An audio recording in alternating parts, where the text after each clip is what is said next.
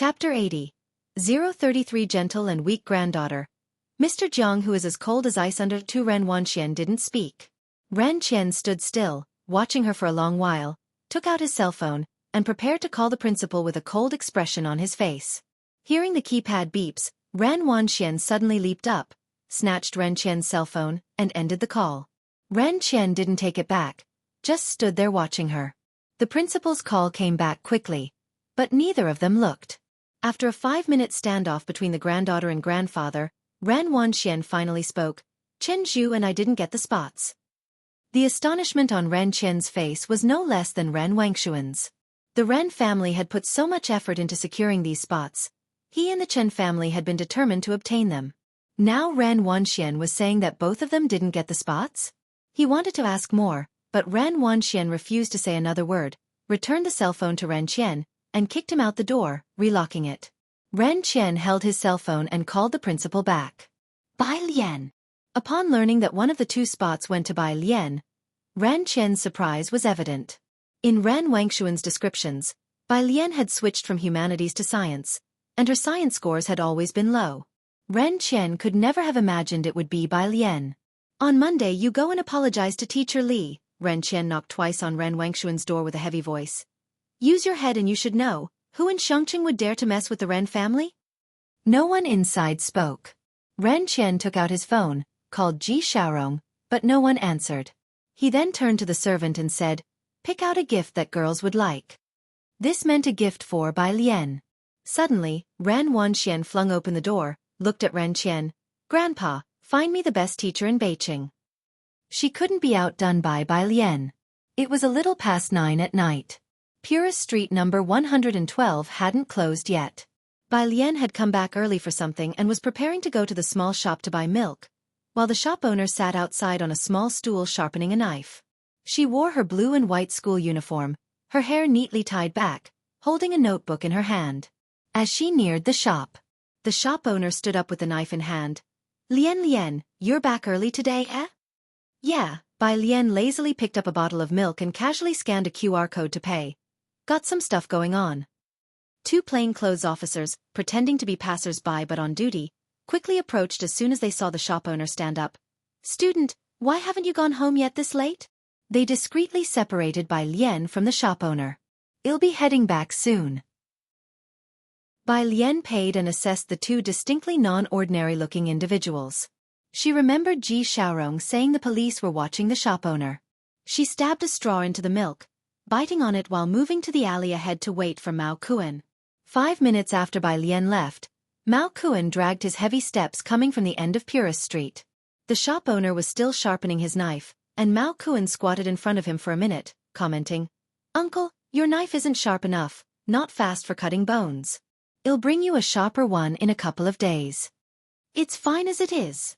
The shop owner brought out the knife, gleaming with a chilling reflection. The two officers preparing for a shift swap inhaled sharply. Leaning against the wall at the usual spot, Bai Lian played with the straw, her slender and fair fingers tapping a cell phone, memorizing vocabulary. Her posture relaxed, her eyes and brows shrouded in the darkness of the night. Did you add weighted bags? She noticed Mao Kun's limbs were bound with more than mere 1-pound sandbags. Oh yeah, Mao Kuan lifted his right hand to show Bai Lian the silver-white metal chunks the size of an egg on his wrists and ankles. I used to use iron, but my godfather said 2 pounds of iron was too bulky, so he switched to these for me. Saying this, he pulled out a bag to show Bai Lian 4 similarly sized metals. These are for you. Bai Lian was surprised. She picked up one of the egg-sized metals and weighed it in her hand. For something the size of an egg, it was 2 pounds. The density was much higher than iron. Bai Lian needed to go to school, and it was inconvenient having sandbags tied to her hands, so the small metal pieces were suitable.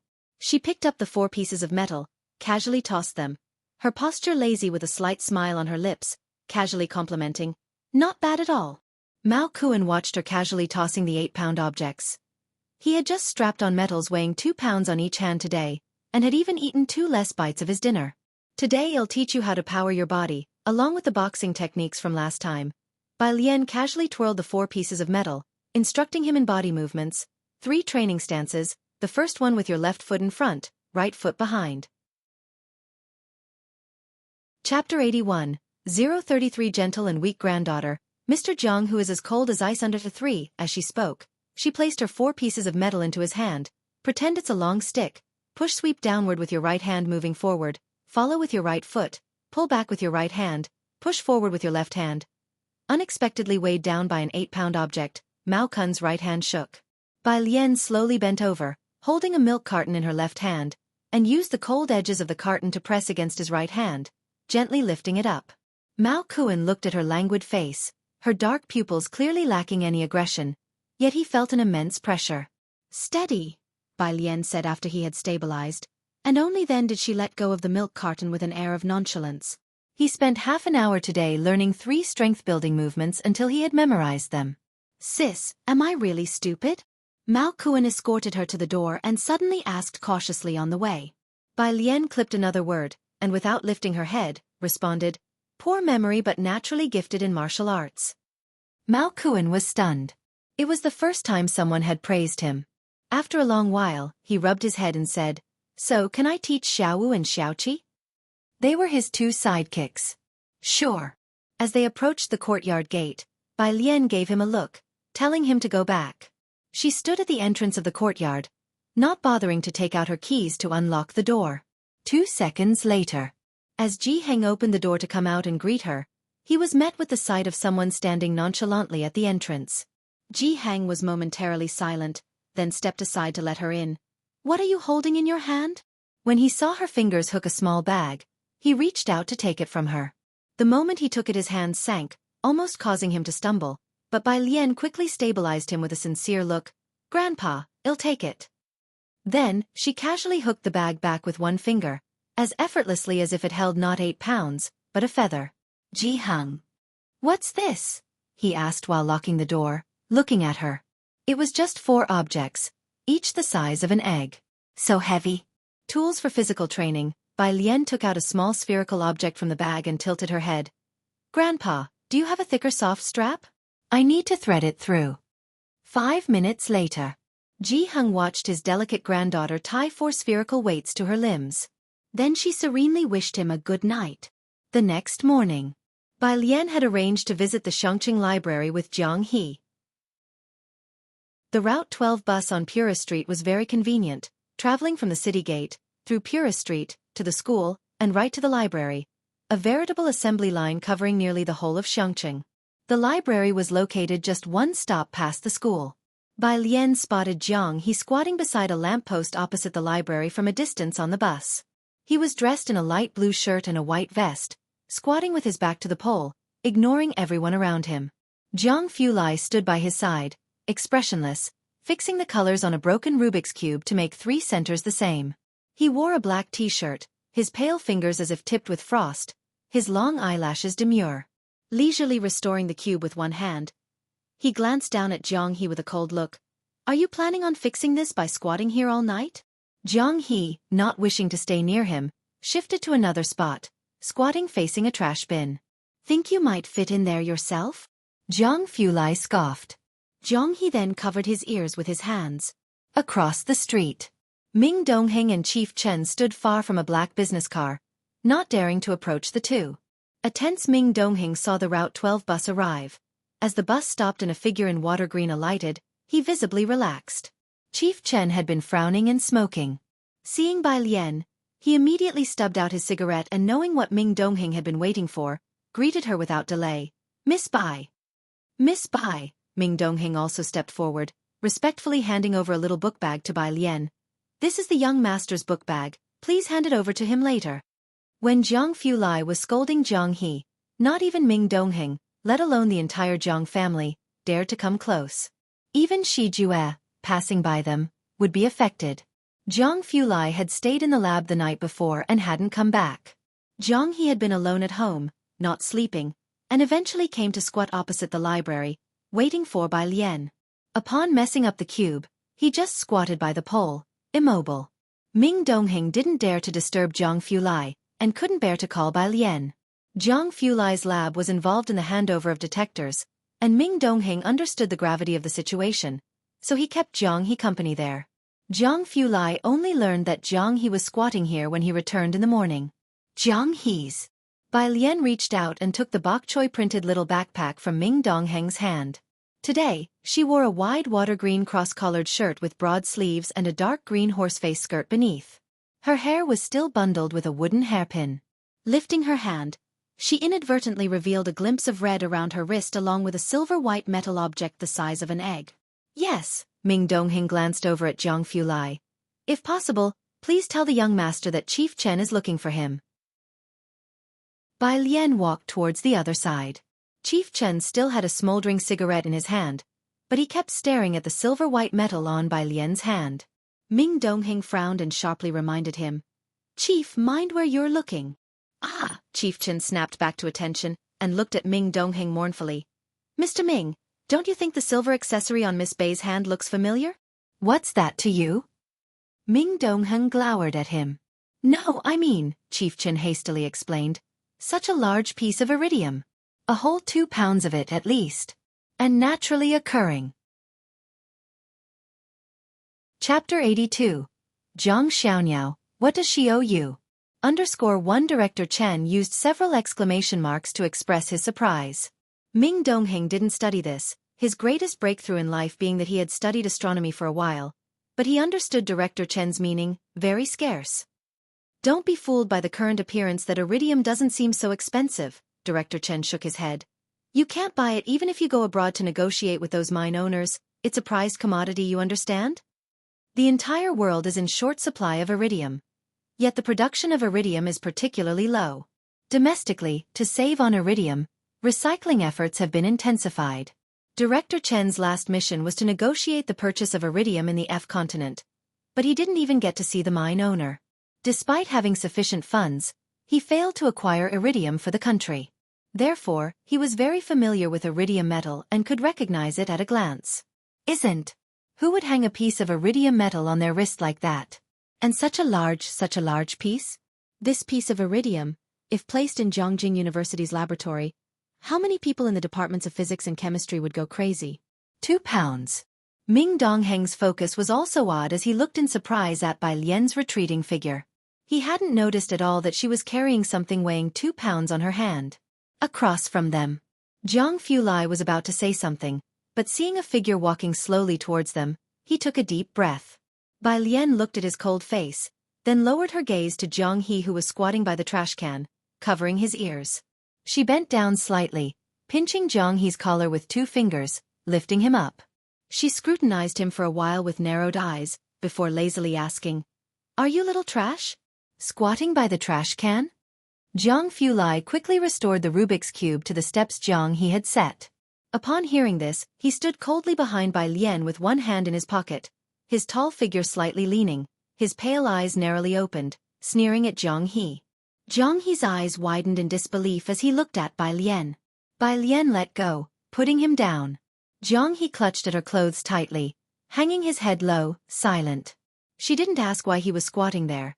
After nearly a month of acquaintance, she knew that Jianghu had some issues with his personality. Letting Jianghu cling to her clothes, she turned her head and looked at Jianghu Lai for a while. Jianghu Lai was difficult to approach even in the best of moods, let alone when he was in a bad one. Expressionless, his gaze lowered, Ming Dongheng didn't dare to come close. Taken aback by her casual glance, he too was slightly stunned. Just when Jianghu Lai was about to say something, Bai Lian suddenly spoke up, "Didn't you sleep last night?" Jianghu Lai was somewhat surprised. He subconsciously looked himself over. Even after a sleepless night, young Master Jiang remained impeccably neat, spotless from head to toe, his hair unruffled, proudly elegant. Still looking as dashing as ever. His narrowed phoenix eyes betrayed no trace of fatigue. "You should go back to sleep," Bai Lian said lazily, patting Jianghu's head and tilting her own slightly, her voice carrying a casual chuckle. "Leave Jianghu to me." She also handed Jianghu's little bok choy packet to him, letting him hold it himself.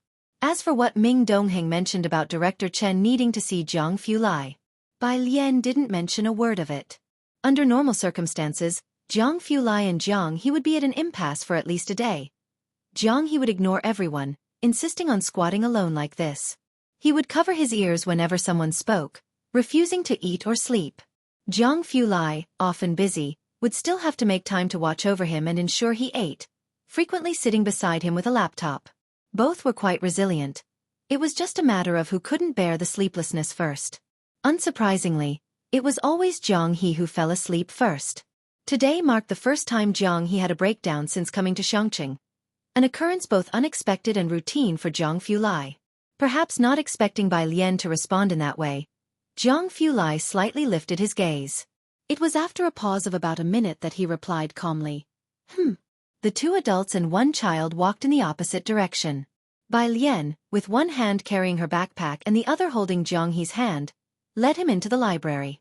Jianghu Lai stood beside the car, hands still in his pockets, his tall figure elongated by the morning sun.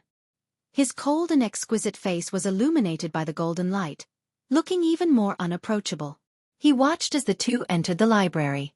Only after they had gone inside did he withdraw his gaze, get into the car and said indifferently, "Let's go." Director Chen had already planned to disclose the following matters. But he didn't expect Jianghu Lai to say, "Let's go." He sat down in the passenger seat, immediately looking towards Ming Dongheng for help. Ming Dongheng at the driver's seat was also surprised, fearing he had misunderstood Jianghu Lai's intent. Back to the manor. Chapter 83. Zhang Xiaoniao, what does she owe you? Under. Jianghu Lai leaned against the chair back, his eyelashes slightly closed, crossing his long legs elegantly, his eyes hidden in the shadows as if resting with his eyes closed. Ming Dongheng and Director Chen didn't dare to speak. They had thought after returning, Jianghu Lai would say something. But they hadn't expected him to go straight upstairs. To sleep? Ha! Miss Bai didn't speak with young Master Jiang? Director Chen looked at Ming Dongheng, completely confused. Why did young Master Jiang go to sleep? Not to mention Director Chen, Ming Dongheng, who had followed Jianghu Lai for several years, was also surprised. Jianghu Lai is a workaholic.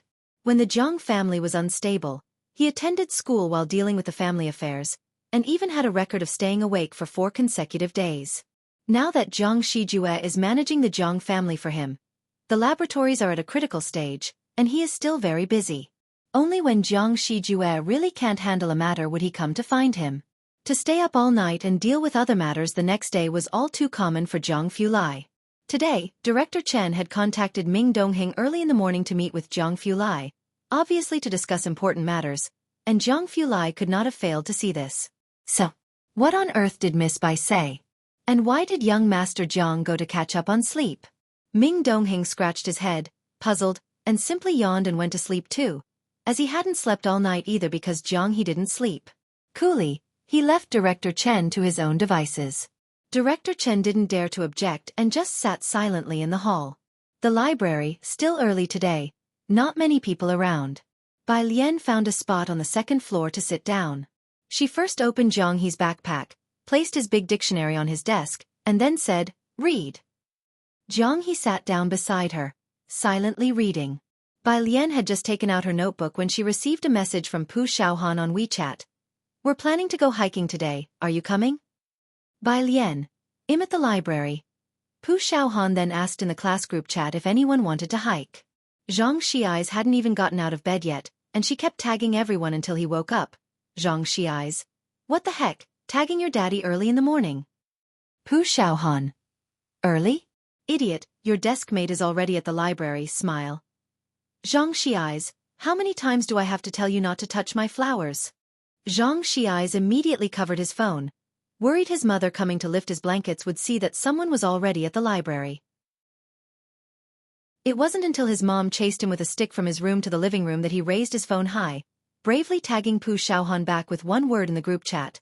Cool. Meanwhile, at Ning Xiao's house, he held his phone, thinking over Pu Xiaohan's message, and then messaged Bai Lian in their private group to ask for the exact location of the library. He started packing his bag. "Are you going out?" The elderly man with snow-white hair looked at Ning Xiao with surprise in the yard. Ning Xiao hummed a response, always just as silent no matter where he was, going to the library with classmates. Go ahead." The old man smiled, standing up straight, his expression gentle and kind. Watching Ning Xiao truly leave, he looked greatly relieved. He returned to the main hall, took an incense stick, bowed to the 3 memorial plaques with his hands together, and spoke with kindness and warmth. Good morning. Little Ning Xiao seems to have made a friend. Are you happy too, Nunua? He inserted the incense stick. In the room, the old man's cell phone started ringing. He put on his reading glasses to look for the phone, squinting his eyes and pressing the big green answer button. Hello, Xiao Wang. High school seniors are under great pressure. Pu Xiaohan originally wanted to go hiking. But in the end, no one from her class wanted to hike. They just wanted to sleep or lie down. So she had no choice but to bring her homework to the library to find Bai Lian. Upon entering the second floor, she saw Ning Xiao and Tang Ming sitting opposite Bai Lian. Tang Ming was the top student of class 11 and was also someone Pu Xiaohan often saw on the school's honor roll. Of course, compared to Tang Ming. How did this lone top student who always kept to himself end up hanging out with Bai Lian? Ning Xiao looked up, nodding to Pu Xiaohan as a greeting. Pu Xiaohan sat next to Bai Lian, feeling flattered. The Scholar King greeted her? She hurriedly responded and exchanged WeChat contacts with Tang Ming before turning back to talk to Bai Lian.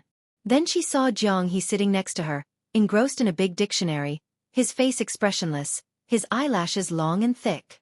Who is this kid? He's really good-looking. His eyelashes are so long. Pu Xiaohan whispered, her voice filled with excitement.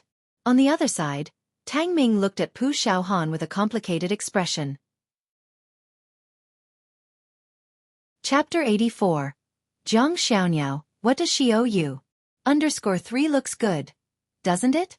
In a moment, hell make you question life itself. Bai Lian took out her biology book and notebook, her slender and fair fingertips pressing against the page numbers of the notebook, her long eyelashes lowered, methodically stating, his name is Zhang Xiaoniao. Zhang Xiaoniao. Pu Xiaohan took her words for truth. Jianghu looked up at Bai Lian incredulously once again. If Jianghu were a normal child, he would definitely have objected loudly and introduced himself. Unfortunately, he wasn't. Jianghu could only silently flip the dictionary to the page with the character, crane. You see, Bai Lian said calmly as she pointed the tip of her pen at one half of the character. Looked sideways, and calmly told Pu Xiaohan, it means this bird. With her face in her hands, Pu Xiaohan looked at Jianghu. Although the name is strange, it's pretty cute. Jianghu. Whoosh, he silently turned the page. Then he took out his 7-layered 5 magic cube from his backpack. Pu Xiaohan, who had just written a few words and was stretching, caught sight of the unfamiliar, football-shaped cube the boy was slowly pulling out. 12 sides, 12 colors, and still a 7-layered cube. She felt dizzy just looking at it.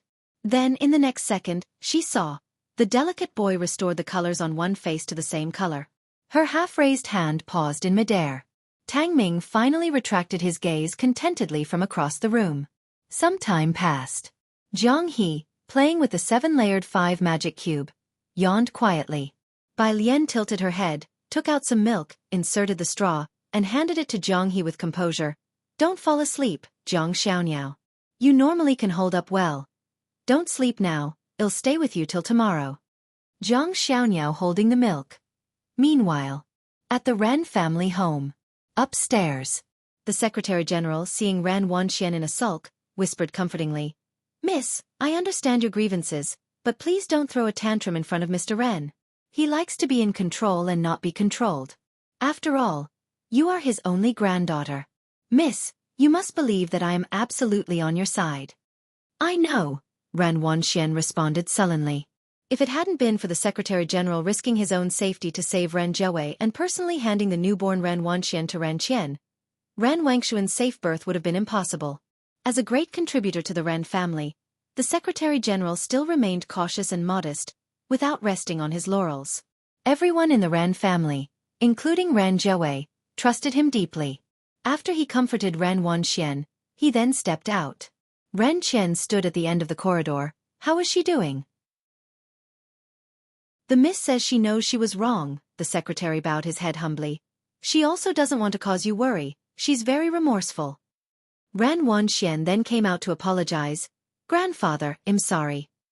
Ren Qian couldn't possibly be truly angry with her. It's all right. Remember to apologize to your teacher later. Downstairs. Ren Zhouwei was on the phone in the living room. Yeah, okay. Ji Xiaorong sat to the side, looking down as he sipped his tea.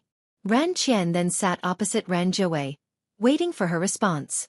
Ran Wanxian sat beside Ren Qian, unconsciously twirling her fingers. How did it go? What did Dr. Gao's assistant say? Ren Qian hurriedly inquired once Ren Zhouwei hung up the call. Ren Zhouwei threw her phone onto the table and crossed her arms over her chest, sweeping her gaze around the room. Dr. Gao gave a standard answer, let's leave it at that. After all these years of elite education, they still can't compete with Chen Zhu. What can I say? How did Teacher Li arrange things? Ren Qian interrupted Ren Zhouwei, looking up at the secretary standing by. Noon, a private room in the Wanhe building, the Secretary General checked the schedule. You've invited him, he couldn't possibly refuse to give you face. The only issue is that Miss Bei's phone doesn't seem to be reachable. Ji Xiaorong, who had been silent up to this point, spoke up indifferently. Alien is focused on her studies, and she has already given her spot to someone else. I hope you don't disturb her. The others in the hall didn't know about this. She gave her spot away just like that? Ren Qian was shocked. Ran Wanxian also suddenly stood up. The secretary looked at Ji Xiaorong with a deep frown. Mr. Ji, she's at the very least your niece, and we are all relatives. Why do you keep helping outsiders? If she's giving the spot away casually, why not give it to Miss Wanxian? Ran Qian didn't interrupt the secretary. Clearly that was also his line of thought. Admittedly, he admired Bai Lian a lot, but compared with Ran Wanxian, she seemed insignificant. First it was the book, and now it's the spot. Ji Xiaorong stood up, looking at Ren Qian. What does she owe you? Chapter 85. 035 is modest and does not compete. The one picking up trash picks up unders. One Ji Xiaorong had always been an invisible presence in the Ren family. He rarely visited the Ren family's old residence and conducted himself with quiet, scholarly elegance and a strong sense of literary pride. He had almost no presence in the Ren family. Ren Qian was unsatisfied with the marriage and seldom concerned himself with his son-in-law, until the birth of his pleasing granddaughter. Ji Xiaorong had only sought out Ren Qian once 7 years ago because of an issue concerning Ji Xiaojun. This was still the first time he had spoken up like this at the Ren family home. Even Ren Qian was taken aback by his attitude. All right, Ren Zhouwei picked up the cigarette box on the table and pulled out a cigarette, lighting it as she bowed her head. Dad, if you're outclassed, you have to admit it. It's not that I look down on them. Ren Wanxian looked up at Ren Zhouwei and bit her lip. Mom? Forget it. Ren Qian stopped expressing his opinion and stood up. Wanxian, come with us to Wanhe building first, your teacher is arriving soon. He didn't bring Ren Zhouwei with him. Once everyone had left, Ji Xiaorong retrieved a pill box from the pocket of his coat and poured out 2 pills. Ren Zhouwei poured him a glass of water, frowning. Don't worry about this matter. You also know Wanxian has always been under my dad's care. Ran Wanxian was the only descendant of the Ren family, taken and handed over to Ren Qian to be raised from the moment she was born. They simply had no say in the matter. Across from them, the Secretary General glanced at them indifferently before turning to walk out the door. I do have some regrets about handing Wanxian over to your father. Ji Xiaorong put down the water glass and pressed his brow. Stop thinking about it. However, Ren Zhouwei resettled in her chair, eyeing Ji Xiaorong thoughtfully. Bai Lian does bear a resemblance to the Ji family, whereas Wanxian doesn't resemble her at all. Don't say that again in the future. Don't bring up the idea of grooming Lian anymore either. She wouldn't want it. Ji Xiaorong swallowed the pills and put away the pill box, then shook his head. And if Wanxian hears it, she'll cause a fuss again. He had a feeling that Ran Wanxian harbored significant animosity towards Bai Lian. Yet there was clearly no conflict between the two of them. All right, I haven't said it in front of anyone else. Ren Zhouwei gestured in surrender. But if your niece truly doesn't want. All right, I won't mention it. At 12 o'clock, the private room in Wanhe building. Chen Zhu and Chen Gang were also there. The head teacher of Class 8 had been transferred to First Middle School, and anyone in Xianxia with money and influence tried to get their child into his class. Chen Gang and Ren Qian were very polite to him. Bai Lian passed the spot to Tang Ming. Upon hearing this news from Ren Qian and Chen Gang, the Class 8 teacher's surprise was not less than that of Chen Zhu or Ran Wanxian. This was a slot for Jianghu University's preparatory camp. Even if Bai Lian genuinely didn't want it, on the black market, it could fetch at least tens of millions. But it was Bai Lian who had done this. Upon reflection, the Class 8 teacher felt that this was something she was capable of doing. Indeed, Bai Lian has always been such a person, Honest even when unobserved, and pure at heart, the Class 8 teacher mused. In his eyes, Bai Lian was like that. Proud but not contentious. Bright but not blinding. He really had a high opinion of Bai Lian. Ren Qian and Chen Gang exchanged glances, both seeing surprise in the other's eyes. Their Class 8 head teacher was someone genuinely wise and learned. They were very reassured to entrust the younger generation to him. After hosting several banquets, they had never heard him praise someone so highly before.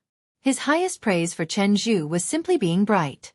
To be honest, she is my son-in-law's niece, Ren Qian said with a smile, seeing that the head teacher had taken a liking to Bai Lian, so he turned to Ren Wanxian. Wanxian, you should learn more from your cousin about the principles of being a person. Ren Wanxian had been struggling to contain herself ever since the head teacher began to speak, and to make matters worse, Ren Qian actually told the head teacher that Bai Lian was her cousin. Especially since he also suggested she learn from Bai Lian. With her sharp intelligence, she had already guessed Ren Qian's thoughts. Ren Wanxian gripped her chopsticks, still managing to maintain the most perfect demeanor. She stood up to apologize. Teacher, I'm sorry, I was too impulsive. I hope you take my words to heart. The Class 8 head teacher raised his glass to her, then drank the wine. He politely bade farewell to Ren Qian, neither overbearing nor servile. Mr. Ren, Mr. Chen, I need to prepare my lessons and must leave now. Once the head teacher had left, Chen Gang asked Ren Qian, I didn't expect old Ji's niece to be so impressive. Have you inquired about who taught her? I don't know. Ren Qian knew very little about the quiet and ordinary Ji family. The Secretary General stood by, humbly pouring clear sake for the two men. Sir, why didn't you ask Teacher Li to request Bai Lian to transfer that slot to Miss Wanxian or young Master Chen Zhu? Chapter 86, 035 is modest and does not compete. The garbage picker picks up under Tu Chen Gang picked up the wine glass, took a sip with his eyes lowered, and said nothing. He silently supported the secretary's idea. He knew very little about the Ji family, but in his eyes, the Ji family was no different from any other passerby. We can't control Teacher Li, Ren Qian thought about Ran Zhouwei and Ji Xiaorong, and holding his temple said, let's not talk about this anymore. The Secretary General stood by, listening with a slightly grim expression. The meal disbanded. Ran Qian went to deal with work, while the Secretary General took Ran Wanxian home. It wasn't until they were in the car that the Secretary General looked in the rearview mirror and said, Miss, you need to step out of your own castle. If your cheese has been moved, you have to take it back yourself. Right now, you're like that mouse, squeaking away, but I think you can be a chirping bird. 4 o'clock in the afternoon. Jianghu Lai's residence. Chief Chen was still waiting for the two to get up. His cell phone rang. It was his subordinate stationed in Xianxia. He hastily answered and stepped outside before speaking. Go ahead. The voice on the other end was respectful. Sir, Xianxia No. 1 Middle School said that their school anniversary is in a few days. Will you be attending? The Chen family had always placed great importance on Xianxia. They allocated funds to Xianxia each year for the sake of protection, even though a large part of that funding came from the Jiang family. Hence, even though Xianxia was on the edge of several countries with many escaped convicts, no one dared to cause trouble across Purist Street. Aside from Xianxia's defense, another portion of resources was given to Xianxia No. 1 Middle School. This year, a distant side branch of the Chen family that remained in Xianxia produced a student with decent achievements. The Chen family reported this and had Academician Ma secure a spot in the reserve camp for Xianxia. Every year, Xianxia No. 1 Middle School would invite the stationed forces to any celebratory events. This year, because Chief Chen was also there, the subordinate called to ask if he wanted to go and watch. Xianxia No. 1 Middle School? Upon hearing it was Xianxia No. 1 Middle School, Chief Chen paused and calculated the time. I'll check my schedule. Wang Yufeng wasn't found yet, and he wasn't really in the mood. The headmaster of No. 1 said that they have a student this year who writes lianti quite well. The subordinate evidently understood Chief Chen very well. People from the Chen family, especially the old master, favored young people who could write lianti and play the guzheng. If they could play the White Robe Journey, that would be even better. That's why almost everyone in the Guzheng Association could play it, but not many could play it entirely. With these words, Chief Chen obviously hesitated. Really? Then I do want to go and see. Finally, There were sounds of movement from upstairs. Chief Chen quickly hung up the phone and walked into the hall to look towards the wooden staircase entrance. Jianghu Lai slowly descended the stairs after a shower, his half-dried hair slightly moist. He wore only a black silk robe, tied tightly at the waist, and his pale fingers held a laptop. "Young Master Jiang," Chief Chen lowered his voice. Jianghu Lai sat on the sofa and opened his laptop. A servant served a simple meal. Chief Chen sat down anxiously. "Someone saw Wang Yufeng at the Azure Dragon Bar, so I've already sent someone to stake it out." "The bar." Jianghu Lai browsed through papers submitted by team members, his light eyes slightly narrowing. Jiang Xian had never been to a bar in his life. After a moment of thought, Chief Chen said, "I'm waiting for Mr. Ming to get up." "Well, go scout first. Mr. Ming wants to go to the fighting ring to find Teacher Zhu. Tongpa is putting too much pressure on them." Jianghu Lai hummed in response, closed his laptop, turned around, and pulled out a black card from his drawer to give to Chief Chen. Chief Chen's eyes lit up, and he took it with both hands. By the way, Chief Chen remembered that Bai Lian was wearing Xianxia No. 1 Middle School's uniform last time. Next week, Xianxia No. 1 Middle School will have their school anniversary. "Will you be attending the ceremony?" Jianghu Lai picked up his chopsticks and ate in an unhurried manner. "I don't have time." "Okay," Chief Chen nodded. "Miss Bai doesn't have a performance?" He actually thought Miss Bai would have a performance. But then again, Bai Lian is like Jianghu Lai. Who would have the courage to ask Jianghu Lai to perform? Are they tired of living? The library. At noon, Bai Lian and Pu Xiaohan went to eat hot pot across the street. Pu Xiaohan only held out for the morning, wanting to go home to binge-watch after eating the hot pot. Before leaving, she squatted beside Jianghe with a beaming smile. "By the way, little brother Xianxia, our school anniversary is next Wednesday, and there's a program with your sister Bai Lian. Remember to come and watch if you have time." Jianghe didn't speak, just slowly looked up at Pu Xiaohan. Pu Xiaohan roughly knew there might be some issues with Jianghe's personality and didn't mind it. After speaking, she stood up and said to Bai Lian, "If your family has time, make sure they come and watch, or it'll be such a shame." Bai Lian didn't know if Jianghu would have time. Chapter 87, 035 is modest and does not compete.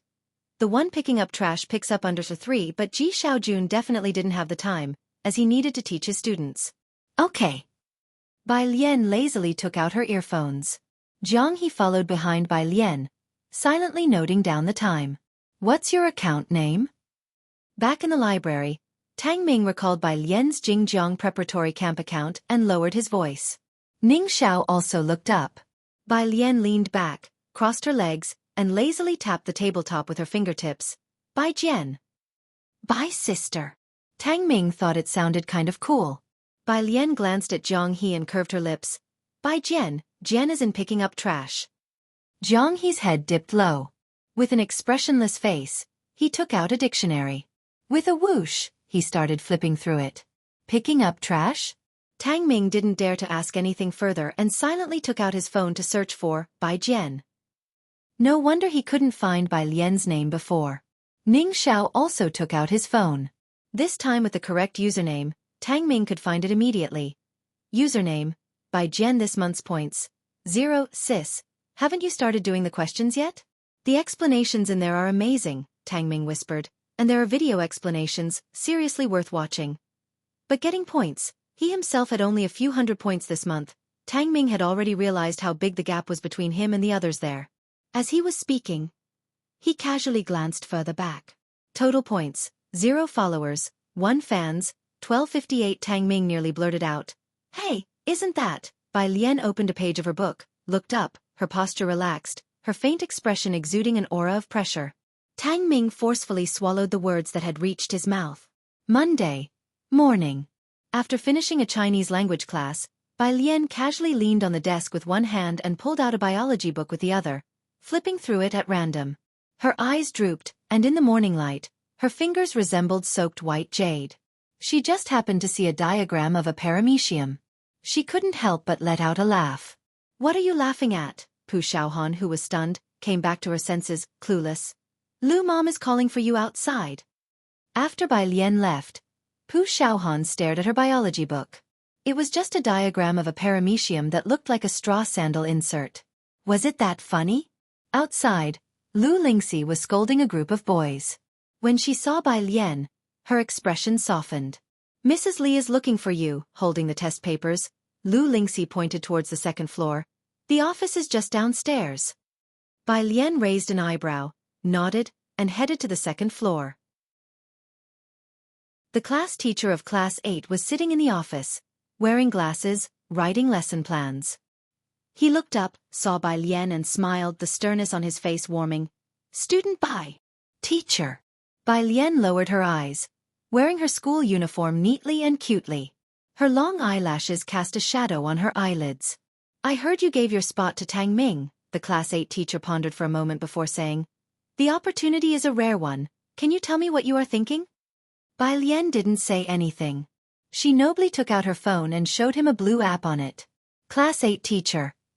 Okay, he got it too. The two looked at each other on the verge of laughter, and after a while, he handed her a book of chemistry notes. All right, go back. Thank you, teacher. Bai Lian accepted the chemistry notes with both hands. After she left, the Class 8 teacher still watched Bai Lian's slender and tall figure in the distance. He couldn't help but sigh. If the Ren family didn't say it, who would know that this girl was a relative of the Ren family? At the door, Ran Wanxian and Chen Zhu, who were coming in, missed Bai Lian. Chen Zhu took an extra glance at her. Then they went to get their homework. Ran Wanxian, I'm calling you because there's something I need to discuss. The teacher of Class 8 recovered his smile slightly, less relaxed than he was in front of Bai Lian, and composed himself.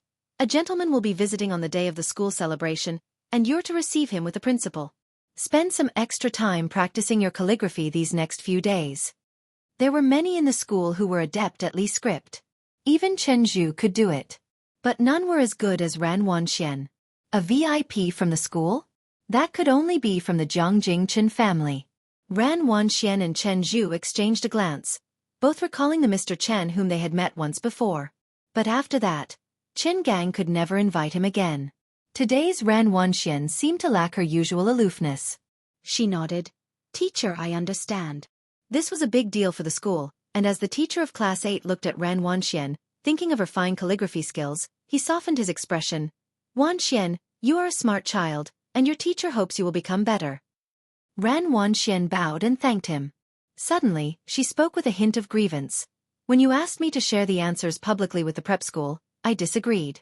But I haven't seen Bai Lian sharing her answers with us either.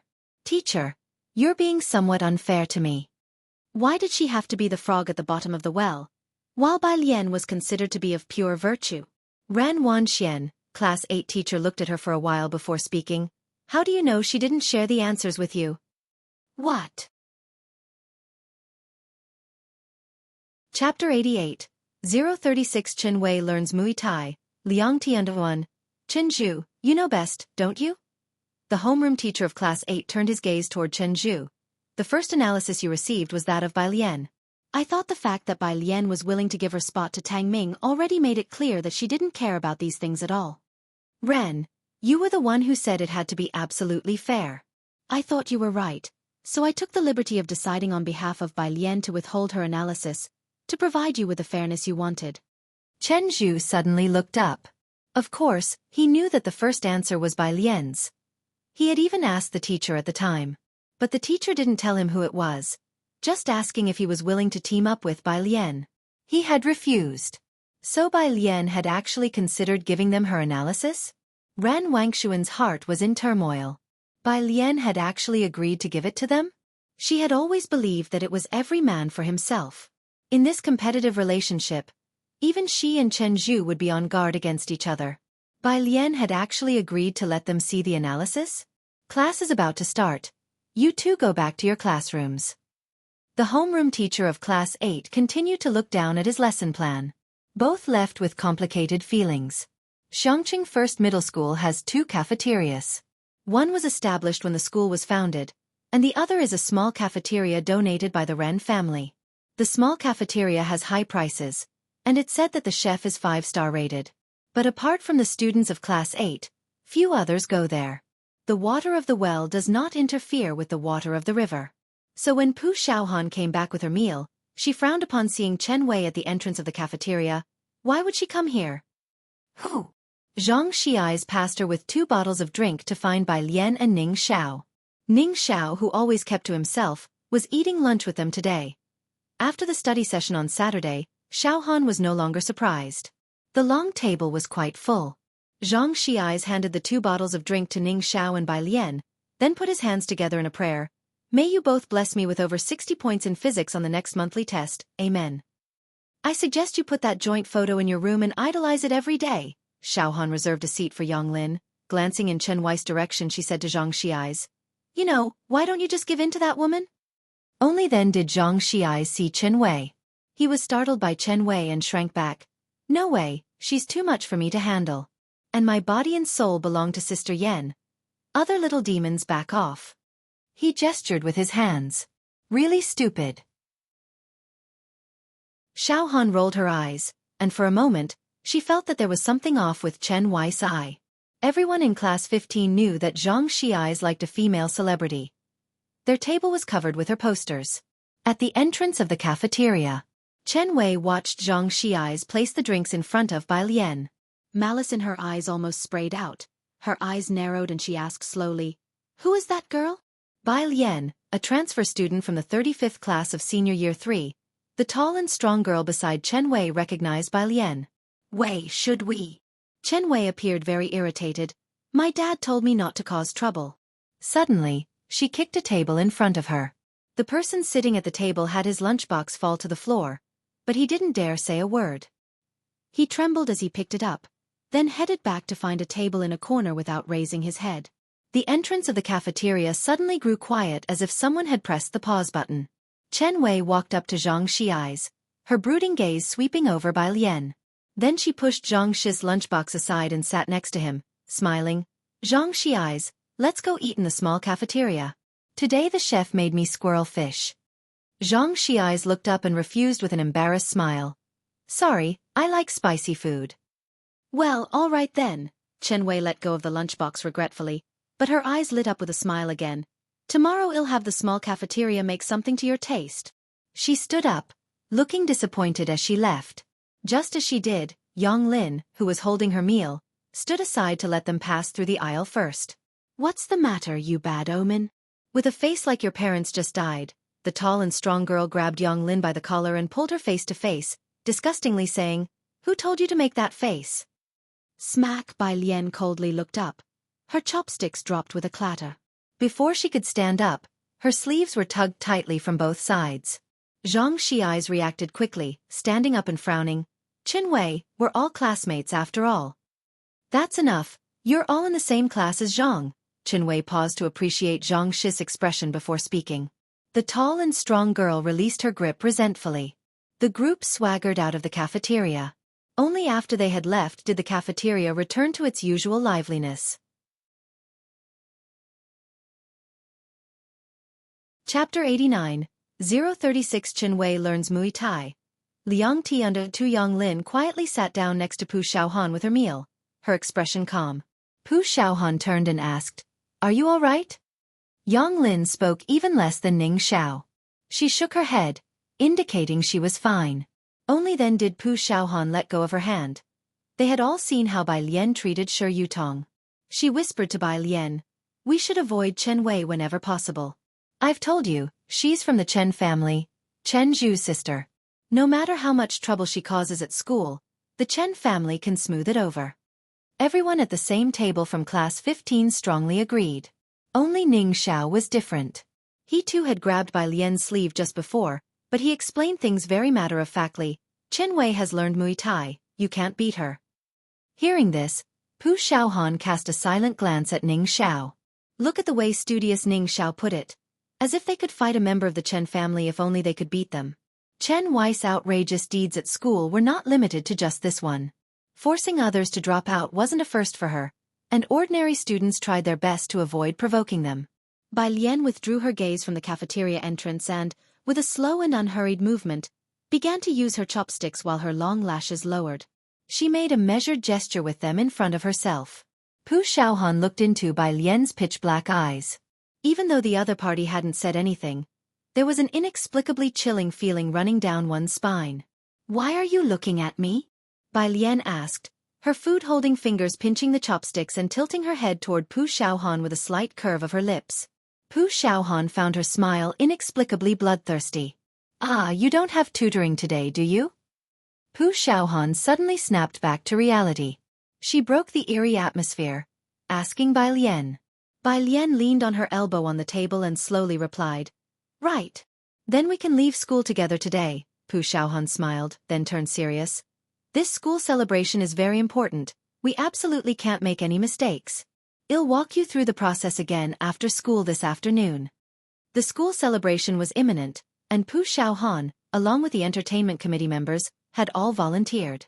After school in the afternoon, Pu Xiaohan went to the student council to help set up the stage, and Bai Lian went with her to go through the process. Yang Lin still went to work at the milk tea shop until 8 o'clock after her classes. Xianxia, afraid of being ambushed by Chen Wei on his way home, didn't dare to play basketball, so he went with Pu Xiaohan and Bai Lian to the auditorium to avoid Chen Wei. At this time, there were a lot of people in the auditorium. When they arrived, the president of the student council was holding a meeting. Seeing Pu Xiaohan bring Bai Lian, he came over with the program list.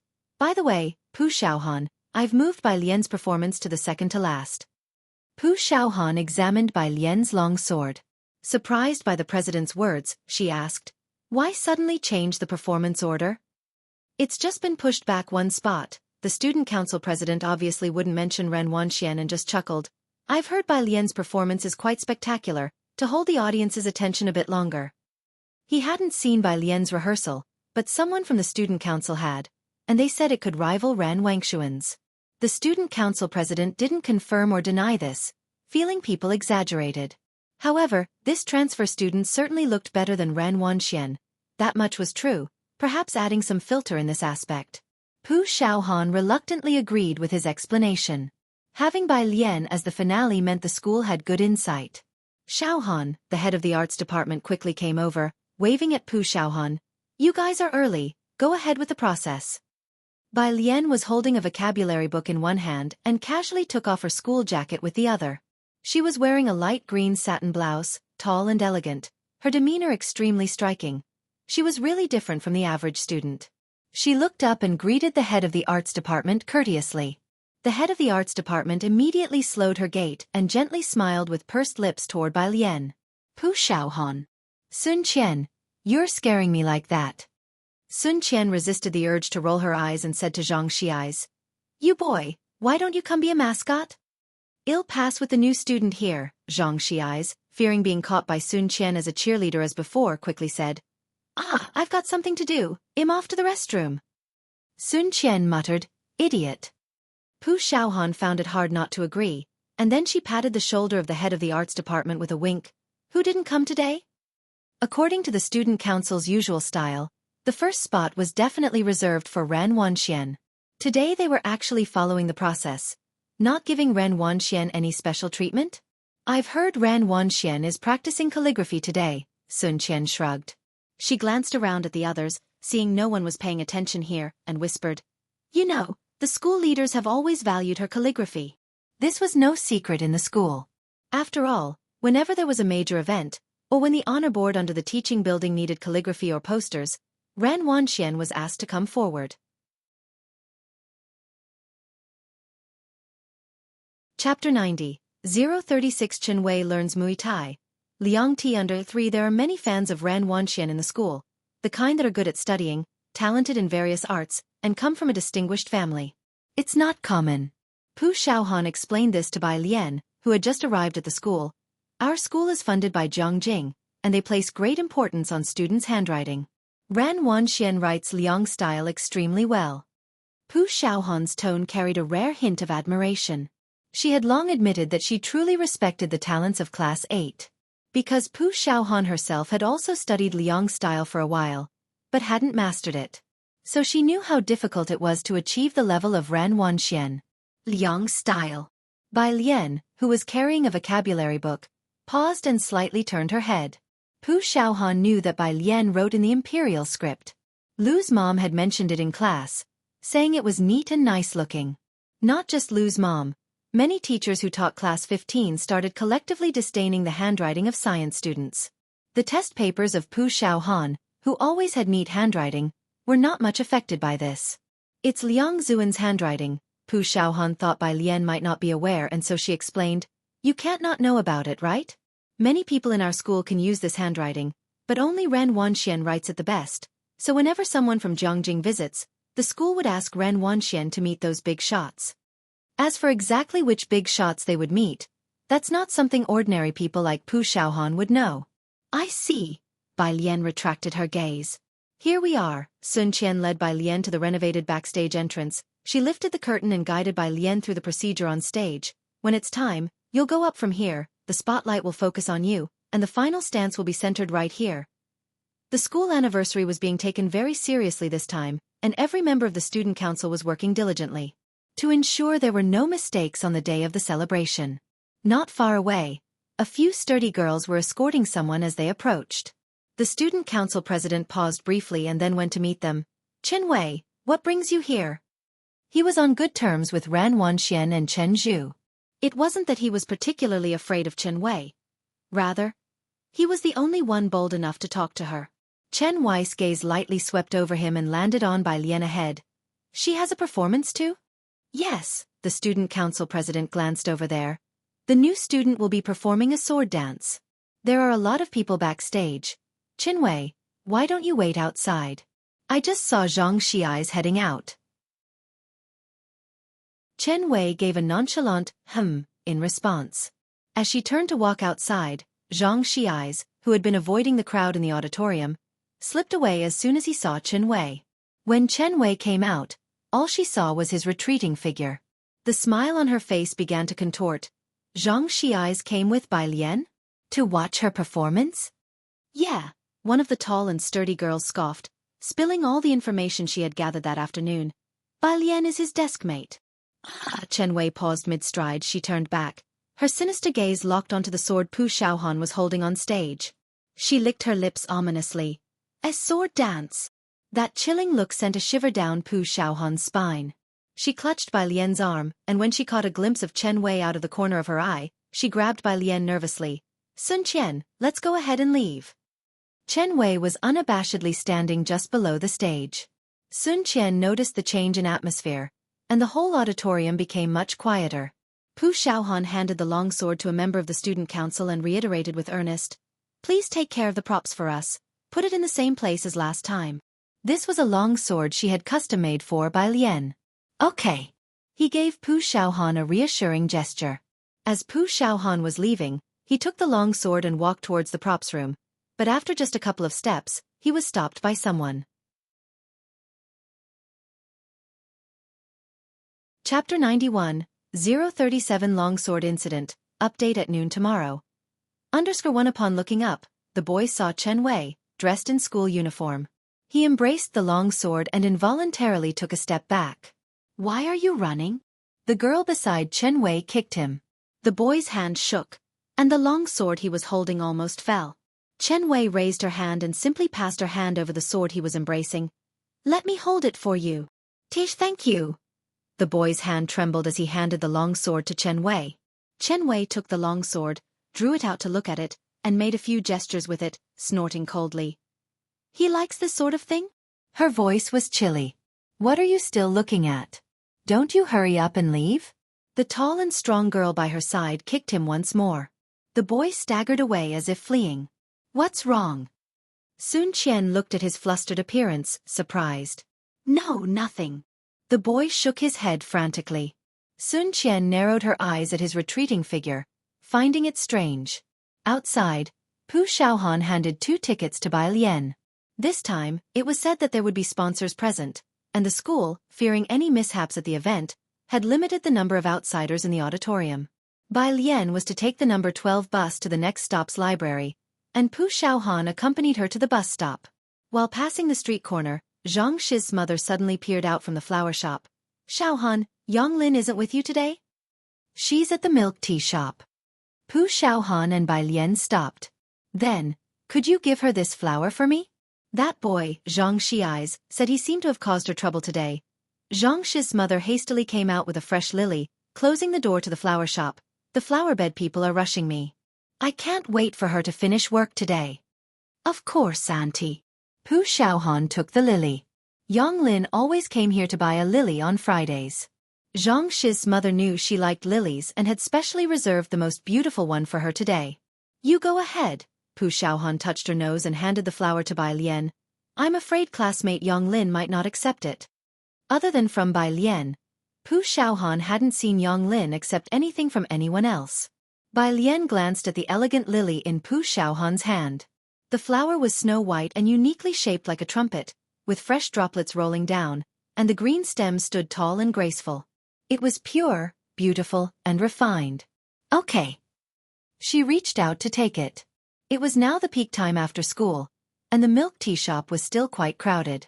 I heard the milk tea shop changed owners, and both the milk tea and pastries here are superb. Many people come here for them, commented Pu Xiaohan. Bai Lian, Yang Lin, dressed in the milk tea shop's yellow jacket and wearing a mask, was making milk tea for someone. Just as she handed a cup of milk tea to a customer, a lily was stuffed into her hand. Why are you looking at me? Bai Lian slowly drew out her earphones, put them on and raised an eyebrow. It's from Xianxia's mother for you. Pu Xiaohan was amazed. As they were about to leave, she suddenly heard Yang Lin say softly, Wait a minute. Yang Lin rarely spoke. Her voice was both faint and light, and Pu Xiaohan almost thought she had imagined it. About 5 minutes later, Yang Lin handed them 2 cups of milk tea, bowing her head and whispering, The owner here doubled my salary, and the cost of the milk tea will be deducted from it. Moreover, the pastry chef at the milk tea shop would give Yang Lin some pastries that hadn't sold each day to take home. Yang Lin turned and went back to continue working. With several employees hired by the owner, her 3-hour part-time job every day wasn't hectic. She even had time to study vocabulary. I want a rainbow mousse cake. The middle-aged woman listed off a string of names. Yang Lin went to the back to get the cake. The pastry chef had already taken a break. He removed the cap from his head, glanced at Yang Lin, and waved his hand. Tell them the cakes are sold out. After saying that, he turned neatly, packed the 2 remaining cakes on the back counter into plastic bags, tied them up, and casually tossed them onto the workbench. These are waste. Remember to take them home when you close, or toss them in the trash if you don't eat them. Hanging up his white coat, he took his phone and left through the back door. Yang Lin also heard him muttering under his breath. Damn, where did I offend him to be dispatched here making cakes for 5 hours a day? I don't like making cakes anymore. I hate making cakes. 2 tickets, one for Jianghu and one that Bai Lian would take home to Jianghu. By the time she arrived at the library by bus, Ming Dongheng and Chief Chen were there with Jianghu at the entrance to the library. When Bai Lian arrived, Chief Chen, while smoking, complained to Ming Dongheng, I finally managed to arrange to meet him yesterday, but his subordinate tells me he's fixing an old lattice gate. Tell me, how ridiculous is that? Chapter 92, 037 Longsword Incident, Update tomorrow noon.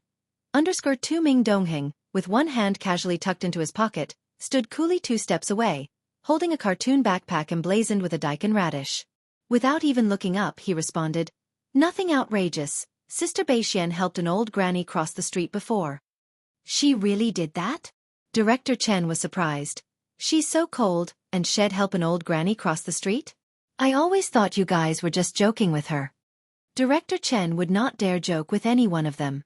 Jiang Ziju's smile concealed a knife. Su Nanjing's gentleness was like a drawing knife. Chen Beixian was formidable. Every cut drew blood. Ming Dongheng, on the other hand, was easier to get along with, simple. Ming Dongheng glanced at him. Go look it up on the Military Academy forum, you can still find her post there. Director Chen didn't dare to ask Chen Beixian. Upon hearing there was a post, he was intrigued. As they were talking, Bai Lian got out of the car, and Director Chen hurriedly pinched out his cigarette. Ming Dongheng promptly straightened up. He had business with Director Chen and wanted to leave Jianghu with Bai Lian. Sorry to trouble you. He respectfully handed over Jianghu's school bag to Bai Lian. Both of them were exceedingly respectful towards Bai Lian. Ming Dongheng stood at the entrance of the library. Watching Bai Lian and Jianghu enter the main gate, they then got into their car. Bai Lian obviously had the ability to rein in Jianghu, With her by Jiang He's side and people lurking in the shadows to protect him, Jiang Fulai felt reassured enough to transfer Ming Dongheng away. Fortunately, we have Miss Bai.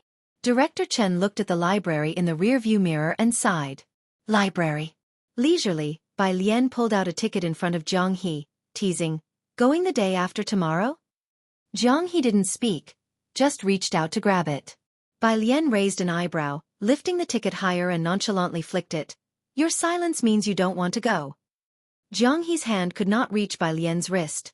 Seeing the other person actually put away the ticket and calmly started pulling out a biology notebook, Jiang He, "I'll go."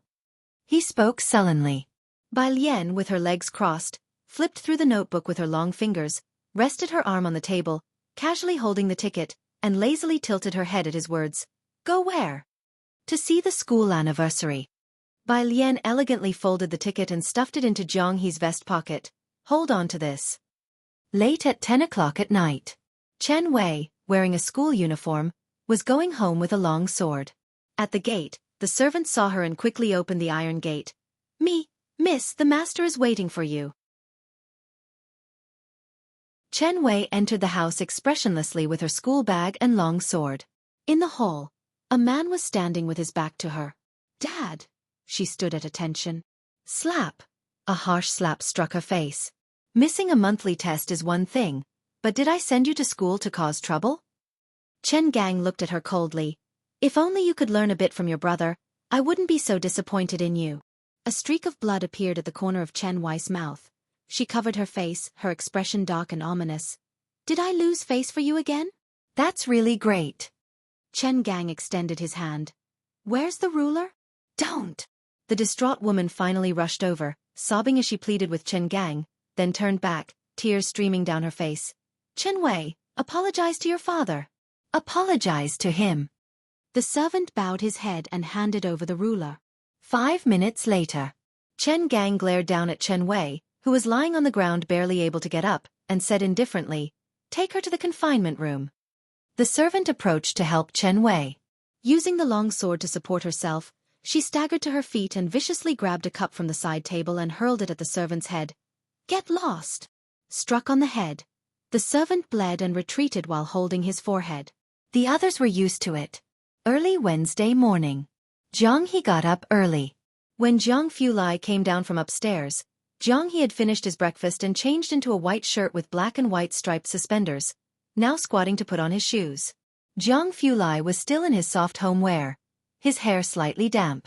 He didn't speak, just gave Ming Dongheng, who was standing beside Jiang He, a shallow look.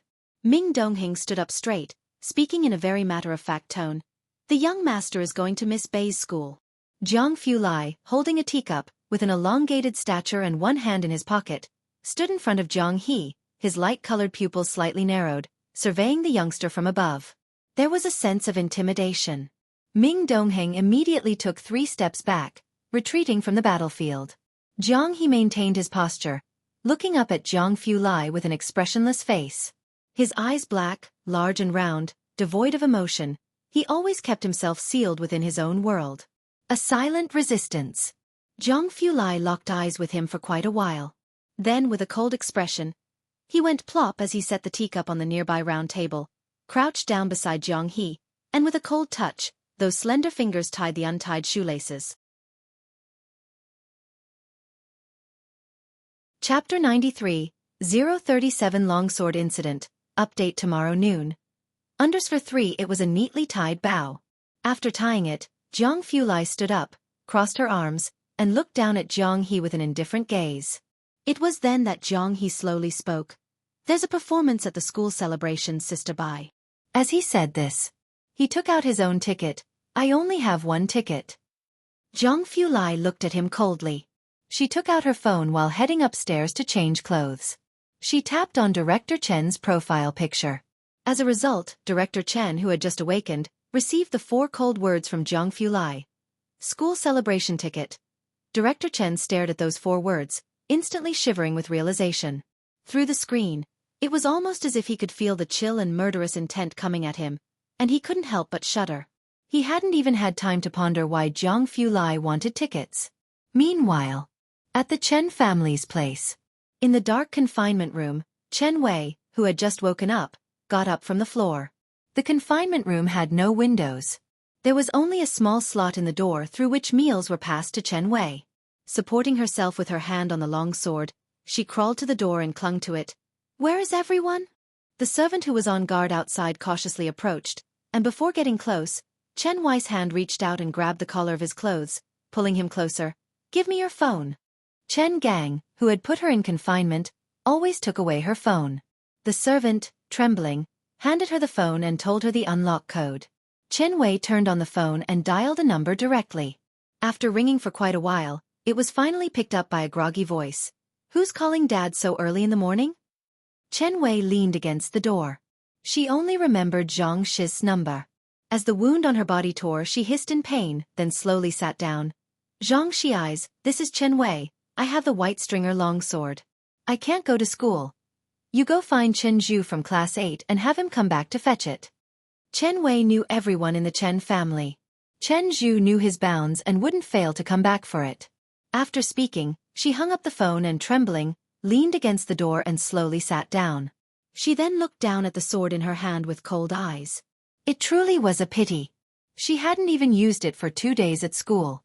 Whether Xianxia was fond of this sword dance or genuinely admired the transfer student, she licked her dry lips. Xianxia. On the other end of the phone, Xianxia suddenly perked up, his drowsiness completely dissipating.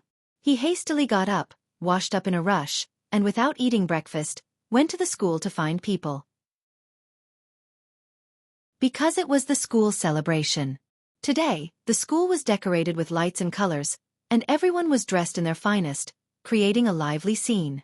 Xianxia lived close to the school.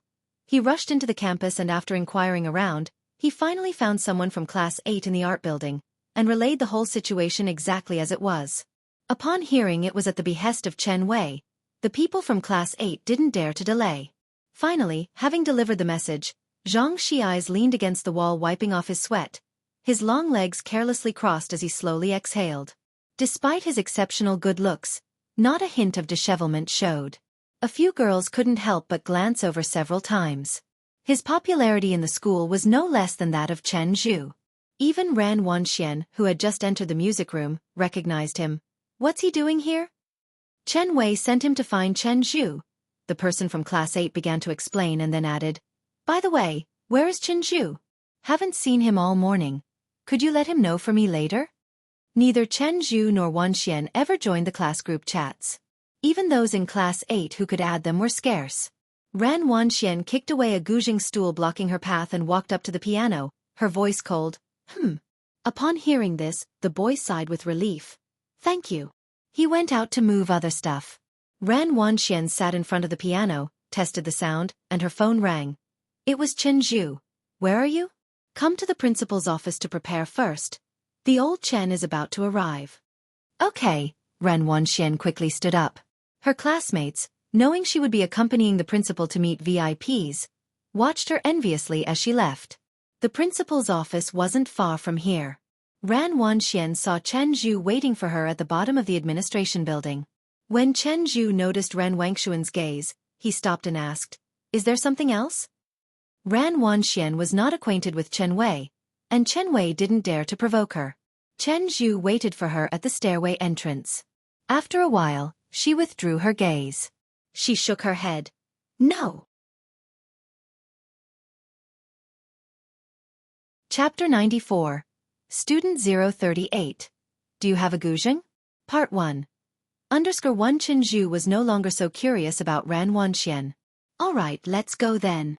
Ever since the homeroom teacher mentioned something about Bai Lian the day before yesterday, he had been very quiet, and his communication with Ran Wanxian had decreased a lot. Ran Wanxian didn't mention the longsword incident. She nodded her head and went upstairs with Chen Zhu. The school leaders were all up early today. They arrived at school at 6 in the morning for an early meeting. Throughout the school, security guards could be seen everywhere, striving to ensure that no detail was amiss. When Chen Zhu and Ran Wanxian arrived at the principal's office, several top leaders were dressed in formal attire, seriously discussing something. Seeing the two enter, the principal smiled warmly at Ran Wanxian. "Ren student, you've arrived? How has your calligraphy been lately?" As he spoke, he stepped aside to show her the brushes, ink, paper, and inkstone laid out behind him. Try these out first to see if they're to your liking. Ran Wanxian will need to perform when that gentleman arrives. The other leaders greeted the two students amicably. When Ran Wanxian tried the weasel hairbrush, someone leaned close to the principal, lowering their voice. What about Ning Xiao and student Bai Lian? To welcome that Mr. Chen, they definitely need to show the best side of their #1 middle school. Chen Zhu and Ran Wanxian were both students of excellent character and learning at the school. Ning Xiao had always been a genius on par with Chen Zhu, and Bai Lian had risen rather abruptly. Their teachers had been hearing a lot about them lately. Neither of them are available. The principal sighed. The leaders were baffled. Didn't you explain it to them clearly? Such a rare opportunity to meet Mr. Chen. I'm seeing him in person for the first time myself. Did they really refuse? They never imagined someone would pass up such an opportunity. Wouldn't everyone else be fighting for the chance to welcome him? The principal couldn't help but smile wryly. To others, this would be hard to believe. But Ning Xiao had always been indifferent to them. Elusive as a dragon seen in parts but never as a whole. Bai Lian could be found, but she declined with neither subservience nor arrogance. Lu Lingxi was even more straightforward. She directly called and told him not to disturb their class-precious student with such trivial matters. What could he do? Meanwhile, Jiang Fulai had cancelled his lab schedule at the last minute to come to Xianxia #1 middle school with Jiang He. Upon receiving Jiang Fulai's message, Director Chen got up and rushed to his place. At that moment, he was respectfully handing a ticket to Jiang Fulai, bowing and inquiring, "Are you sure you don't want to come with me? I've arranged a separate quiet spot for you at the school where no one will disturb you." Director Chen couldn't imagine how Jiang Fulai would look with a cold face in the company of a bunch of students in the audience. He himself didn't need a ticket. When the school found out he needed one, they were quite surprised. Director Chen was helpless. Could he really manage the son of the Jiang family? Jiang Fulai's pale fingers hooked onto a black face mask, fastening a black cap on his head. His expression haughty and indifferent. No need. He glanced at Jiang He, his demeanor as noble and aloof as ever. His eyes lacked any hint of emotion. Jiang He climbed into the car. Director Chen dared not look around, standing still, waiting respectfully until the car had driven far away before daring to look up and letting out a deep breath, turning to the servant beside him to ask, "What's with the young master today?" Why so forbidding? He hadn't dared to make eye contact with Jiang Fulai from the start to end. Bai Lian was waiting for Jianghu. So they let Pu Xiaohan meet Jiang He first. Ning Xiao and Pu Xiaohan were waiting for Jiang He at the school gate. When the black car stopped, Pu Xiaohan lifted her hand about to call, "Xianxia brother," when she saw the tall, black figure descending from the car. The person was slightly looking down, wearing a black cap. Even without a glimpse of the face, Pu Xiaohan just couldn't bring herself to utter, "Xianxia brother." The alarm bells ringing in her brain made her forget the school's infamous, "Keep away from strangers" Ning Xiao, and she hastily turned her head, nervously grabbing Ning Xiao's arm. "Sch. Scholar," then she realized, originally standing next to her with one hand in his pocket, a brooding Ning Xiao abruptly withdrew his hand, both hands hanging by the seams of his pants, his stance suddenly becoming constrained. Pu Xiaohan, student Bai hasn't arrived. Ning Xiao led the way for the two, the cold and somber scholar acting as their guide. "I'll take you to the auditorium's viewing area first." "Thanks," Jiang Fulai spoke. Today, with Jiang Fulai present, Ming Dongheng didn't provide personal security for Jiang He. The group entered the school gates. With Jiang Fulai's air of lofty coldness, particularly the intense low pressure emanating from him today, even from 2 meters away, the standing security guard was sharp enough to recognize him. From a distance, they deeply bowed to their group.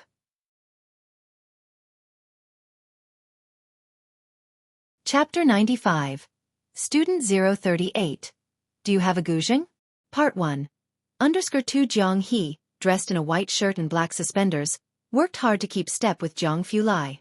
A big and small figure on the road attracted countless gazes. At the entrance of the auditorium, a student council member was checking tickets. They wanted to greet Pu Xiaohan with a smile, but upon catching a glimpse of the person in front, they hastily withheld their voice.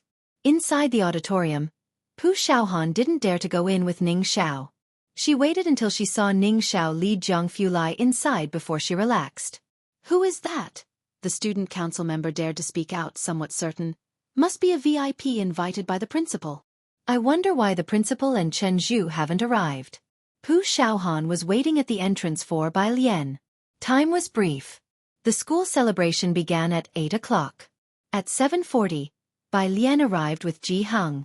The moment she appeared in sight, she held tight the gaze of everyone present. Bai Lian wore a beige cross-collar jacket today, the beige lapels embroidered with green vines. Her skirt, a gradient splicing of light green and off-white, with the hem embroidered with clusters of stunningly lifelike poppies. Jianghu knew she had a performance and specially added a 6-meter silk chiffon skirt to her outfit, making her look both ethereal and beautiful. Atop her head was still a loosely tied plain wooden hairpin. There were no extraneous hair ornaments. Facing the morning sun, walking step by step, causing the embroidered poppies on her skirt to bloom gently, she looked like an elegant white tiger stepping out slowly from mountains of bones soaked in blood. In this world of colors, none seemed as multifaceted as her. Most of the people passing by stopped in their tracks. All of a sudden, Pu Xiaohan thought of the line, "Not vying with the peaches and plums of this world." Pu Xiaohan. Bai Lian, not hurriedly tapping on her phone, noticed that Pu Xiaohan was spaced out for quite a while, so she raised her eyebrows. "Ah!" Pu Xiaohan's face turned red all at once, and she quietly greeted Jianghu. "Grandpa, good day, I'm Pu Xiaohan." As she said this, she turned her head to look at Bai Lian's grandfather. The grandfather wore a black long gown, had a stern face, and held a smoking pipe in his hand, but the tobacco pouch hanging from it was empty. Pu Xiaohan accompanied Bai Lian and Jianghu inside. Today, there were many people in the auditorium. Most students had no seats, standing in a large open area at the back, with a few rows of chairs in the front reserved for teachers, school leaders, and some members of the student council. Jianghu, being elderly, was given a seat towards the back by the student council. Class 15 students all gathered in a spot towards the back. When Bai Lian arrived, she saw Jianghu, who stood out in the crowd. Despite the packed auditorium, he managed to maintain a space for 3 people around him. Only Jianghu, who disliked noise, stuck closely to Jianghu. "Ah, Teacher Jiang, would you like to go backstage and wait?" Bai Lian paused her thumb mid-tap. She was dressed in traditional attire suitable for a sword dance today, yet held a Huami smartphone in a languid grip. When the corners of her lips hooked slightly, it always gave a sense of misty collision between the ancient and the modern. It was like seeing flowers through the mist, at once roguish and refined. Jianghu, pressing down his duckbill hat a bit more, looked down at her, suppressing his irritation, lips faintly pursed. "No need." He didn't even know where in the program sheet Bai Lian's performance was scheduled. Jianghu's expression grew even colder. In the principal's office, Ran Wanxian set down her pen, showing the verses she had just copied to Director Chen. Director Chen glanced over and saw the line, "Green tassel entering the temple hall." At the auction house, Ran Wanxian had taken a photo. Although she couldn't capture the original, she copied that genuine script every day. She even managed to reproduce 1/10 to 1/5 of its essence. The principal and Chen Zhu watched attentively, as people in the room were all serious students of Liang Zuan's calligraphy. Even the principal couldn't help but compliment, "Ren is only 17 and can write such beautiful characters." Praises were heard endlessly. But Director Chen's expression was somewhat calm. If it were any other time, upon seeing such writing and the young age of the writer, he would have the same expression as the principal. However, the original that was auctioned off was now in Jianghu's collection room. Director Chen had visited it many times and even video-called the old master to admire together. Even the modest Liang Zuan, esteemed as an imperial teacher through the ages, could not bear to do without it, preferring to resort to sneaky acts of thievery to take the calligraphy that was about to be burned. This illustrated just how extraordinary that piece of writing was. These past few days, he had been spoiled by the masterpieces, and now looking at Ran Wangshuan's characters felt like chewing on wax. Director Chen, with hands clasped behind his back, evaluated slowly. "The character shapes are good, but they lack vigor. You need to work harder on wrist strength, though it's common for girls to lack force in their wrists. To write like this is already quite impressive." Ran Wanxian, who had expected praises, was somewhat surprised.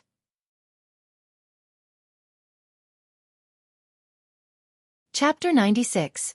Student 038. Do you have a guzheng? Part 1. Under 3 she paused, then lowered her head. "Wanxian knows, thank you Mr. Chen for the pointer." Ran Wanxian had grown up in an environment where she was always praised. She was sufficiently diligent and smart. At her age, she could write such characters. Even teachers would say the younger generation might surpass us. It's inevitable she'd be proud. The school leaders, big and small, all gave her extra praise. She found it hard to accept Director Chen's evaluation. Director Chen naturally could see that Ran Wanxian was somewhat resentful towards his assessment. He only smiled. It was undeniable that at 17 years old, the writing she produced truly surpassed her peers by a large margin. But that piece of writing, collected by Jianghu Lai, when their ancestor by Xianxia wrote it, he was only 15 years old. Not to mention the numerous poems he wrote at 15, just his handwriting alone, Ran Wanxian might not be able to achieve that kind of spirit even after another 10 years of study. In the eyes of the Bai family, the Chen family seemed like those fervent, mindless fans. You may write well, but if you compare yourself to the Bai family, sorry, you couldn't reach their ancestors' level even if you were on a rocket. It wasn't just about comparing to the ancestors. Even Su Yejun from Jianghu wrote better than Ran Wanxian. Director Chen didn't seem that impressed. The school authorities naturally noticed. They felt a sudden urge and quickly took Director Chen to see the school anniversary celebration. Eager in anticipation, Director Chen also wanted to see the students of Xianxia now. A group of people headed to the auditorium. When they arrived, it was already 7:55. The principal led a group of people in. The student association members checking tickets at the door saw the principal respectfully following a middle-aged man and couldn't help but gape. Wasn't that the person the principal invited as a distinguished guest? The first row of the auditorium seats was reserved for school leaders. Director Chen walked inside while covertly observing the crowd, knowing Jianghu Lai was also there today. Finally, he saw someone standing in a corner of the auditorium and Director Chen was startled. He really came? He wasn't supposed to be free? Mr. Chen. The principal was somewhat stunned. Director Chen quickly averted his gaze. It's nothing. He thoughtfully wondered if Miss Bai had a performance? School anniversary programs, every class took it very seriously. Not a single school leader in the front row had left, especially since one of them was regarded as Mount Tai. To protect that dignitary, there were nearly bodyguards every 10 meters, with a tense atmosphere spreading throughout the whole auditorium. At 11 o'clock, it was almost time for the finale. The last few performers all went backstage to prepare. Pu Xiaohan accompanied by Lian along with the arts committee member. You're not nervous? Pu Xiaohan calmed down her own heartbeat, comforting Bai Lian. Looking up, she saw Bai Lian walking while earnestly memorizing words. The last of her word, zhang, was swallowed into her own belly. All right then, the big shot doesn't need to be anxious. Bai Lian's clothing was her own. No need to change. Miss, help us touch up the makeup. Pu Xiaohan pushed Bai Lian to the makeup artist. The backstage makeup artist, holding a powder puff, stared at Bai Lian's face. After a long while, she asked Pu Xiaohan in a faint voice, "You're not asking me to jokingly dab a powder puff on a bow tie's face, are you?" The exceedingly nervous Pu Xiaohan. She calmed herself down, telling herself not to be so anxious. The arts committee member went to fetch the long sword. Just then the arts committee member ran in from outside, looking pale at Pu Xiaohan, her voice trembling unstoppably. "Xiaohan, where's the long sword?" Pu Xiaohan's heart, just calmed down, violently surged. She pushed through the crowd and ran straight into the storage room. Indeed, she didn't see the long sword there. Everyone backstage knew how important today was, and the student council members began their search. The commotion was anything but small, and Class 15 soon caught wind of the situation. Among the crowd, Zhang Xiai's received the news. His face changed instantly, and he hurried backstage. Backstage. Almost everyone was there. Zhang Xiai's grabbed the collar of that person from Class 8. "Didn't you say you'd pass the message to Jianghu for me?" The Class 8 student was also startled. His gaze flicked towards Ran Wanxian, who was touching up her makeup, realizing she had not relayed the message to Jianghu at all. "I couldn't find Jianghu." He dared not offend Ran Wanxian.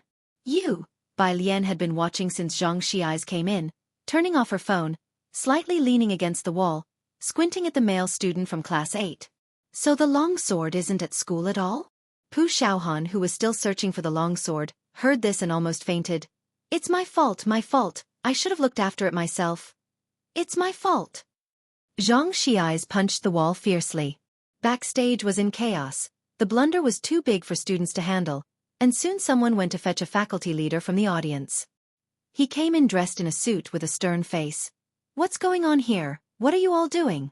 The school celebration isn't over yet. Look what a mess you've made." Only Ran Wanxian sat in a resting chair, head down, taking out her gown. "What happened? Someone explain." The people backstage stood, looking at each other with baffled expressions, none daring to speak. The faculty leader scanned the room and finally settled his gaze on Ran Wanxian, softening slightly. "Ren student, what happened?" "Class 15's performance prop, the longsword, is missing," Ren Wanxian said, looking at her phone, without lifting her head. The next act was Class 15's. This school celebration was personally overseen by the principal, with all the senior school leaders being vigilant, and a host of security was even invited today, just to avoid any mishaps with the celebration. Unexpectedly, at this crucial moment, Class 15's prop went missing. The faculty leader's face instantly turned grim. Chen Wei took it away, Xianxia's eyes frowned, explaining. "So what?" The faculty leader lashed out at him. "Don't you have a backup plan? You can't even handle this small part of the school celebration? Tell me, what can you do in the future?" The faculty leader knew who Chen Wei was, and although he was furious, Chen Wei was someone he couldn't afford to provoke. The anger could only be directed at Class 15 and the student council. "How is the program scheduled?" the faculty leader asked sternly. "The next act is Class 15's, and it's too late to retrieve it now," hurried over, the president of the student council explained to the faculty leader, glancing at the people present. The last two acts were supposed to be Class 15's longsword performance, followed by Ren students' piano. The atmosphere turned icy. The previous act was a pop song. The backstage reception was poor, but the song could faintly be heard nearing its end. With the last two acts remaining, it was too late to find the longsword now. The faculty leader cast a cold look at Class 15's members, finally fixing his gaze on Ran Wanxian. "Ren student, given the situation, we can only trouble you to change your clothes and go on stage first." Class 15 was to be struck off the list. Ran Wanxian didn't say a word, but let out a derisive laugh. She picked up her gown but did not immediately change.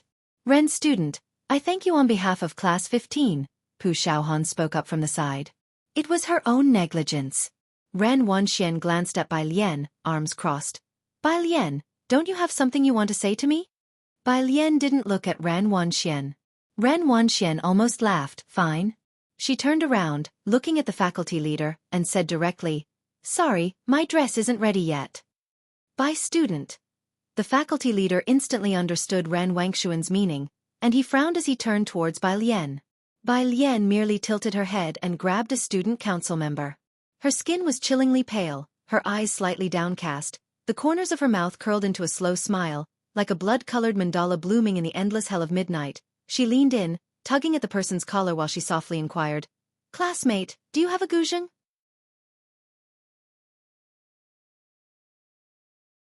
Chapter 97, 039 The White Robe Journey, Part 2. Under one, the quiet backstage left no one able to follow her train of thought. Even the school leaders were a bit stunned.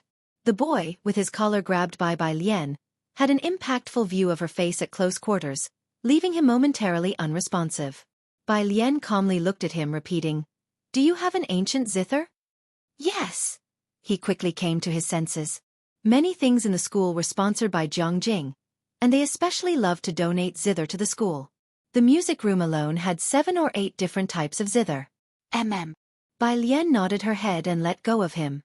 She handed her phone to Pu Xiaohan standing nearby and methodically took off the 2 iridium rings from her fingers and gave them to her, politely saying, "Please help me get the zither." After a moment of surprise, the boy hurried next door to fetch the zither. The performance on the stage was already approaching its end.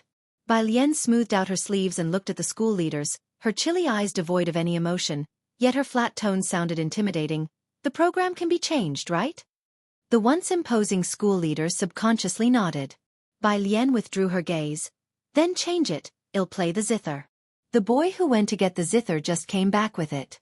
Bai Lian took the zither and looked at the brown instrument for a long while before plucking a string. The somewhat harsh sound indicated that the zither was not of the highest quality, and its tone wasn't good either. She took her time to tune the instrument properly. But it was barely acceptable. The logistics staff understood Bai Lian's intentions. On-site pickups and zither were readily available, making the performance convenient. They set up the zither stool and stand, and Bai Lian, with the zither in her arms, lifted the curtain and went on stage. Ran Wanxian, who had been expecting Bai Lian to ask for her help, stood in place, frowning as she watched Bai Lian disappear backstage. Pu Xiaohan, does your classmate really know how to play the zither? Someone else also caught on and quietly inquired of Pu Xiaohan. Bai Lian had tuned the zither with quite a bearing. She didn't seem like an amateur. At this moment, Pu Xiaohan was drenched in cold sweat. With little strength, she just hummed in affirmation. But her answer lacked confidence and she was distracted. Most people present could tell from her state, and after exchanging glances, they seemed to understand that Bai Lian probably wasn't proficient with the zither. That made sense. If she were, she wouldn't have signed up for a sword dance. As the people from Class 15 went out to see the situation, there was a soft discussion backstage. It's really sad, not only was Longsword taken away, but now she has to play the zither. Especially since, someone cautiously glanced at Ran Wanxian, her next act is Ran Wangshuan's piano performance. Ah! Does she know that Ran Wanxian is performing the piano? Doubtful whispers constantly reached their ears. Ran Wanxian had realized by now, she pulled her gaze back and scoffed. I originally wanted to help her. Since the other party would rather force herself to play the zither than ask for help, there was nothing she could do. Outside, Pu Xiaohan and the others had already come out to watch the stage. The zither stand and stool on the stage were all ready. Pu Xiaohan and her group stood in the corner, their faces not looking very good. Xianxia, not daring to return to the class, asked Pu Xiaohan about the situation in a low voice. Pu Xiaohan stared at the stage and shook her head with a wry smile. She has never practiced the zither.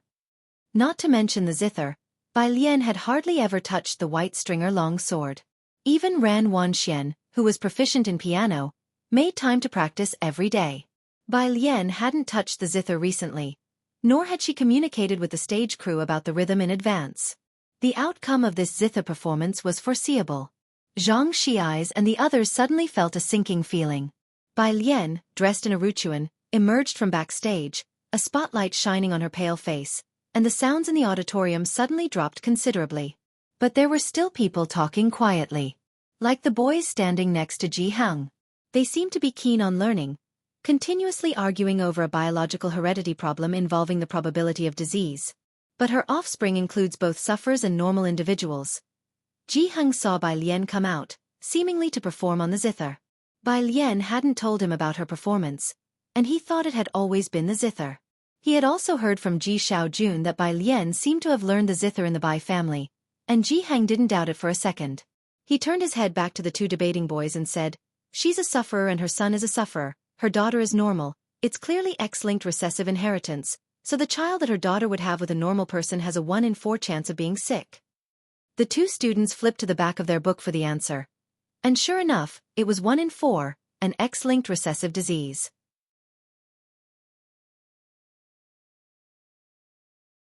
Chapter 98, 039 The White Robe Journey, Part 2. Under 2 they looked at the elderly Jianghu, whose hair was streaked with white, and asked with quivering voices, Old gentlemen were you a biology teacher before? Me? A tailor. The two of them stared at Jianghu's solemn face, which did not seem to be joking, and were flustered. A tailor? Their tones sounded as if they were about to cry.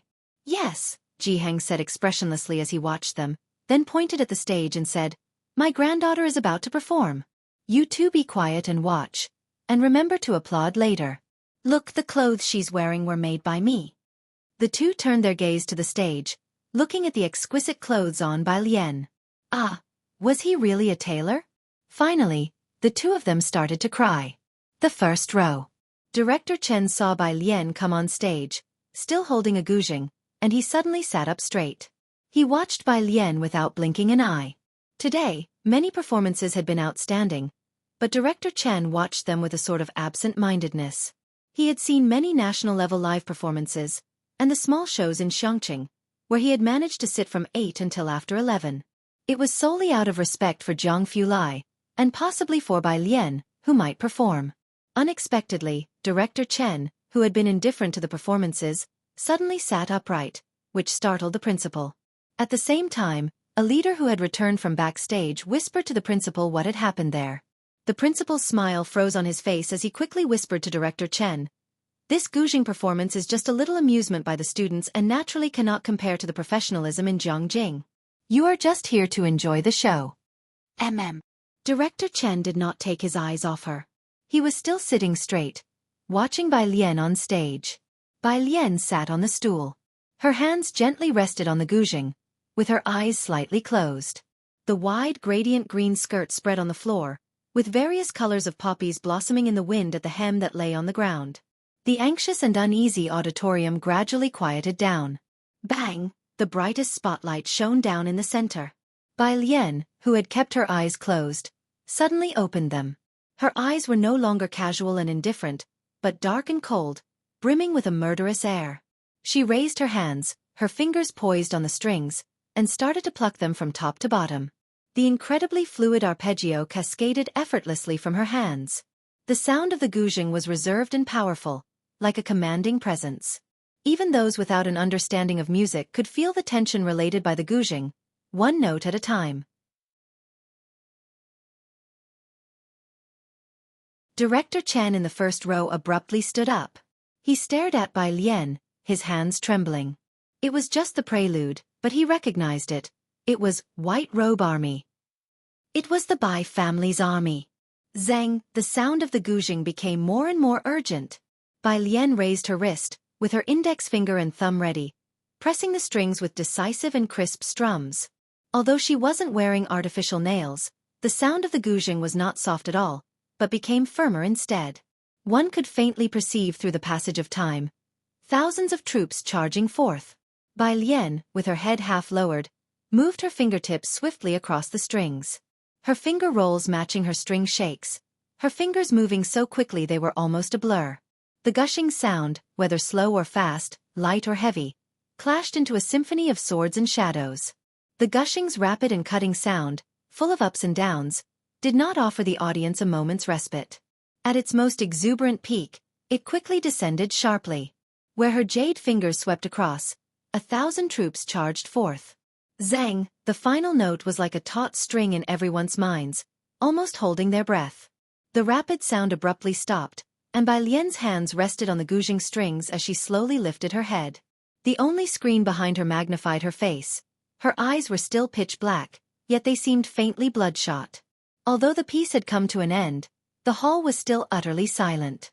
Only the poppies on the stage fluttered elegantly, and only her slowly lifting peach blossom face seemed to weave together a picture interlacing 1,000 years with reality, an image etched in the vast cosmic wildness.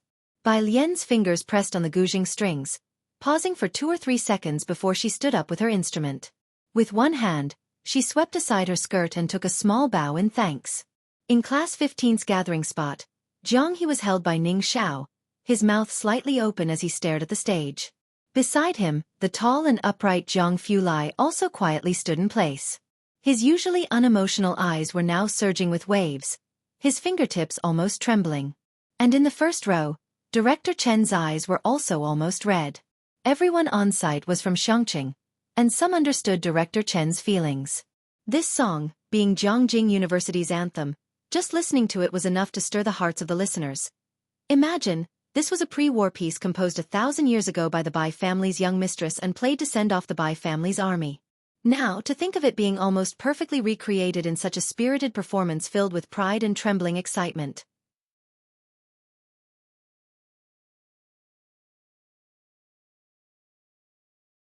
Chapter 99, 039 The White Robe Journey, Part 2. Under the 3 this was the white clothing routine. No need for drums, no need for piano, no need for guitar. Just one Guzheng sufficed to conjure the tumult of 1,000 troops. After Bai Lian stepped down, the venue remained quiet for nearly a minute. Then, applause rumbled forth like thunder. Chen family head also snapped back to reality. He didn't say a word and immediately pursued to the backstage. By his side, the principal finally came to his senses too, and as he followed, he asked someone beside him, "Didn't you say that Bai Lian wasn't very good at it?" "Not very good at it." The school leader, who had just exploded in anger backstage, the 2 senior year hosts also finally recovered from the ups and downs, walking out from behind and continuing with a smile. Next, please welcome the last performer. On this side, once Jianghu came out, he saw Bai Lian standing lazily by the left side of the gate. She was waiting for Pu Xiaohan, looking ahead with a serene gaze. A wooden hairpin on her head, standing against the wind in the backlight. The hem of her garment was gently lifted by the breeze. It seemed as if she could drift away with the wind at any moment. A half-yellow leaf gently landed on her shoulder. Jianghu reached out and delicately plucked the leaf off, his fingertips still hooking onto a black mask. He lowered his eyes, his face hidden in shadow, and said softly, "What are you looking at here?" Following her gaze, he saw nothing but a teaching building blocking the view.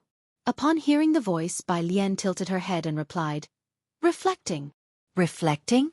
Jianghu stood there gracefully, his light eyes narrowing slightly. "How did you get here?"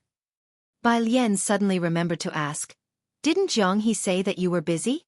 At this, the young master Jiang fell silent for a while. It wasn't the weekend, and the lab was awaiting his return to test new equipment. He had already ditched work for the entire morning. Yet no one dared to question young master Jiang on this matter. Bai Lian was the first to ask. Chen family head didn't even dare to glance at Jianghu that morning, let alone have the audacity to ask, for if he did, he wouldn't have time to cry before being sent off to the fighting ring by young master Jiang. If he saw how bold Bai Lian was, he would certainly view her in a new light. During the silence of young master Jiang, the Chen family head also came out from behind. "Miss Bai." He always addressed Bai Lian with respect. But now, his respect came intermingled with indescribable excitement and admiration. After uttering, "Miss Bai," he looked up and saw Jianghu by her side. The keep away or perish coldness from the morning was gone from him, but those faintly sweeping eyes were still chillingly aloof. Chen family head's next words were choked back in his throat. Bai Lian tilted her head lightly towards Chen family head, raising an eyebrow. "Miss Bai," Chen family head braced himself to inquire, "you play the guzheng very well. May I ask where you studied?" He only listened to music. It seemed like the Chen family members were all missing a screw in their heads, failing to master the liang technique and lacking talent for music. Even though Chen Beixian was as clever as they come, his guzheng playing was as grating as sawing logs. The same went for the Chen family head. But not being able to play didn't mean not understanding. Having followed the old master, he had heard countless professional-level performances, yet none had been as shocking as today's. Aside from seeming a bit esoteric at the start, the performance had become increasingly exquisite as it progressed. The Chen family had paid attention to various guzheng schools under different associations, but there was no style like Bai Lian's, and he wanted to know where exactly she had come from. The Chen family head was genuinely curious. However, Bai Lian looked at him somewhat quizzically and responded, "Play very well."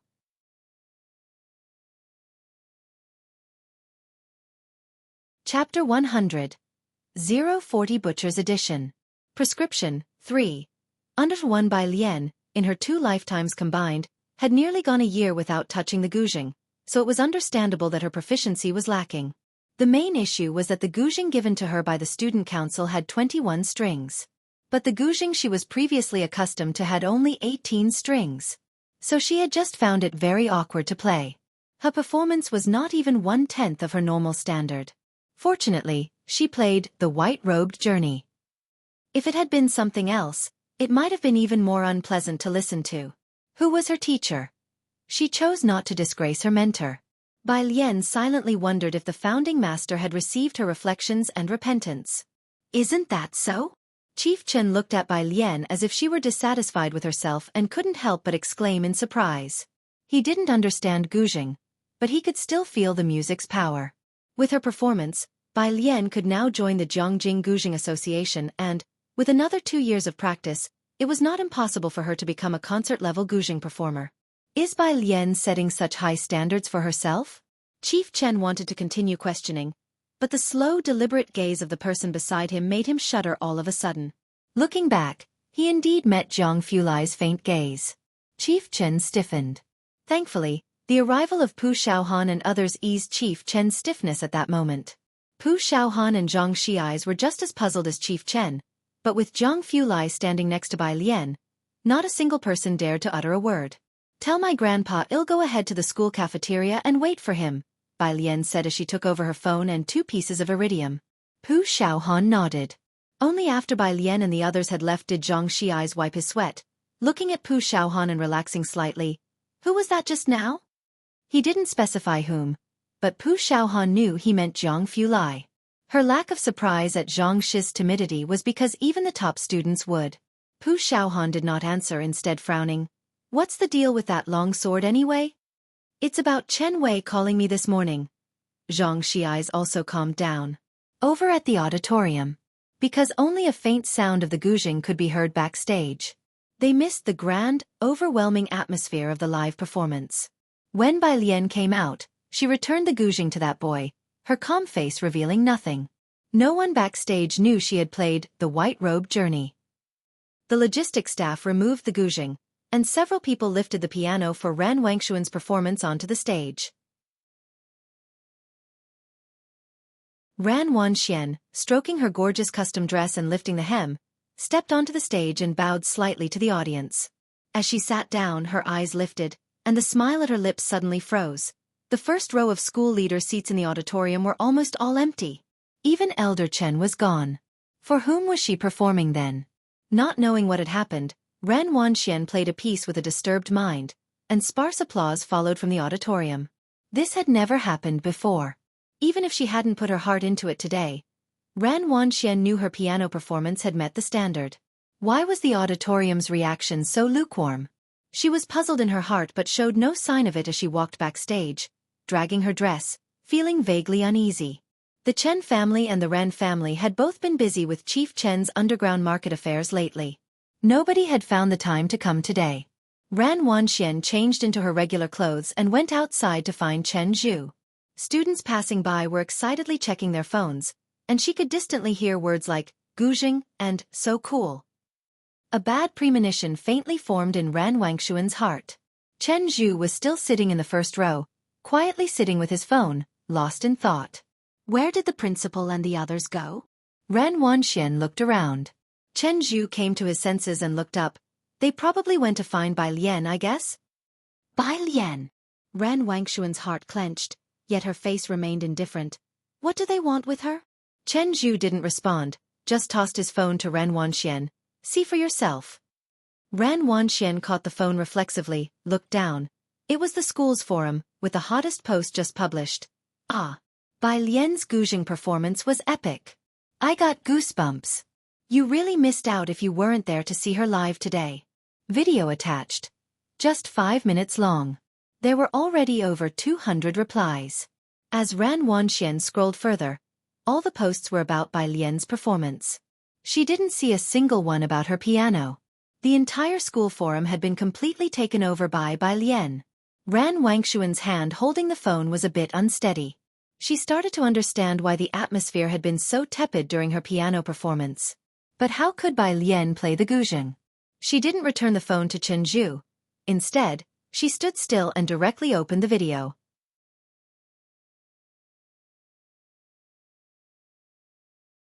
Chapter 101.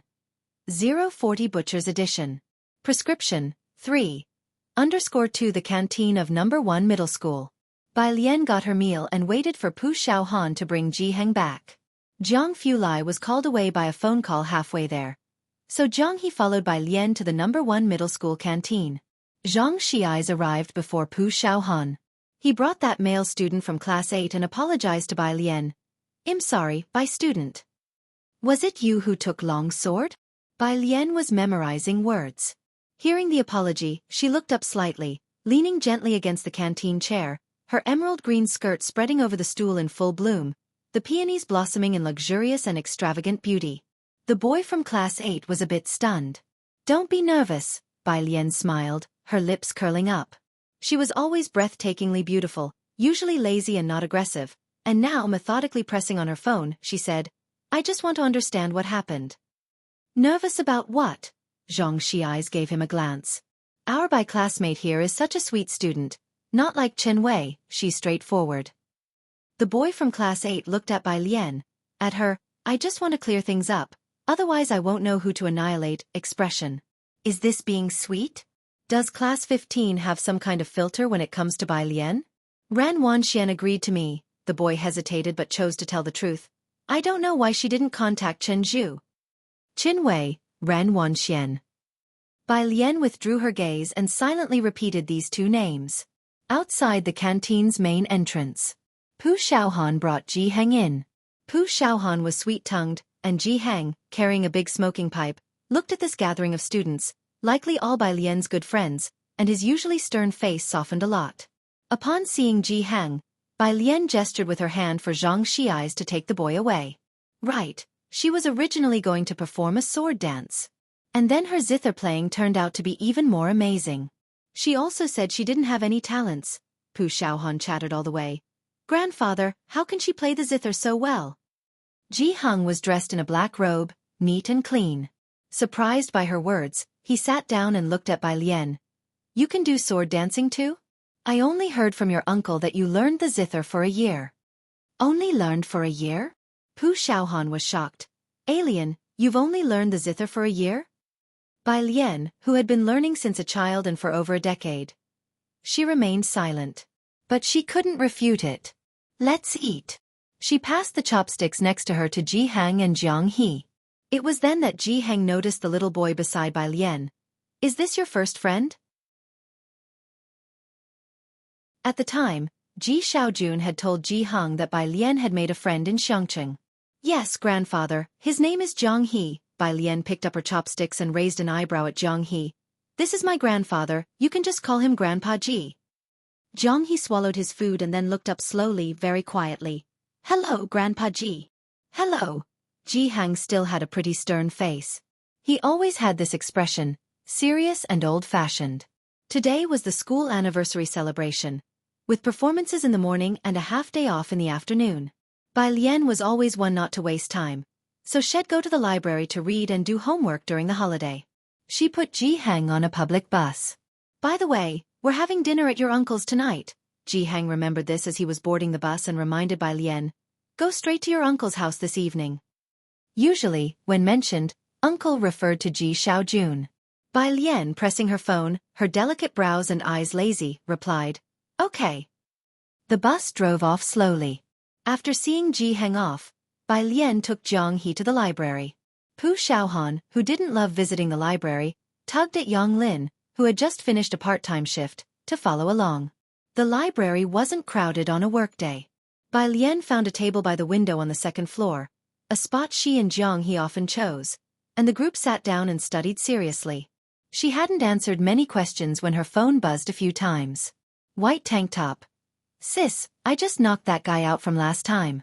My godfather gave me a mountain. Bai Lian glanced at the message. 1. White tank top. Sis, my godfather said he wants to give you a mountain too. Bai Lian made time to write 2 biology problems. No need, a gratuitous offer of services is either from a plotter or a thief. White tank top. Why not? Bai Lian couldn't be bothered to reply. White tank top. Sis, do you have time tonight? I have another matter to discuss with you. With the afternoon free, Bai Lian sent a location and told Mao Kuan to find her directly. The library was a bit far from Purist Street.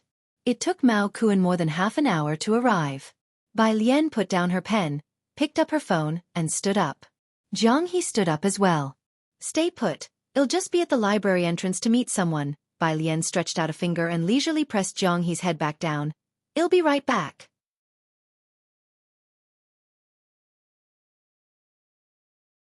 Chapter 102. 040 Butcher's Edition. Prescription, 3. Under 3 Jianghu, Ed, and then sat back down properly.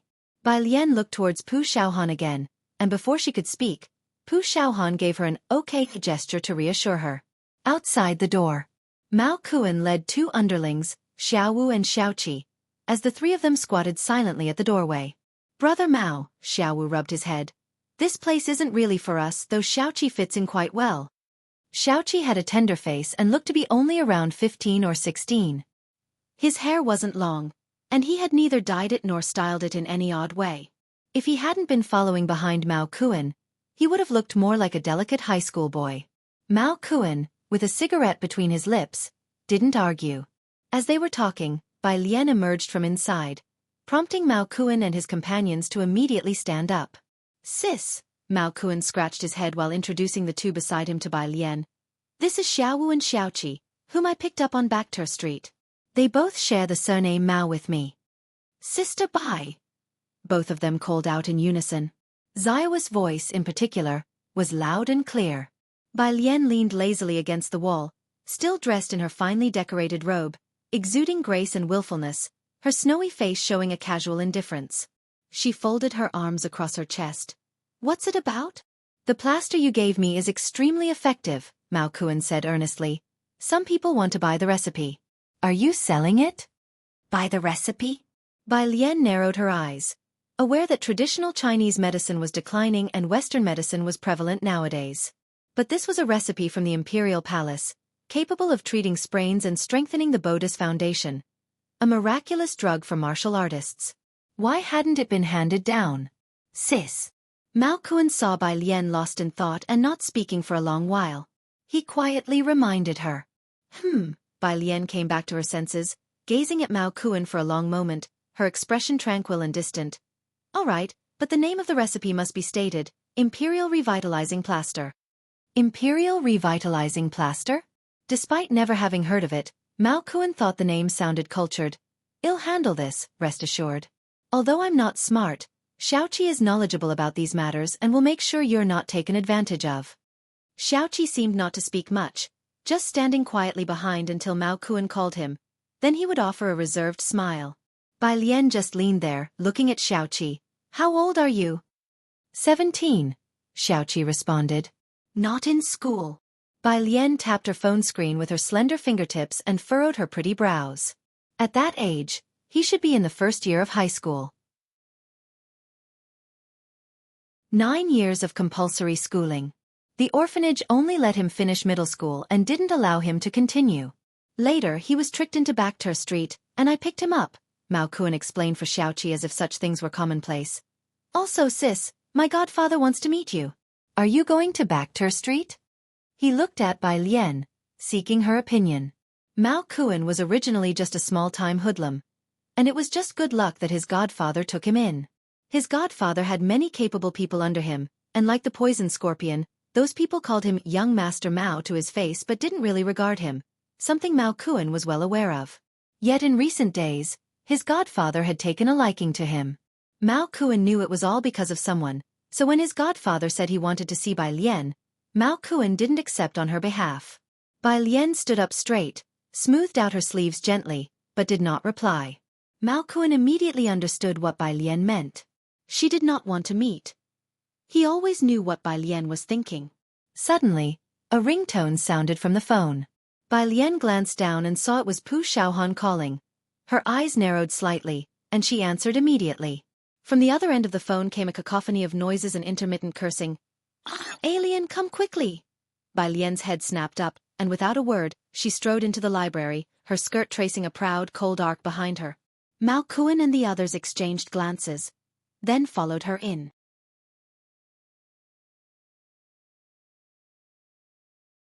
Chapter 103. Even if you invite Ran Qian himself over, fourth watch. Under the 1/2 floor of the library. At the entrance of the public restroom, chaos reigned. An elegantly dressed elderly woman was gently coaxing a 5 or 6-year-old child, who was crying incessantly, while looking coldly ahead. "Be good, my treasure." "I won't," the little boy struggled and wailed. "Grandma, he pushed me." The old grandma looked at the swelling on the boy's head with distress and gave a cold glance to the bodyguards beside her. One of them immediately reacted, grabbing Jianghu who was squatting aside. "Which family are you from? Where are your parents? Are you blind? You pushed our young master to the ground." "Grandma, I want his watch," the little boy said, breaking into laughter when he saw Jianghu being picked up. "His watch glows." Without a reminder from the elderly woman, the bodyguard immediately went to snatch Jianghu's watch. Suddenly lifted up, the silent Jianghu suddenly began to struggle violently. He was making strange noises with his mouth while trying to bite the bodyguard's wrist. The bodyguard didn't expect him to be so strong and got bitten accidentally. "You little beast." He hurriedly squeezed Jianghu's neck to make him let go, then firmly grasped his wrist and handed it to the little boy to please him. "What are you doing?" Pu Xiaohan and Yang Lin hurried over after hearing the commotion. Pu Xiaohan immediately called Bai Lian. Yang Lin didn't say a word, running over trying to stop the tall and sturdy bodyguard. The old lady sized up Yang Lin and Pu Xiaohan. Yang Lin's hair almost covered her entire face, a dead air emanating from her. She was wearing the most ordinary school uniform. The old lady quickly withdrew her gaze, indifferent to the two of them. Seeing her grandson struggling to remove Jianghu's watch, the old lady walked over and forcibly tore it off Jianghu's wrist. As soon as Bai Lian came upstairs, she saw Jianghu being choked and controlled by a man. He kept kicking and punching the man, making strange noises, and it was evident that he was on the edge of a breakdown. Yang Lin and Pu Xiaohan tried to snatch Jianghu away, but were easily blocked by the man. An old woman was forcefully taking off Jianghu's watch, and his wrist was already red. Bang! She raised her foot and kicked the man to the ground. Then she reached out and took over Jianghu. Jianghu was trembling all over, his eyes nearly unfocused, just shaking with cold. His neck was swollen, and his wrist was red as well. Sis Mao Kuan had just come up when Bai Lian handed Jianghu to him. She then turned around and stomped hard on the man's chest. Mao Kuan could clearly hear two cracking sounds, the sound of ribs breaking. Bai Lian's gaze slowly shifted to the old lady.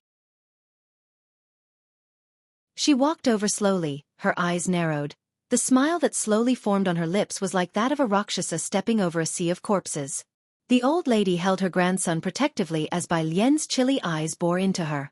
She couldn't help but retreat backward. Ah! Bai Lian stopped and stared at the black watch in her other hand, her almond-shaped eyes squinting. She directly grabbed the old lattice collar with one hand, choking her neck with the other, and slowly retrieved the watch. You! The old lady was suddenly lifted up, struggling to breathe, and began to speak in terror. Do you dare? Do you know who my son-in-law is? Bai Lian's fingers gradually tightened. Pu Xiaohan finally snapped out of it. She got up from the ground, held Bai Lian's hand and shook her head. Alien!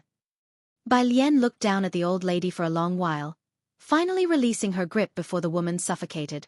The old woman fell to the ground, coughing non-stop while clutching her throat. Bai Lian turned around to check on Jianghu. Jianghu was still shivering. She placed one hand on his pulse and wrapped her other arm around him to take him into her arms, her eyelids drooping slightly, a layer of gloom covering her overly delicate face. Mao Kuan coldly looked at the old lady and her entourage, lowering his voice. Sis, should I? He made a slight slashing motion across his neck. What are you thinking? Bai Lian noticed that Jianghu was reacting to stress, glanced at Mao Kuan, and said lightly, It's a society governed by the rule of law. Mao Kuan. For some reason, he found what his sister said quite amusing. All right, Mao Kuan didn't mind. Call me if there's trouble. This kind of small matter doesn't require my godfather to take action. Alien. Pu Xiaohan didn't hear the conversation between Bai Lian and Mao Kuan. She just looked worriedly towards the old lady. That person doesn't seem like an ordinary person. Mao Kuan scratched his head. Really? He couldn't tell. Meanwhile, the library staff who had pretended not to see Jianghu getting caught, seeing the old lattice side at a disadvantage, started to panic and called security to maintain order. Madam Li, are you okay?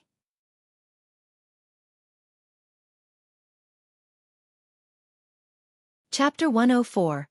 Even if you invite Ran Qian himself over, fourth watch. Unders for two, they helped the elderly woman up. Damn it! The old lady was helped to stand up, with her nearly frightened witless grandson beside her. She looked in the direction of Bai Lian, her voice hoarse as she said, What are you all staring at for? Call the police. The police arrived quickly and took everyone involved in the incident to the police station. Bai Lian, with Jianghu, cooperated fully throughout the whole process. In the police car, Jianghu's body trembled continuously as he lay across Bai Lian's legs, while Bai Lian slowly patted his back. Parental contact information. The officer was taking notes in a small notebook. Jianghu was still laying across Bai Lian's legs. Bai Lian squinted her eyes. With her pupils still holding an unvanished fierceness, she sat there in her robe, her striking eyebrows and eyes relaxed lazily. She gave Ji Xian's number. Ji Hang was getting older, and Bai Lian did not want to trouble him to travel such a long way. The officer nodded, turned his head for someone to make contact, and then asked the next question, Why did you hit them? The pale-skinned girl sat on the black car seat, her whole face shadowed. Those half-closed eyes were extremely cold, and her overly delicate features made her seem like a casual, spectral creature. She knew little about this matter, her tone indifferent. They initiated the physical altercation and also snatched a watch. The watch had already been taken by the officer as evidence. Everything was going smoothly. He was probably the easiest suspect an officer had ever interrogated. He sighed and said, "Regardless, hitting people is not right. You can come to us with the issue. The person you hit might have a somewhat troublesome identity." It was difficult for him to imagine how this seemingly obedient girl managed to beat a bodyguard to that state. But the very next second, a cold sweat broke out over the officer's back as he closed his notebook. He suddenly realized. Ever since this girl had gotten into the car, she had almost been leading him by the nose. Even at this moment, he was still making excuses for her. This was a major taboo for a police officer. He suddenly looked at Bai Lian, and a chill surged from the soles of his feet. He had never felt this even when facing those highly intelligent criminals before. Ji Xiaojun had just finished tutoring a student preparing for an arts exam. Today, Bai Lian and Ji Hang were supposed to come over for dinner, and he was shopping for groceries with Shen Qing. Having spent so much time together, Ji Xiaojun had also learned from Ji Hang which dishes Bai Lian liked to eat. "Strange," Shen Qing commented on the dishes, quite surprised. "I thought she would prefer Beijing cuisine, but it turns out she still likes Xianxia cuisine." She remembered the first time Bai Lian came over for a meal. What she cooked was Beijing cuisine. No wonder Bai Lian hardly ate anything that time. Alien is also from Xianxia. Ji Xiaojun did not like Shen Qing saying that. His phone in his pocket rang. Ji Xiaojun, while helping Shen Qing pick out vegetables with one hand, answered the phone with the other. "Hello." The person on the other end said something. "What?" Ji Xiaojun suddenly looked up, letting go of the vegetable in his hand. Seeing Ji Xian's reaction, Shen Qing's heart jolted, reminding her of something that happened a few years ago. "What's wrong?" She quickly put down the vegetables and followed him. To the police station. Ji Xiaojun couldn't afford to explain and headed straight for the market's main entrance, hailing a taxi with Shen Qing to the police station. The police station. The old lady and her grandson were well settled in the reception room. Ji Xiaojun and Shen Qing arrived just as the police finished taking statements. "Alien." Seeing that Bai Lian was unharmed, Ji Xiaojun let out a huge sigh of relief. What on earth happened? Jianghu was still looking down. Ji Xiaojun saw Bai Lian half embracing Jianghu and recognized him as her friend. Since the police had taken Bai Lian's phone, she looked up at Ji Xiaojun, touched her nose, and admitted her fault. "I beat someone up." "You hit someone?" Shen Qing looked at the beautiful Bai Lian with furrowed brows, quickly turned to the police, and said, "Officer, you mustn't wrongly accuse people. Look at this child. Does she look like someone who would hit others?" She was loud, and when she spoke, it was a bit like an unreasonable shrew. She had forgotten that when Bai Lian first visited their home, she had said Bai Lian was a wastrel who only knew how to eat, drink, and be merry. The officers were stunned on the spot by her unreasonable tirade. Bai Lian blinked innocently on the side. Thank goodness, she wasn't that good at fighting. The other party's ribs were only broken. Maybe only 1 or 2 or 3. Shen Qing and Ji Xiaojun were taken out by the officers. Bai Lian sat back down in the chair, resting her chin on one hand, while slowly patting Jianghu's back with the other, leisurely saying, "Why haven't you recovered yet? If we wait much longer, Xiaomao is going to blow this place up."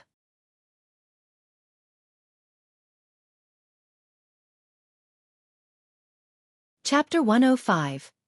Even if you invite Ran Qian himself over, 4th watch. _3 outside. Shen Qing was still talking incessantly with the police officer. Ji Xiaojun frowned, feeling that this matter was not simple. The police officer took Ji Xiaojun to the resting room to meet the old lady, and looking at Ji Xiaojun as if he were calm, he lowered his voice to remind him, "It would be best for both of you to ask for each other's forgiveness." Bai Lian was still a student, and Jianghu was now having a stress reaction, so they separated the two parties. The resting room at the end of the corridor. It was the same old Mrs. Li and her grandson from earlier.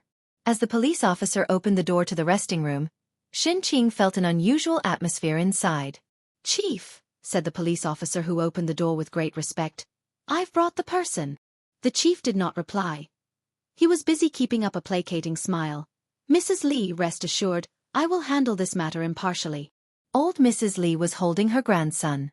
If Bai Lian were here, he would definitely see. The watch that they said was taken for evidence was now being played with by the little boy. Old Mrs. Li's eyes, sharp as hawks, swept over Xianxia and Ji Xiaojun. She set down her teacup with a clack. "Why have you brought them here?" Xianxia, who was previously overbearing, changed her expression upon hearing the police officer address the person inside as Chief. She didn't dare to say another word.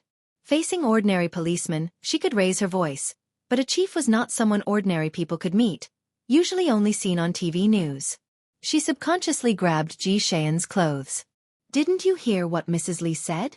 The chief did not look at Ji Xiaojun or Xianxia but glanced at the police officer. "Now, take them away quickly." The police officer hurriedly took the two of them out. "Police, comrade officer." Xianxia's voice was tense. "Auntie," the police officer lifted his eyelid, giving Xianxia a look and said gravely, "It seems you haven't grasped the situation. Do you know who your niece hit?" Xianxia was taken aback. "You know about the Chen family, right?" The officer looked at Xianxia and Ji Xiaojun and sighed again. "Why bother? For a watch to cause such a situation, she obviously wants to make it a big deal. You'd better be prepared."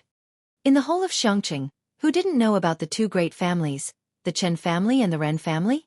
Ji Xiaojun, Xianxia, holding Ji Xian's sleeve, stammered, "Call your brother." In the current situation, common people like them certainly couldn't intervene. It seemed they could only turn to the Ren family now. The police officer was about to leave, but he paused upon hearing Xianxia's words.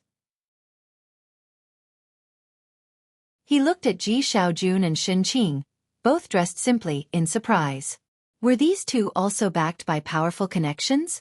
The door to the resting room opened. Old Mrs. Li came out carrying her grandson. Her grandson was holding Jianghu's watch. The screen of the watch lit up with a blue light. It was silently glowing, displaying an incoming call. No one answered. It went off shortly after. Meanwhile, Bai Lian's confiscated phone also began to vibrate. But no one present noticed it. The little boy, holding the watch in one hand and posing with the other as if it were a little pistol, arrogantly shot at Ji Xiaojun and Xianxia. Old Mrs. Li had obviously also heard what Xianxia had said to Ji Xiaojun. She almost sneered. In all of Xianxia, who didn't know that Chen Gang was her son-in-law, and her grandson Chen Zhu was the future Jianghu University student? Especially Chen Gang, who had been so influential in Xianxia over the past month. Even the Ren family had to curry favor with him. Even Ren Qian had to treat her with respect when he saw her. "You want to make a phone call?" Old Mrs. Li set down her grandson, looked at Ji Xiaojun and Xianxia, and touched her neck with one hand, as if she could still feel the choking sensation when Bai Lian had grabbed her neck, her voice hoarse and sinister. "Call whoever you want, but let me tell you this. I will not let go of this matter today, and I definitely won't spare those two. Even if you bring over the Ren family or Ren Qian himself, my words stand."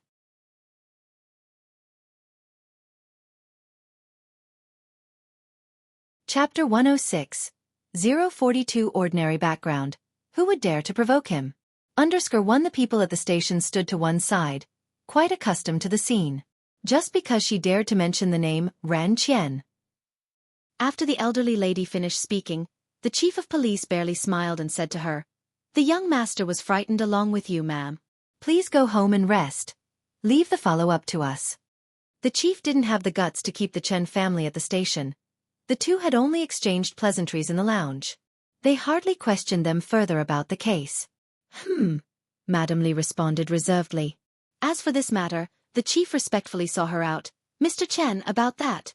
"Don't worry." Madame Li placed her grandson in the car and stood by it, stroking her own neck and spoke with a chilly tone. "I understand your predicament. If this matter is handled well, I won't mention it to Chen Gang." The chief breathed a sigh of relief. "Thank you for your understanding, madam." He stood at the entrance, watching Madame Li's car drive away. "Chief," a police officer said hesitantly after watching the car leave, "did they take the evidence with them?" Once they entered the library, they had collected the evidence following procedure. Gathering and investigating evidence. After understanding what happened, the evidence was taken by the Li family's kid back to their house. Now they had directly taken the evidence away. The officer, who had not been working long, felt it was inappropriate for the Li family to take others' belongings like that. It's just a watch. The chief turned and walked back. The watch was the least of his concerns. What about the information on the other two? Show it to me. Chen Gang was a ruthless figure in Xianxia, a martial artist from his youth. His exiled family regained attention from Jianghu thanks to him. Unapproachable and unsympathetic, if this issue wasn't handled well and Chen Gang took notice, his good days would be over. The officer promptly handed over the recently gathered information and the written record. The chief skimmed through it on the way. All information was narrated by Bai Lian, a student at Xianxia High School, with grandfather Ji Hang and uncle Ji Xiaojun. A very ordinary student, from a very ordinary family. He casually closed the notebook with his hand, recalling multiple times but unable to find a family surnamed Ji in Xianxia. Not one of the big shots on Backter Street had the surname Ji. Recently, the surname Bai had been added to Blackter Street, but that had nothing to do with Ji. Madame Li was shrewd. She wouldn't dare to provoke someone truly influential. The chief and the officer walked on. Shen Qing and Ji Xiaojun, who were waiting in the lobby, hurried over to speak with the chief. I'm sorry, an officer blocked them sternly. Our chief has other matters to attend to. The chief wasn't someone ordinary people could see whenever they wished. If it had not been for this matter concerning Madame Li, such a trivial issue wouldn't have required his attention. Watching the chief's retreating figure, Shen Qing wondered, what can we do now? She had clearly heard what Madame Li said. Even seeking Ren Qian would be useless. In Shen Qing's knowledge, Ren Qian was the most powerful person she could think of. Let's first ask Alien exactly what happened. Don't tell Dad to avoid worrying him, Ji Xiaojun said calmly. Instead of panicking like Shen Qing, he spoke with a composed voice. As for going to the Ren family, Ji Xiaojun didn't consider it for a moment. He held his phone, deep in thought. Shen Qing had begun like a headstrong brat, but compared to Madame Li, she was far outmatched. The officer, witnessing Madame Li take the watch without a word from the chief, shared empathy for the weaker, and after saying that the chief couldn't be approached, he added in a hushed tone, try to leverage your connections if you can. You shouldn't let the student end up with a criminal record. A criminal record would complicate future civil service examinations. Stay with Alien, Ji Xiaojun instructed Shen Qing firmly. I need to step out. Thinking he was going to seek help from the Ren family, she quickly agreed. Okay, you go. Don't worry about her here. Meanwhile, Pu Xiaohan and Yang Lin returned to school, seeking Lu Lingxi. Most students, when faced with trouble, seek out their homeroom teacher, especially those in class 15. Hearing Pu Xiaohan's clear explanation, Lu Lingxi was alarmed. Bai Lian was pushed to hit someone? Her such a well-behaved, outstanding student forced to resort to violence? Yes, Pu Xiaohan felt like crying. Ms. Lu, that old lady was unreasonable, snatching things and hitting people, and she seems tough to deal with. Bai won't get into trouble, right? You two go back first, Lu Lingxi gestured with her hand. I'll handle this matter.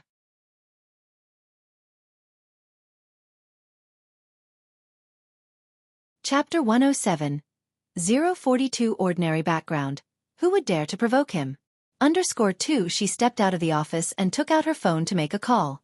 Pu Xiaohan spoke anxiously about Bai Lian's situation, and the other teachers in the office heard about it too, the news spreading quietly throughout the school. Even Ran Wanxian, who had already gone home, had heard something about it. Ran Qian made a call to ask Ran Wanxian about the incident with Chief Chen. I don't know, Ran Wanxian said, looking out the window. Chen grandpa left after watching the performance and didn't join us for lunch. The school leaders had also not stayed. How did your calligraphy go today? Ran Qian knew that the school intended to have Ran Wanxian showcase her handwriting in front of Grandpa Chen. The best piece I've written recently, Ran Wanxian pursed her lips, her beautiful features slightly furrowed. She was somewhat distracted. Ran Qian naturally had no doubts about Ran Wangshuan's abilities, but now, sensing something unusual in her tone, he put aside what he was doing. What happened? It's just... Ran Wanxian hesitated, biting her lip. She didn't tell Ren Qian about Bai Lian's gouging performance at school, merely asking, did someone from the Ji family come looking for you? The Ji family? Ren Qian was surprised. You mean your dad? He hasn't looked for me. I see. Ran Wanxian was a bit taken aback. She had heard that Lu Lingxi's face had turned grim at the time, and she thought someone from the Ji family would go to her grandfather. What exactly happened? Ran Qian had been very concerned about the Ji family of late, and he asked seriously, "What's happened with the Ji family?" "It seems to be Bai Lian." Ran Wanxian withdrew her gaze from the window, lying on her bed. "She caused trouble and got taken to the police station, and it's not a small matter." This was something Ren Qian truly didn't know. After hanging up the phone, he promptly instructed the Secretary General to look into Bai Lian. "Even though the Ji family hasn't approached me, we cannot pretend to be ignorant of this affair." Ran Qian had his own plans, intending to take the initiative to help before the Ji family reached out to him. The matter that Ran Qian wanted to investigate yielded results in just a few minutes. The Secretary General looked at Ran Qian and hesitated to speak. "Is it serious?" Ran Qian asked, looking at the Secretary General, actually surprised. He didn't think there was anything in Xianxia that could cause him trouble, especially considering it involved the Ji family. How big could it possibly get? To Ran Qian, it was just a matter of a few words. The Secretary General bowed and reported to Ran Qian, "It's not that serious, but Miss Bai, she injured Madame Li, and Madame Li is very angry now." "What?" Ran Qian was astonished. Whom had Bai Lian offended, to have clashed with Chen Gang's mother-in-law? "Sir," the Secretary General stood to one side, expressing his concern, "it seems that Grandpa Chen had the intention of acknowledging Chen Zhu as his foreign-born grandson, and this—" Ran Qian was silent for a good long while. He knew the importance of the Chen family, and Bai Lian was worth the investment, but Grandpa Chen, even if given several more decades, he wouldn't find a chance to connect with the Chen family of Jianghu. Eventually, he waved his hand.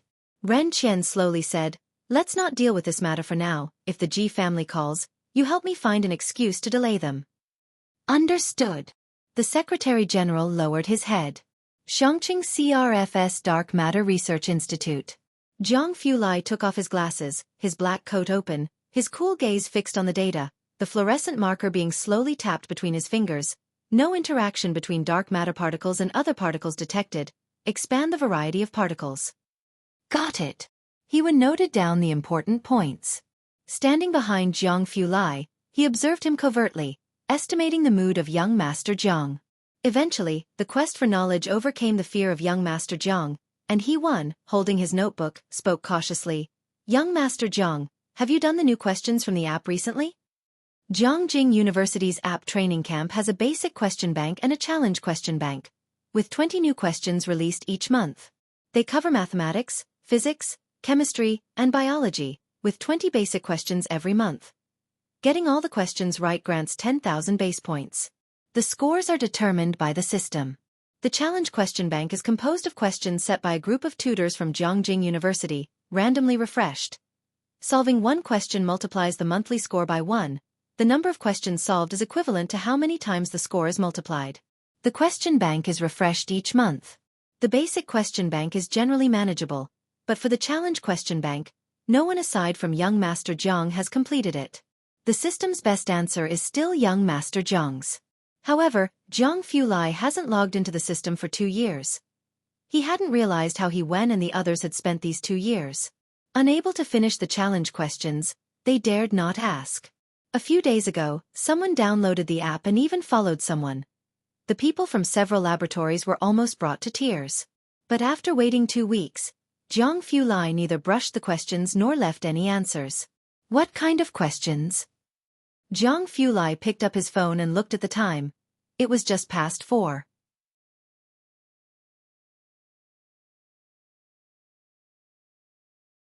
Chapter 108. 042 Ordinary Background. Who would dare to provoke him? Under the 3 Hewen quickly perked up. "There's a question about photons," he spoke succinctly. But after he finished, Hewen had a vaguely bad feeling. Sure enough, the next second, Jiang Fulai looked at Jiang He's lack of response, clenched his phone, and with calm and indifferent emotionless 3 words, "High school question?" "I'll look into it further." Hewen hastily attempted to remedy the situation. Jiang Fulai looked at Hewen, his lips slightly pursed in coolness, wanting to say something, but ultimately held back. He turned and left the room, sometimes really doubting what kind of people he was spending his time with in the same laboratory. Once young Master Jiang left the office, the others looked at Hewen with an expression that said, "You've got guts." "Hewen, can you tell me how you dare to ask him high school questions?" "Hewen, can you do it?" That person shrugged. But we wouldn't be bold enough to ask him to do it. Joking, there were standard answers in the question bank, though none as clear and enlightening as young Master Jiang's answers, but they were sufficient. Who would dare to have young Master Jiang do their problems? After all, even Academician Ma hadn't been able to trick young Master Jiang into his laboratory. Outside, in the office, Jiang Fulai called Jianghe again, but no one answered. It wasn't surprising. Jianghe had been giving him the cold shoulder for several days now. Pale fingers tapping on the phone screen, he dialed Bai Lian's number, telling her that Ming Dongheng would be late picking up Jianghe tonight. Still, no answer. Jiang Fulai hesitated in his steps, knowing that Bai Lian was at the library with Jianghe. Computer. Jiang Fulai paused in his stride, made a timeout gesture to the researchers in the office, and set down his fluorescent pen.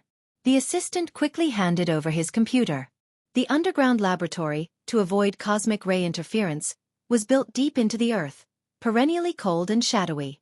Jiang Fulai set the computer on the table, not bothering to sit, one hand bracing the tabletop, the other tapping on the keyboard.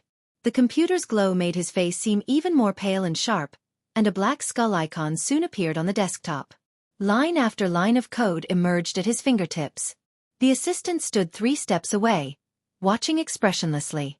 Jiang's business scope was too broad for him to understand anything. Pale fingertips struck the enter key with a snap, and a large map of Xianxia popped up on the computer screen with a small red moving slowly. The assistant behind only saw Jiang keying in several lines of code, with the map continuously zooming in. It finally stopped on a street. He was tracking the location of Jianghe's wristwatch. Jianghe often disappeared without reason due to his personality. In all of the Jiang family, even Shijue couldn't outplay the young Jianghe. Jiang Fulai had taken special time to make a wristwatch for him with a tracking feature. Under normal circumstances, by Lian and Jiang he should be in the library reading. But now they appeared in an unknown location, still slowly moving.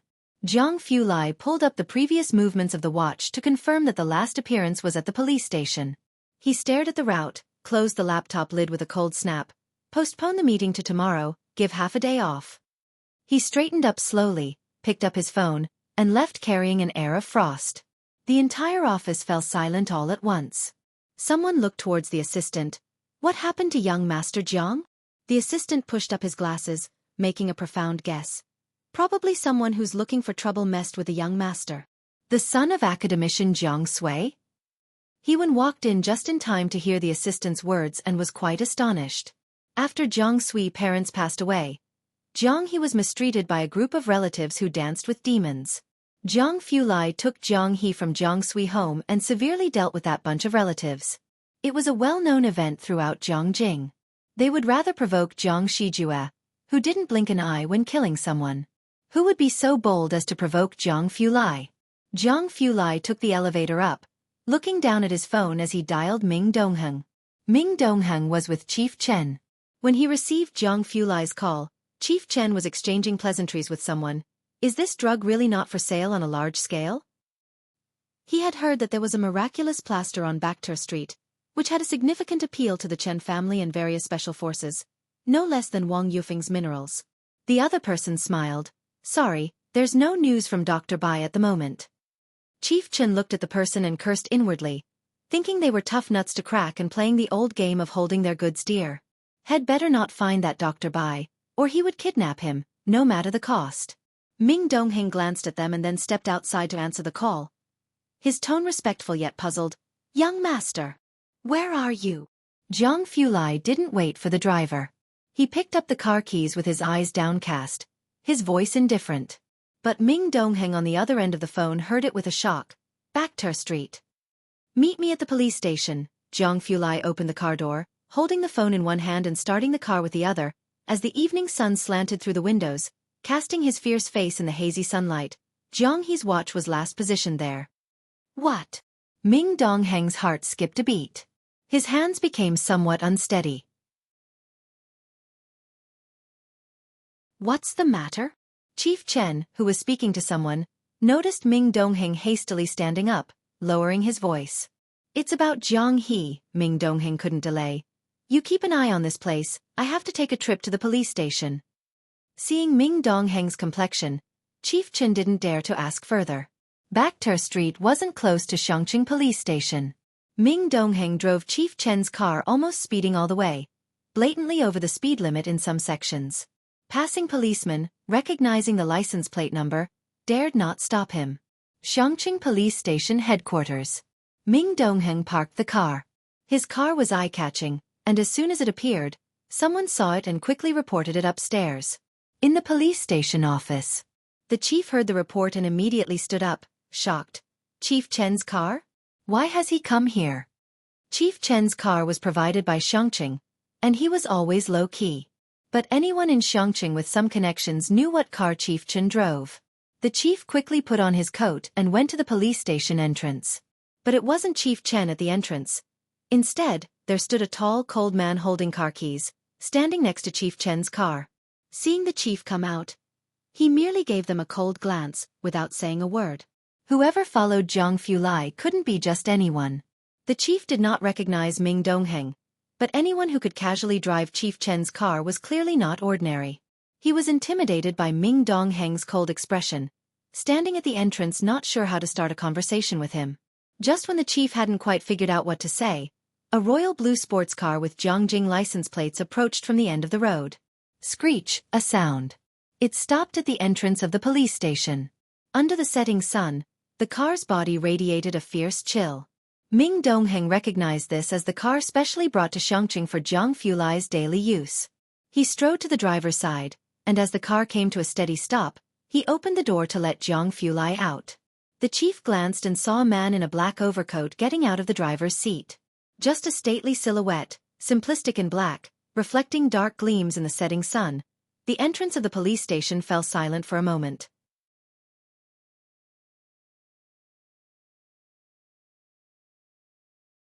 Chapter 109, 043 If the handover isn't done well, send Chen Yongkuan rolling back to Jiangjing, second update. _1 Jiang Fulai didn't look at anyone, he merely tilted his head slightly to gaze at the sign above the entrance. Then, he strode towards the police station. His trench coat swept behind him in a haughty swirl. Young master. Ming Dongheng hurriedly followed him. The chief and others at the entrance were completely ignored, exchanging bewildered looks. This was probably the first person who dared to dismiss the chief so blatantly. Chief! Someone voiced out in silence. Did those two not recognize the chief, or were they simply too indifferent to pay any attention? While still uncertain, they vaguely felt it was the latter. The chief suddenly felt uneasy. Without uttering a word, he followed them directly. Outside the police station. Xiaowu scratched his head, looking at Mao Kuan in the back seat. Brother Mao, are we going inside? Mao Kuan pulled open the car door. Of course, my sister is still in there. These people really don't know how formidable I, Mao the Younger, am without being shown some color. Xiaoqi, with his hand on the steering wheel, sighed while rubbing his forehead. Brother Mao, Xiaowu, don't rush in yet. Xiaoqi, have you forgotten how you got to where you are today? If it weren't for our sister, the three of us would still be stuck on Purist Street as gang leaders, Mao Kuan bellowed. It wasn't until his sister single-handedly took down Poison Scorpion that he caught the eye of his godfather and was able to shine on Backter Street. And if he was a step later and his sister had already wiped out those people, where would his face be? Xiaoqi, hold back, his elder brother is an idiot. Let's wait, Xiaoqi inhaled deeply, trying to calm Mao Kuan. The two people who just went in aren't simple. Xiaoqi talked him around, eventually stopping Mao Kuan. Mao Kuan squatted across from the police station, lit a cigarette with a scowl. Fine, I'll wait another half hour. Xiaowu also squatted down beside him. Xiaoqi turned his head away, not wanting to witness their foolishness. As soon as Jiang Fulai entered the lobby, the bustling crowd fell silent. He scanned the room. Ming Dongheng immediately grabbed a police officer by the collar, asking, Is there a brother-sister pair here? The officer was startled by Ming Dongheng's stern gaze. Yes, there are. Take us to them. Ming Dongheng let go. There weren't many cases today, mostly old ones. Speaking of a brother and sister, it had to be Bai Lian and Jiang He, who were still in the interrogation room. The officer hurried to take them to Bai Lian and Jiang He. Shen Qing was with Bai Lian, her hands clutching her skirt, sitting on one side uncomfortably, anxious and restless, and frequently checking her phone. Bai Lian had to comfort the constantly trembling Jiang He while also trying to reassure Xianxia. When Jiang Fulai entered, he saw this scene. The girl's hand slowly stroked Jianghe's back, her other hand supporting her chin, her cold black eyes half closed looking at the tree shadows outside the window, like a white cat whose peaceful sleep had been disturbed, clearly not in a good mood. Lingering on the edge of an outburst. Xianxia, startled by the sudden entrance of the two, quickly stood up. The pressure from Jiang Fulai wasn't any less than that from the chief. Ming Dongheng, seeing that the two were unharmed, let out a sigh of relief. "Miss Bai, just hand the little master over to me." Jiang He's hands were tightly clenching Bai Lian's skirt and wouldn't let go. Bai Lian replied methodically, "His mood isn't good right now." Ming Dongheng could only stand aside. Jiang Fulai stood 2 steps away from Bai Lian, glanced at her, then lowered his gaze to the still clinging Jiang He, and for once refrained from making a sarcastic remark. He simply asked, "Did you win?" He didn't even ask if she had been fighting. Even Xianxia didn't think she seemed like someone who would fight. "Bai Lian. MHM. Bai Lian's gaze drifted out the window. "Then that's fine." Jiang Fulai nodded, sweeping a look around the interrogation room environment. As soon as Bai Lian entered the room, she knew that the old lady had connections. She had expected Mao Kuan to arrive before her patience ran out, but to her surprise, Jiang Fulai came first. "How come you're here?" Jiang Fulai was in a bad mood, but tried to speak gently. "No one answered your 2 phones, where are they?" "They were confiscated." Bai Lian crossed her legs nonchalantly, not seeming too concerned. Jiang Fulai's cold glance swept to the side. Ming Dongheng immediately grabbed someone from behind. "The phones." The person, frightened, didn't dare to ask anything and hastily retrieved Bai Lian's phone. Bai Lian took her phone, only to see many missed calls. 2 from Jiang Fulai, 5 from Ji Xiaojun, and over a dozen from Mao Kuan. She opened WeChat. "White Vest. Sis." "White Vest. Haven't you come out yet?" "White Vest. I've arrived. Don't do anything rash, sis." Bai Lian. 1. Then she turned to look at Xianxia. "Where's uncle?" Xianxia was startled by the sudden arrival of Jiang Fulai and another person. She didn't dare to look at Jiang Fulai and answered in a low voice, "He's gone out to find someone." Bai Lian lowered her head again to send a message to Ji Xiaojun. "Uncle, it's all good now." "Ah, this is my aunt." She looked up and introduced Xianxia to Jiang Fulai. This was her first time calling someone aunt, and despite still being nervous in the police station, Xianxia instinctively puffed up her chest. Yes, she is my niece." At this moment, she finally understood Ji Xiaojun a bit more. Ran Wanxian had never once called her aunt. Jiang Fulai looked at Xianxia and paused. The aloof young master Jiang finally softened a bit and greeted her in a very polite manner. "Hello." "Ah."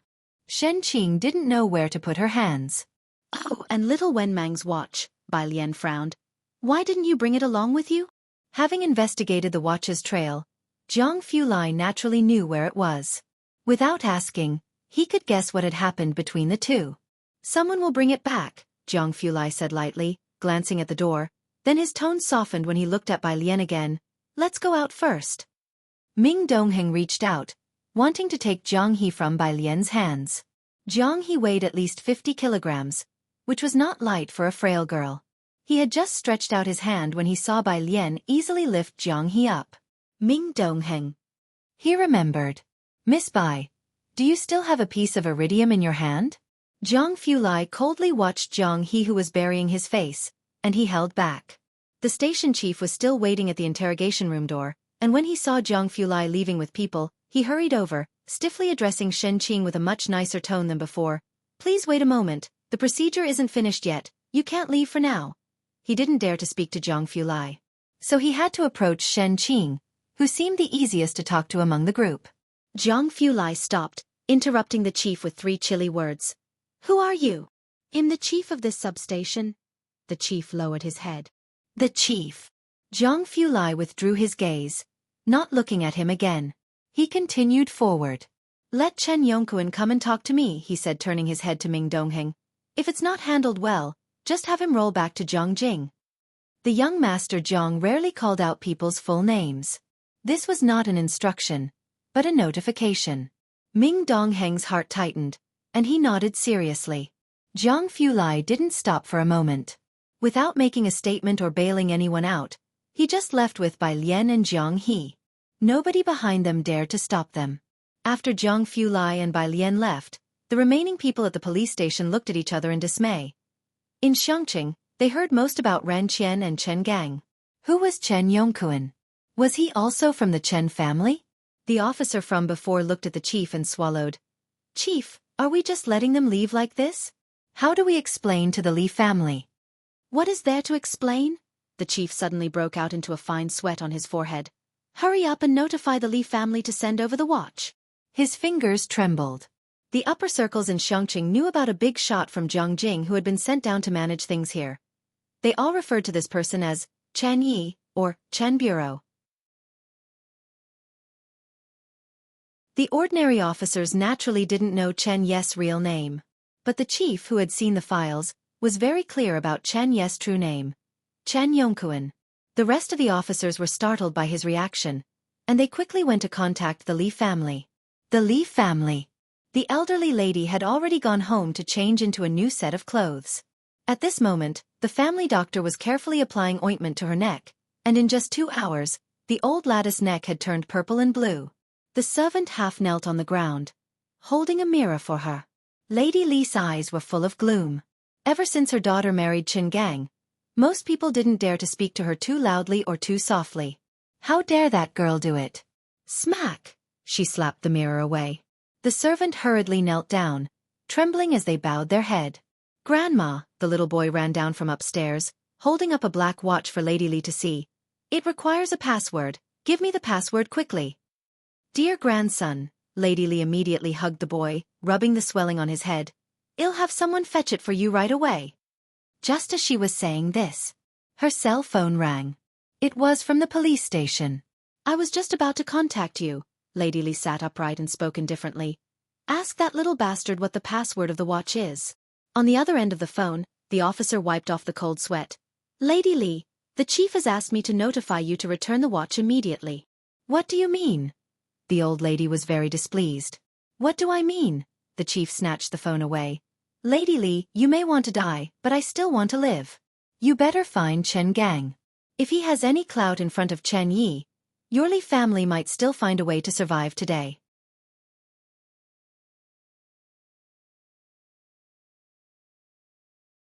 Chapter 110. 044 The Great Shuffle. Ji Mulan, 1. _1 The director made this statement to old Lady Li based on their past relationship. It was clear he wasn't joking. He even called out Chen Gang by his full name. Old Lady Li put down her grandson and suddenly stood up, her voice still a bit hoarse. Are you serious? She wasn't oblivious. Judging from the few girls this afternoon, from head to toe, there wasn't much she deemed worthy of attention. The director didn't explain further. He simply hung up the phone as he was already overwhelmed with his own problems. Grandma, the password. Old Lady Li also felt a bit panicked. She didn't tend to her grandson any longer but instead called Chen Gang. Back to Street. When Chen from the bureau received Ming Dongheng's call, he halted what he was doing and burst into fury. Isn't this, Xianxia is just a bunch of no-goods? Not to mention whose turf they're digging into. Now they've even escalated to protecting each other like this? The emperor is far away, and in the absence of the tiger, the monkey becomes the king, his subordinate said helplessly. This wasn't an isolated incident. He used 2 classic examples to explain. Even if Jianghu Lai's identity is confidential, the watch on the young master's wrist was personally made by him, and it bears the Jiang family's emblem. Can't they see that? Chen from the bureau slammed the car door hard, his eyes fiercely glaring. That watch, only Jianghu Lai could make something like that in the entire Jiangjing. They really have good taste, don't they? Chen from the bureau's rage wasn't just because they offended Jianghu Lai. It was also because he was furious at the corruption from top to bottom. He was demoted here, and everything had been peaceful.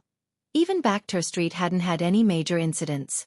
Chen from the bureau thought his main task was to handle Bakhtur Street, then help with Chen family and Jiang family's connections, and just relax until he could go back and be promoted. Who knew? All the peace was just a facade. It was all a show put on for him by Xianxia. It was even possible that even before they had arrived, Xianxia had already started putting on these facades. If it weren't for what happened today, he wouldn't have known that Xianxia was only seemingly peaceful on the surface, but was actually riddled with problems to the core. There's nothing that can be done, the driver looked in the rearview mirror as he tried to pacify Chen from the bureau. You know, both Jianghu Lai and the young master's identities are highly confidential. Not to mention Xianxia. There aren't many in Jiangjing who could be granted an audience with Jianghu Lai. Expecting these people from Xianxia to recognize it right away is truly asking too much of them. But one thing the bureau chief said was correct. The watch Jianghu wore was indeed rare. There was only one like that in the entire Jiangjing. That's why there's the saying, possess a treasure, become a target. They indeed knew how to pick, landing right on Jianghu's head. The subordinate wiped sweat from his brow as he looked in the rearview mirror at Chen from the bureau's dark expression.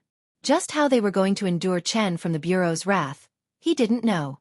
Is it okay for us to just leave like this? Shen Qing asked as they walked out of the police station's main door. It still felt surreal to her. She subconsciously looked back at the solemn and imposing doorway.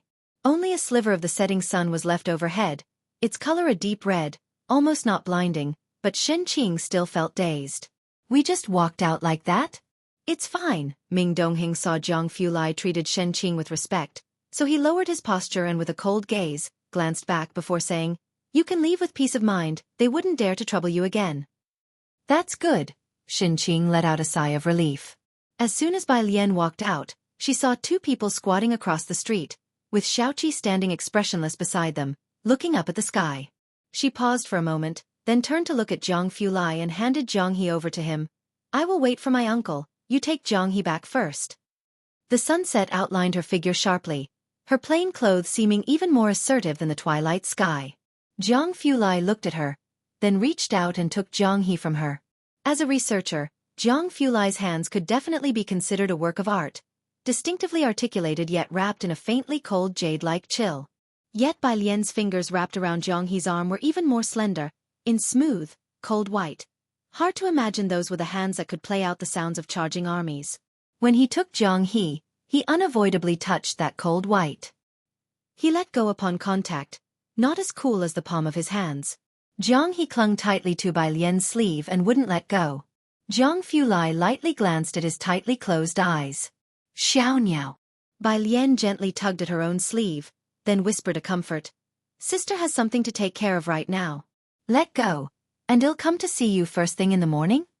Jianghe's long eyelashes quivered, and his fingers loosened. Only then did Jianghu Lai with a cold demeanor hold him. Doesn't Ming Dongheng need to send you back?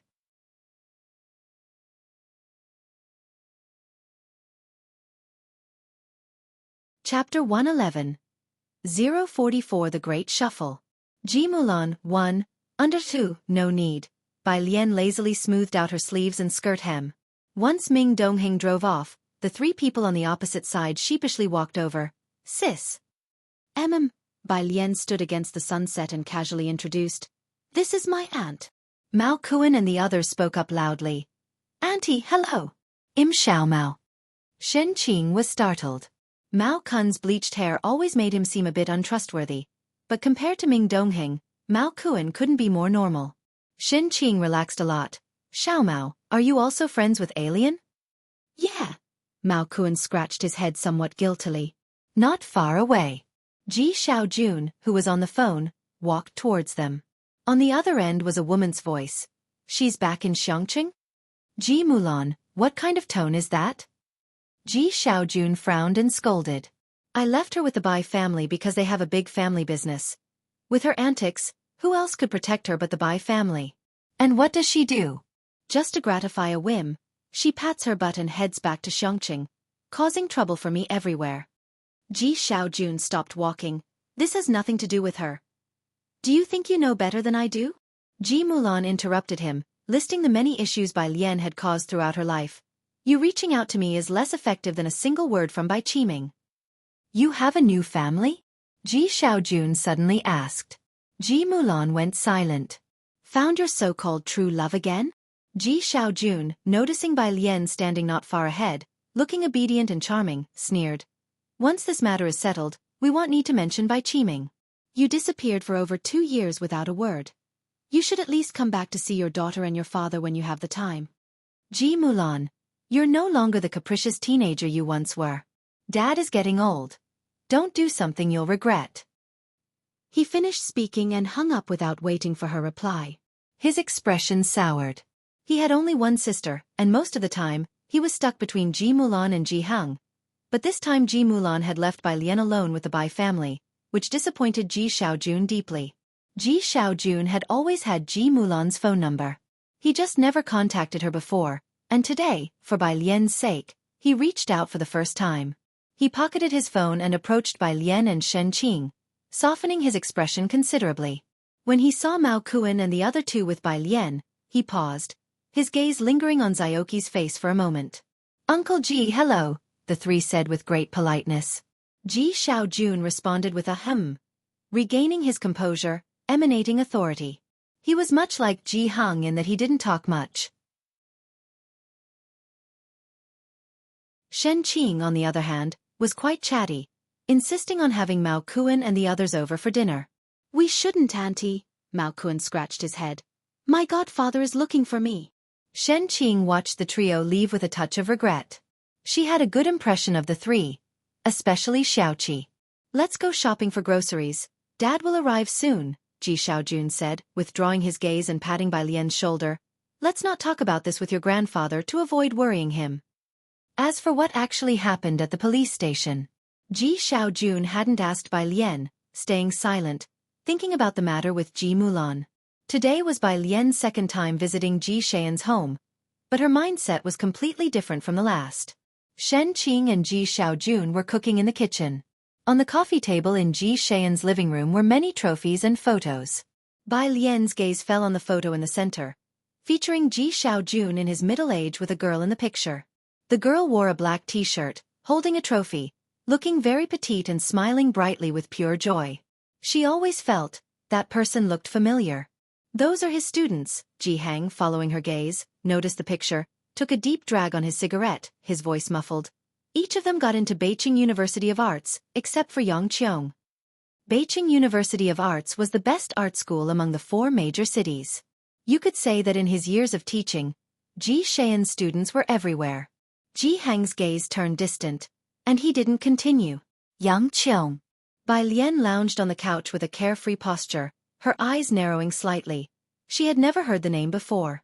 Dinner's ready, what are you two doing there? Shen Qing came out with a dish, interrupting Bai Lian and Ji Hang's conversation. Come prepared to eat. Oh! Bai Lian withdrew her gaze.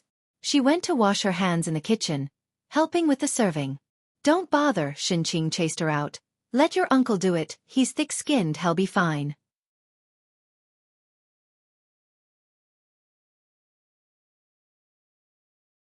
Chapter 112. 044 The Great Shuffle. Ji Mulan, 1_3 Ji Xiaojun, who just picked up his soup, really wanted to put it back. The doorbell rang, and Shen Qing paused in her movements, still feeling restrained around the Ren family. Alien, go open the door, it should be your little uncle who has arrived. Bai Lian went to open the door. Only Ji Xiaorong had come. This was normal. At a Ji family dinner, how could anyone from the Ren family possibly attend? Ran Wanxian had only been to Ji Hang's place a few times, countable on one hand. Shall we not mention the matter about Alien to your brother? Shen Qing caught Ji Xiaojun in the kitchen, glancing at the living room and lowering her voice. Ji Xiaojun shook his head, his voice very indifferent. If Alien said it's nothing, then there's no need to bother for now. What kind of relationship do we have with the Ren family that we could possibly climb up to? Seeing Ji Xiaojun act this way, Shen Qing knew he cared a lot about the Ren family. I'm looking out for you, she snorted coldly. She had once thought about pleasing the Ren family in every possible way, but lately, it seemed she had moved on. The Ren family. At dinner time, there were only 3 people. Ran Wanxian, Ren Qian, and Ren Jiawei. Today was Ran Wangshuan's school anniversary, and not a single person from the family had attended. If it were any other time, she would have been angry about it. Therefore, Ran Jiawei and Ren Qian had both brought her gifts and had made a special effort to have dinner with Ran Wanxian. But today, Ran Wanxian was surprisingly well behaved and did not get angry. Did Teacher Cho and your senior brother come back? Ran Qian suddenly remembered this and asked Ran Wanxian. Teacher Cho was Ran Wangshuan's calligraphy teacher. Highly accomplished in the Liang style, she had significant influence in the calligraphy world. Although she was from Xianxia, she had moved to Beijing a long time ago and rarely returned. It had cost Ran Qian and Ran Zhouwei a great deal to hire her as a teacher for Ran Wanxian. Ran Wanxian nodded. Yeah, they should arrive in Xianxia tonight. Ask Teacher Cho when she's free for me to visit, Ran Qian spoke seriously. I'll let Mr. Chen know when it's time. The entire Ren family did not dare to neglect this matter. As the two of them were talking, Ran Qian hadn't seen Ji Xiaorong yet and turned to Ran Zhouwei. Where's Xiaorong? Ran Zhouwei reached for a tissue, leisurely wiping her hands. He's gone to the Ji family for dinner, no need to wait for him today. Gone to the Ji family for dinner? Ran Qian had no objections to Ji Xiaorong dining at the Ji family's home. He wasn't too concerned with the Ji family members. What surprised him was the timing of it today. Quite inconveniently, right after the incident with Bai Lian, Ji Xiaorong was having dinner at the Ji family, which made Ran Qian inevitably overthink. Across the table, Ran Wanxian also looked up at Ran Qian. After dinner, Ran Qian, holding his teacup, planned to discuss the matter about Teacher Cho and Mr. Chen with Ran Zhouwei. Suddenly, a servant's voice came from outside. The master has returned. It was Ji Xiaorong. Ran Qian paused in his step, glanced outside, then suddenly set down his teacup and headed upstairs. Zhouwei, I'm a bit tired. If Xiaorong needs anything, let him come find me tomorrow. Having said that, he vanished at the staircase. Ran Zhouwei looked puzzledly at Ran Qian's retreating figure. What's wrong? Ji Xiaorong came back only to see Ran Zhouwei deep in thought. No, it's nothing. Ran Zhouwei touched her chin, contemplating, then suddenly sat up straight. Did something happen at the Ji family? Or did you recently upset my dad? The Ji family? Ji Xiaorong paused, then patted the back of Ran Zhouwei's hand. It's nothing, I've just come from my brother's place. We're planning to buy alien a Guzheng. Oh right, do you know any Guzheng teachers? When Ran Zhouwei heard this, she relaxed. Ji Xiaorong, seeing that her focus had shifted, glanced upstairs and then frowned as he sent a message to Ji Xiaojun. The following day, Ran Qian got up much later than usual. Ji Xiaorong had spent the night at the old house with Ran Zhouwei. It was only when a servant informed Ran Qian that Chen Gang had come to visit out of the blue that he went downstairs. Just as he reached the bottom of the stairs, he saw Chen Gang waiting in the lobby. Reminded of the incident with Bai Lian, Ran Qian took the initiative to speak. Rest assured, no matter what happens, I'm on your side. Uncle Chen, Ran Wanxian also came down with her school bag. Chen Gang managed only a weak smile. He was not in the mood to joke with Ran Wanxian, focusing only on Ran Qian. Mr. Ran, you're the only one who can help with this matter. Can you contact Bai Lian for me? Ran Wanxian bowed her head, slowly changed her shoes. Her hand paused upon hearing Chen Gang's request. Ran Qian felt a jolt in his heart, sensing that things might not be as he had imagined. What do you need Bai Lian for?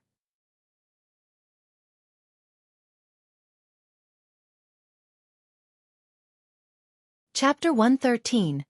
045 The New God of the Fighting Ring, the Guzheng Teacher. Second update.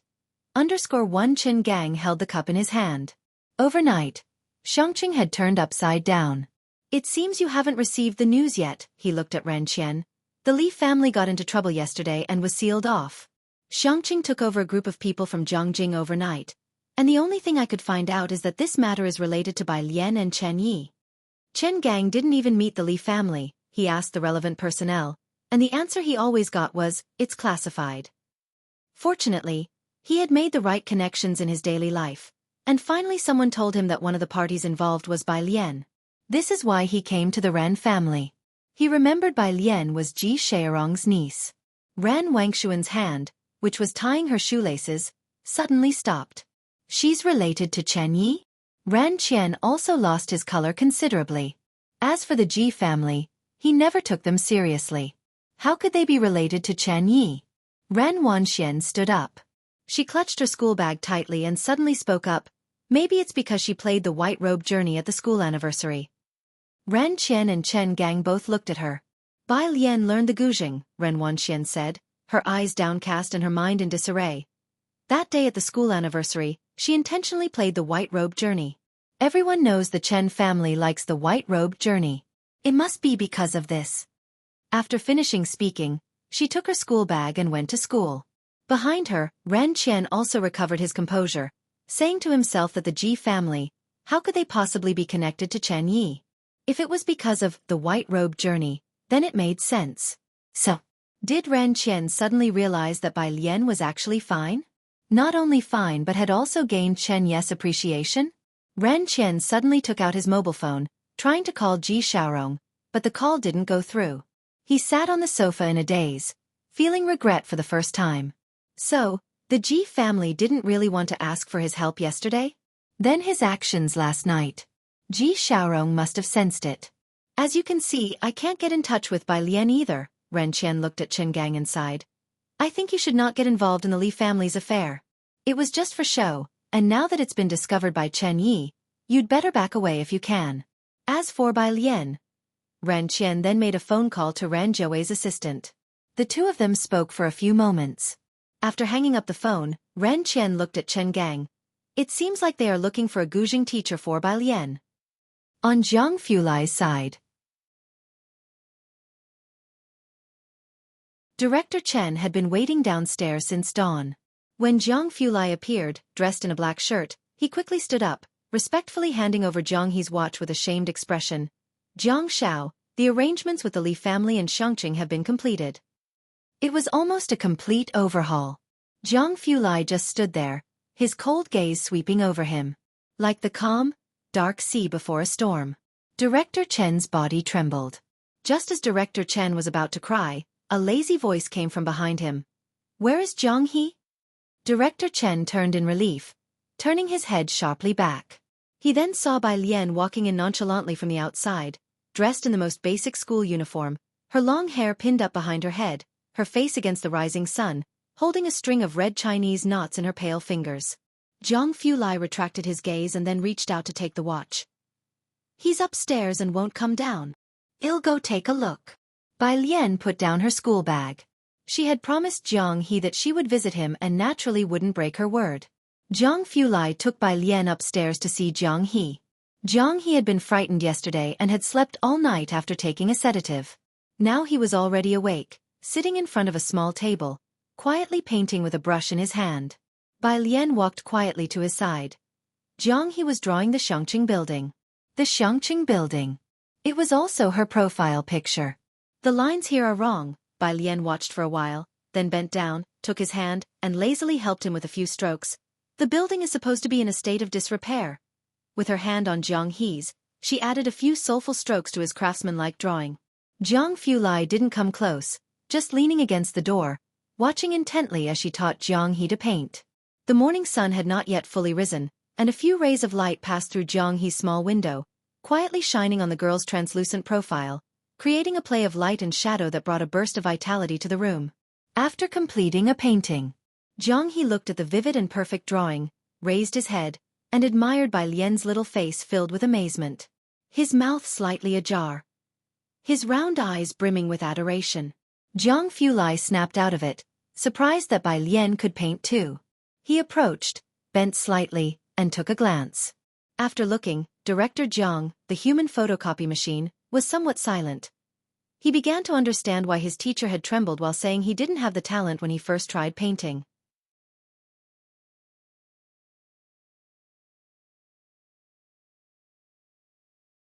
Chapter 114. 045 The New God of the Fighting Ring, the Guzheng Teacher. Second update. Understood. Bai Lian leisurely set down her paintbrush, leaning on Jiang He's desk with one arm and tilting her head to examine the painting she finished moments ago. Her verdict was, Jiang Xianxia, with your skills, did your teacher really not die of frustration? Though he was only 7 but already an award winner, Jiang He.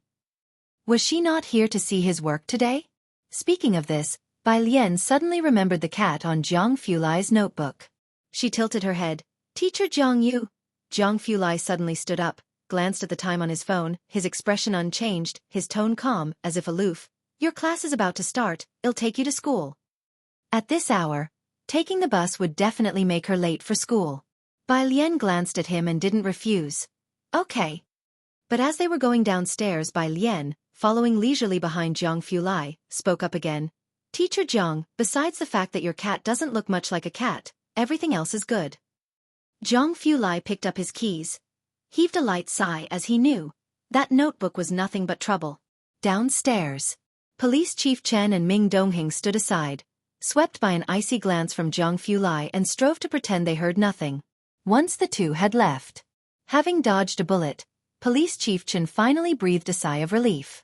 He sat on the couch, poured himself a glass of cold tea, gulped it down, and then said to Ming Dongheng, Miss Bai is my lifesaver, I can't do without her. Ming Dongheng crossed his arms, looking at him dispassionately. It was hard to disagree. By the way, Police Chief Chen remembered something, looking at Ming Dongheng. Do you know about the new god listed in the fighting ring? Bakhtar Street Fighting Ring, where gods are made. The Muay Thai champion Tongpa became a legend there and took the world by storm. All the major forces were watching closely. Ming Dongheng shook his head. He had been recently searching for his master and was not focused on this matter. This person isn't using his real name, just an alias. Police Chief Chen tapped his fingers on the couch. In just a week, he climbed from last place in the fighting ring to the top 10. Ming Dongheng startled. The Ming family and Chen family both revered martial prowess. No weakling could stay close to Jiang Fulai. With the ring attracting masters from all over the globe, including champions like Tongpa, even making it to the top 10 was a tall order. What's the alias? There weren't many top fighters in the world that could rank in the top 10, and Ming Dongheng counted them off in his mind. The alias is quite peculiar, Police Chief Chen put down his teacup, looking at Ming Dongheng. It's White Tank Top. Chen Jingyu might come looking for him. White Tank Top. Ming Dongheng repeated the name silently. Pretty cool name. Bai Lian sat in the passenger seat. She rolled down the window, resting her elbow lazily on it, her gaze fixated on the receding scenery outside. Every time she rode in a car, it felt as fresh and exciting as the first time. Haven't you been doing the problems on the app? At a red light, Jiang Fulai stopped the car, recalling that morning when he checked and saw someone still had a 0 for their score, the very last place. Bai Lian leaned back in her seat, supporting her cheek with her palm. It's difficult, Teacher Jiang. Isn't a score of 0 quite embarrassing for you?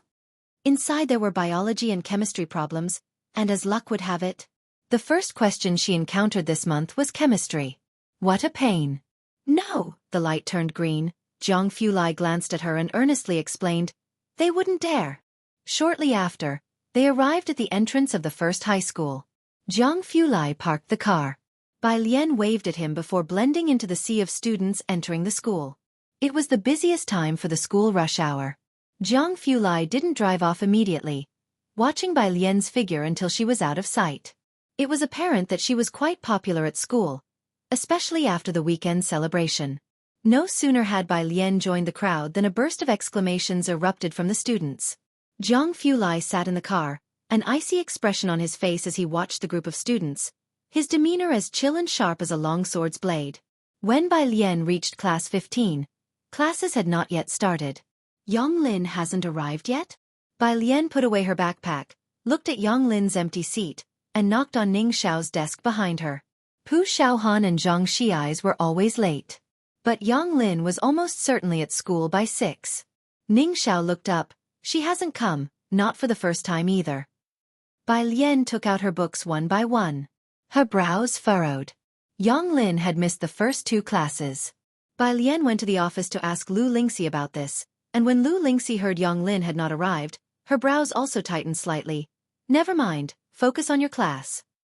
Lu Lingxi clearly knew something, yet said nothing more, only asking Bai Lian about her day yesterday. Bai Lian shared what she felt she could tell.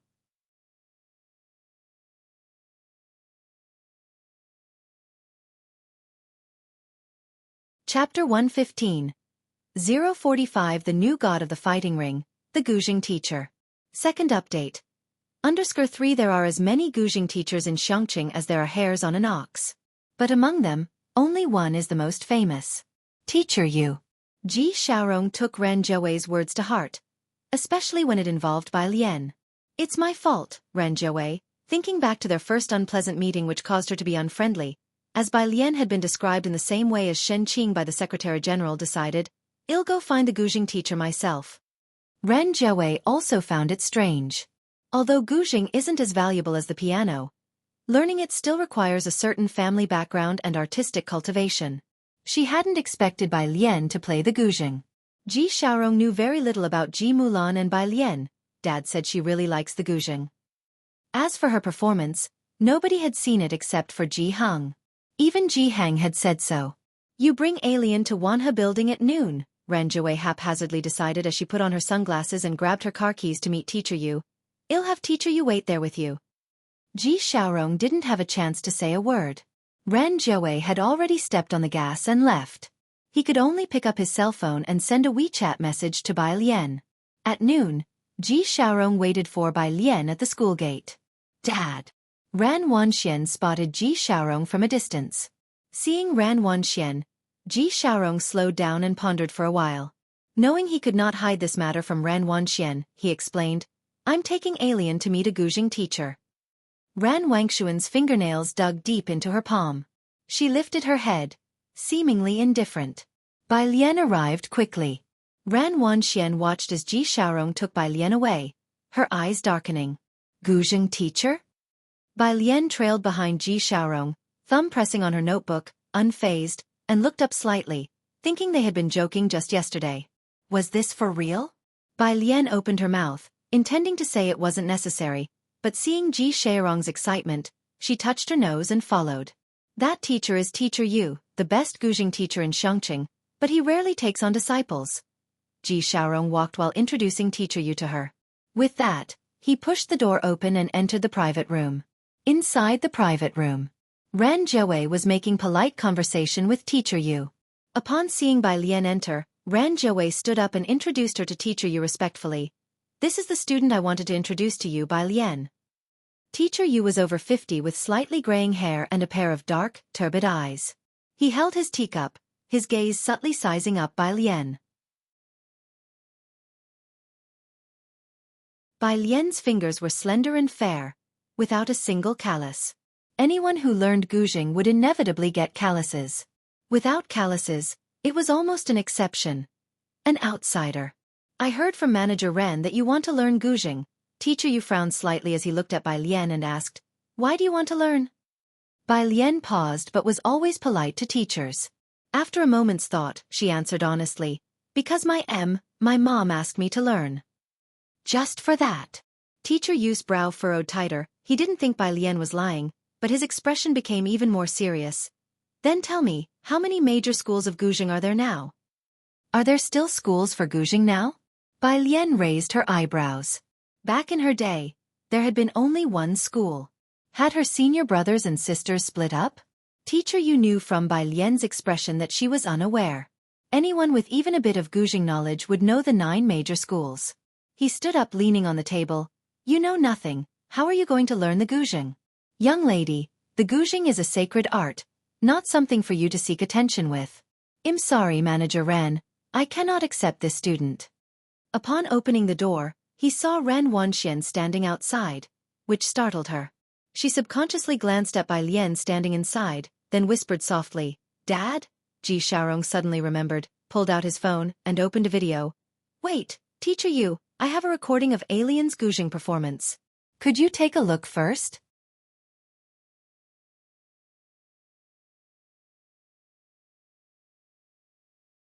Chapter 116. 046 really doesn't need a Guzheng teacher. Wang Yufeng. _1 This video was sent to Ji Xiaorong by Ji Heng. Last night, their family had a rare dinner discussion, and Ji Xiaoju knew that Bai Lian had studied the Guzheng at the Bai family for a year. Now that they have returned to Xianxia, they couldn't let their child miss out on learning the Guzheng. Bai Lian was memorizing vocabulary on the side, multitasking and listening in. She didn't expect that today. Only the second day, Ji Xiaorong had already made arrangements. Ji Heng had heard that he found the best teacher in Xianxia and had specially sent the video to Ji Xiaorong. "Mr. Ji," Teacher Yu looked steadily at Ji Xiaojun. "The Guzheng is a collision between emotions and the soul. Its existence is not to show off to people, not to pander for attention. It's the cleanest, most pure form. Those who come to learn the Guzheng with a utilitarian mindset will never be able to reach the pinnacle. I'm sorry, I don't want to listen. He had no intention of listening. He walked right past Ran Wanxian, who was stunned, and left. Teacher Yu, I respect your views, but I don't agree, Bai Lian said slowly as she turned around.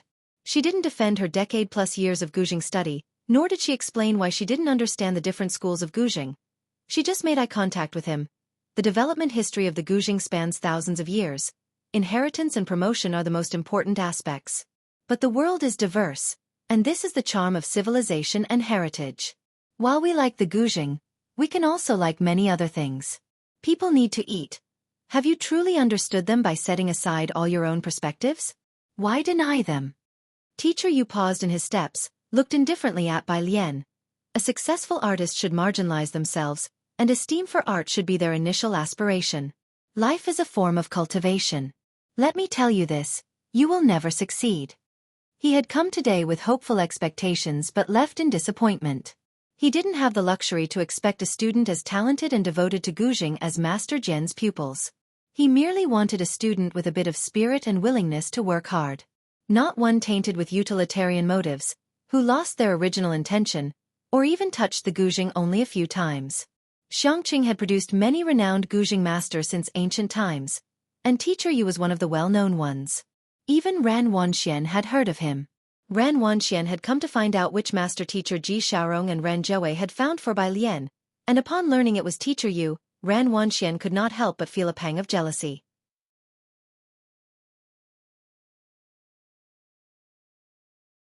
But at this moment, this teacher, unlike others, did not acknowledge Bai Lian, did not think she was good at the Guzheng, and even thought she would never succeed.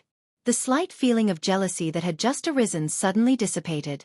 The praises for Bai Lian in the school's online forum that had accumulated in her heart for a long time finally scattered into nothingness. Her head bowed, she suppressed the urge to let her mouth curve upward. Dad, I came to tell you there's a parent-teacher meeting this week. Since you're busy, I will be taking my leave first. After saying this, she forcibly held back, then left. What artist? Ran Zhouwei sat down crossing her arms and scoffed, then couldn't help but say to Bai Lian. This Mr. Yu is just like your grandfather, useless in his loftiness and bad temper.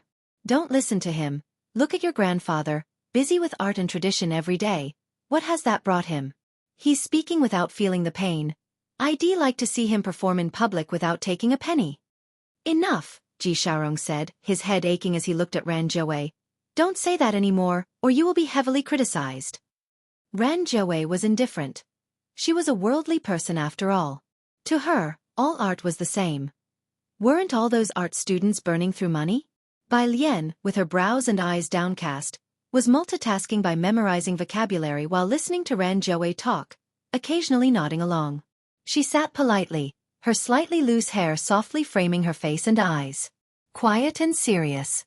Accustomed to her own way at home, Ran Zhouwei had never seen someone who listened to her so seriously and responded. She paused, then started to say, Don't worry, I'll find another master for you in Beijing. Bai Lian's wrist rested on the table as she leisurely traced a word. After a few seconds of contemplation, she seriously said to the two, Thank you for going through all this trouble for me, but I really don't need a Guzheng teacher. Her teacher had already taught everything that was needed. The rest was up to her and how much she could comprehend on her own. Got it, Ran Zhouwei waved dismissively, not really paying attention. Let's eat first.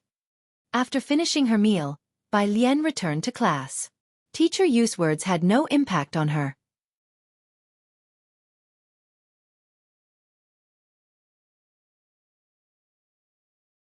Chapter 117. 046 really doesn't need a Guzheng teacher. Wang Yufeng. _2 She was only thinking about the ancient zither. After flipping through her notebook and sketching a miniature zither, Bai Lian couldn't help but flip to the drawing of that black cat and raised her eyebrows involuntarily. She wondered if that teacher Yu would dare to tell Jianghu to his face that his drawing was too stiff and artisanal. Yang Lin hasn't come back yet? Ahead, Pu Xiaohan looked back, glanced at Yang Lin's usual spot, and frowned slightly. What does she always go off to do? You don't know either? Bai Lian came back to her senses and pulled out a pen, looking towards Pu Xiaohan.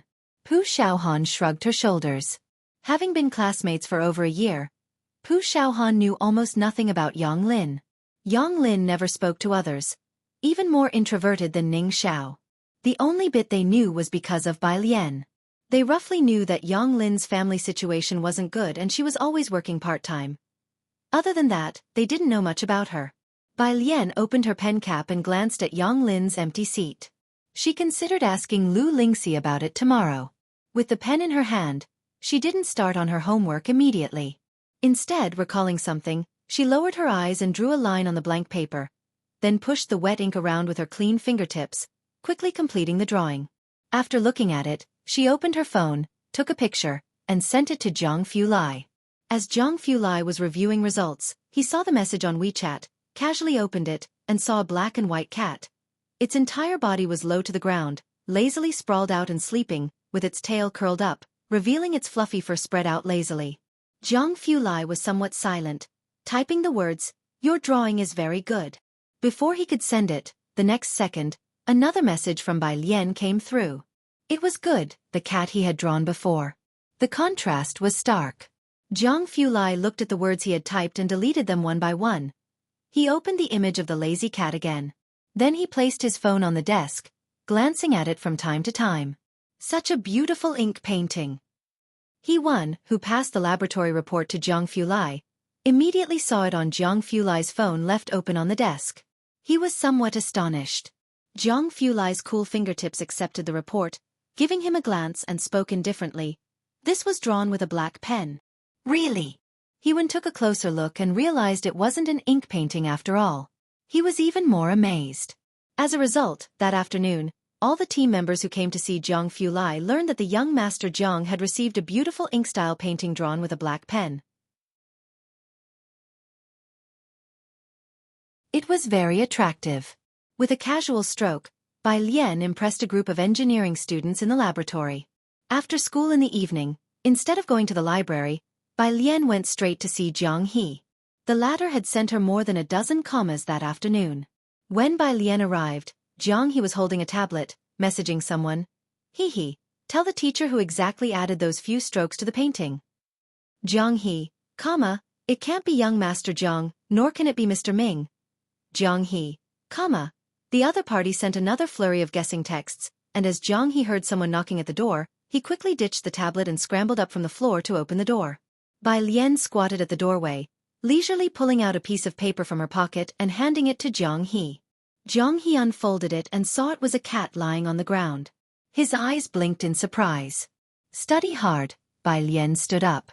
Jianghu Lai hadn't been managing the lab much these days and wouldn't come back until midnight. Bai Lian remembered the app Jianghu Lai had mentioned, opened the question bank for the month, and the chemistry question from last time popped up. She glanced at it and casually took a screenshot and sent it over. Jiang He had been playing with a Rubik's Cube by her side all along. After finishing a set of papers, Bai Lian and Jiang, he agreed that she would come to see him again tomorrow before she went downstairs. Downstairs, Chief Chen was talking to Ming Dongheng. Wang Yufeng did injure his leg, which led to a relapse of an old illness. Chief Chen had received information from inquiries made in the black market and then complained to Ming Dongheng. Today he is not fixing the door. Instead, he's repairing floor tiles. Once, Chief Chen could still believe it. After all, Chen Beixian had indeed helped an old lady. But time and again, Chief Chen felt that Wang Yufeng was up to no good. As the two talked, Bai Lian came downstairs, and Chief Chen stood up even faster than Ming Dongheng. Miss Bai? Are you heading back? I happen to have things to do at Backter Street as well. Can I give you a ride back? Ming Dongheng, who had just stood up, stared at Chief Chen slowly. His gaze was very cold. Bai Lian knew that Chief Chen often went to Backter Street. She lightly lifted her eyes and nodded politely to Chief Chen. Thank you. Chief Chen was overjoyed, not caring even about Ming Dongheng staring intently at him. Miss Bai, my car is just outside. Mr. Ming, Chief Chen picked up the keys. Then I will take Miss Bai with me first. The two left.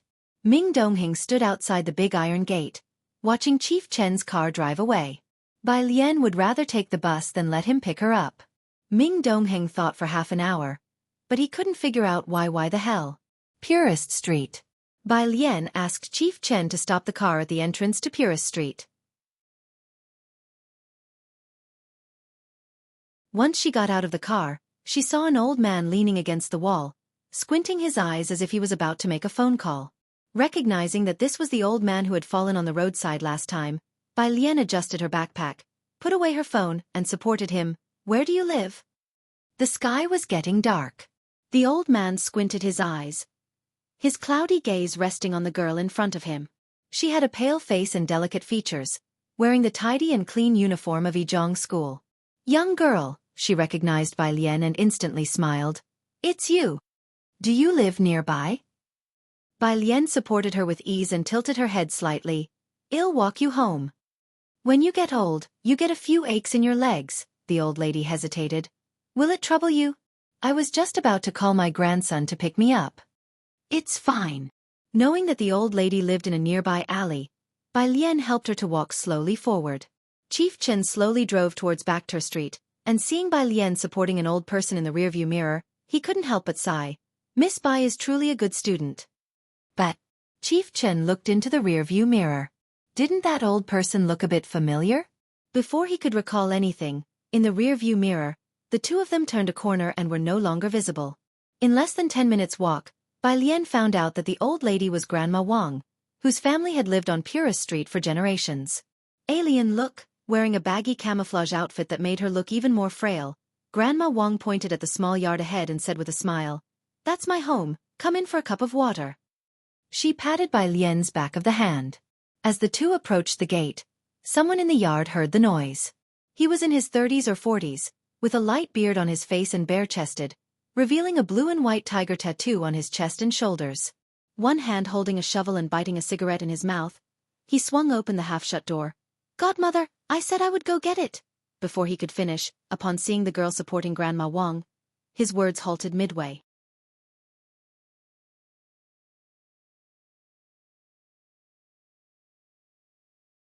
Chapter 118, 047 Director Jian doesn't care about his master's post, second update. Under one, Bai Lian looked at the other person, her eyes pausing momentarily upon the sight of the person's bare arms. She couldn't help but look up to the sky. "Little Wang, put your clothes on." Grandma Wang misinterpreted her glance and scolded him before comforting Bai Lian warmly. "Don't be afraid. Little Wang's tattoos might look fierce, but he is actually very honest. You don't need to be scared." Wang Yufeng looked at Bai Lian and silently reached for his jacket hanging to the side, putting it on. Bai Lian also recognized him. This was the person she had once saved in the alley. Without changing expression, she helped Grandma Wang to the main room. Once inside, she saw 3 ancestral tablets placed there. In front of the central tablet was a dry sunflower.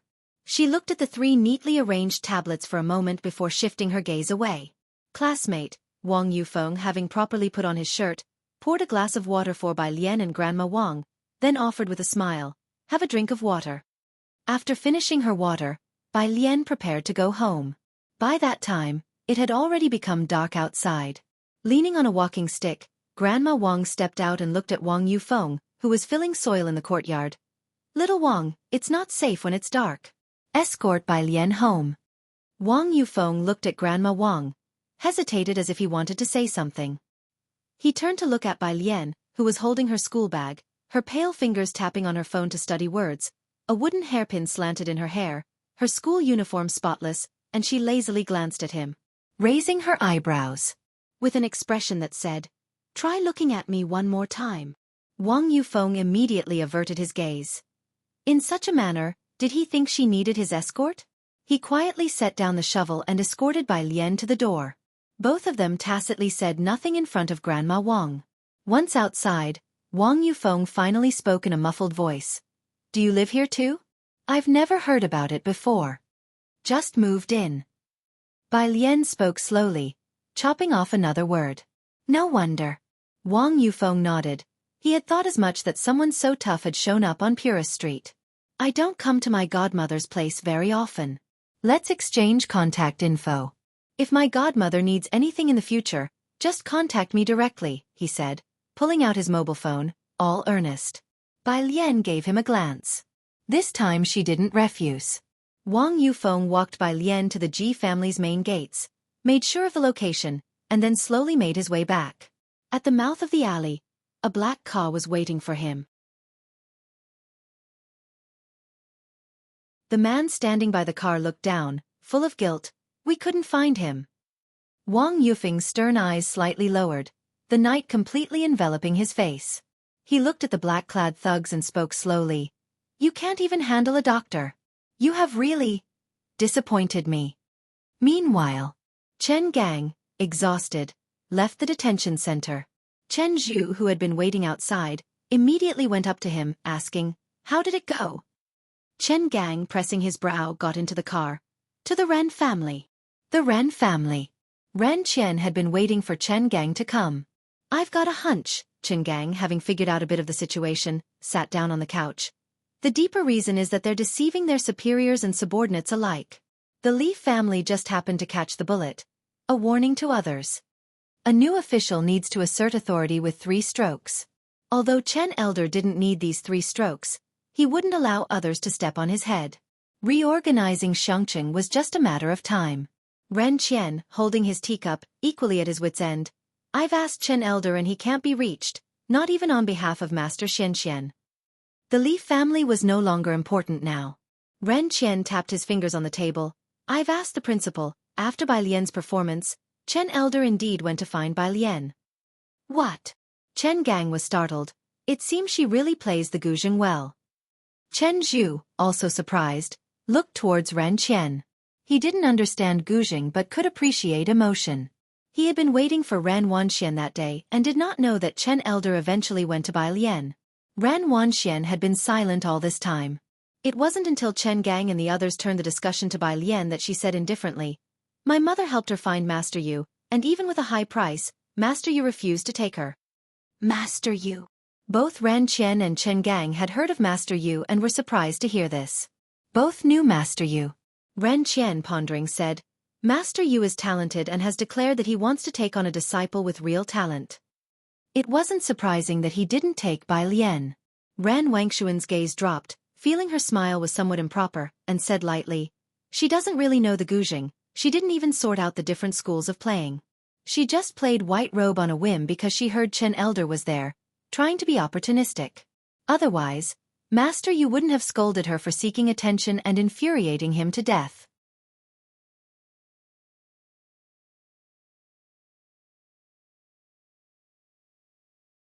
Chapter 119, 047 Director Jian doesn't care about his master's post, second update. Tu Qinzhu watched Ren Wanxian and suddenly spoke up. Bai Lian was not cutting corners, she hadn't originally planned to play the zither. Ren Wangshuan's smile froze. She looked up, incredulously at Chen Zhu. Chen Zhu, however, did not look at her. Bai Lian's program was originally a sword dance. Chen Wei asked me to go back and fetch the long sword, but Wanxian did not inform me of this. The long sword went missing unexpectedly, which is why Bai Lian ended up playing the zither instead. You! Ren Wanxian pursed her lips. She did not know why Chen Zhu, who had always stood by her side, was suddenly turning against her. Chen Gang hadn't expected Chen Wei to be involved in this matter either, and his expression turned cold as well. Wanxian! Ren Qian rebuked loudly, looking at her. You'll come with me to apologize to Bai Lian tomorrow. Ren Wangshuan's mouth fell open. At Ren Qian's side, the Secretary-General discreetly shook his head at Ren Wanxian. Ren Wanxian took a deep breath, holding back, her nails almost digging into her palms. She lowered her head. I understand, Grandpa. Jiang Lai didn't get home until almost 1 in the morning. Jiang He's mood had improved quite a bit. Sitting on the living room carpet playing with blocks, the empty house filled only with the slight clinking noises of the blocks. It was very quiet. Jiang Lai lowered his eyes, unhurriedly unbuttoning his coat while opening a picture Bai Lian had sent him. A chemical question. He glanced at it and hung his black coat properly. As he passed by Jiang he paused. Jiang He was sitting cross-legged by the blocks, attentively arranging them, with a piece of white paper by his feet. On the paper was a lazily sprawled cat. Jiang Lai squatted down, his fair and slender fingers picking up the paper. Jiang He, who had been focusing on the blocks, suddenly looked up at Jiang Lai.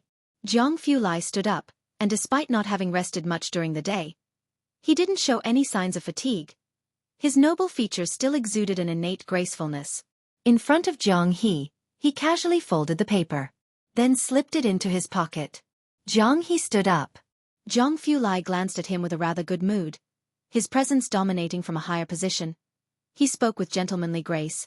"It's 1 o'clock already. If you don't sleep, you might not grow as tall as your sister Bai."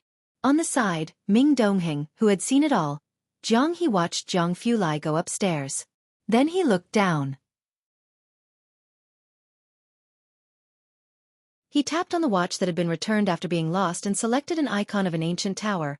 Illiterate frowny face, illiterate frowny face, illiterate frowny face, The high school senior who had just finished showering and was preparing for bed was hit by a barrage of vibrations.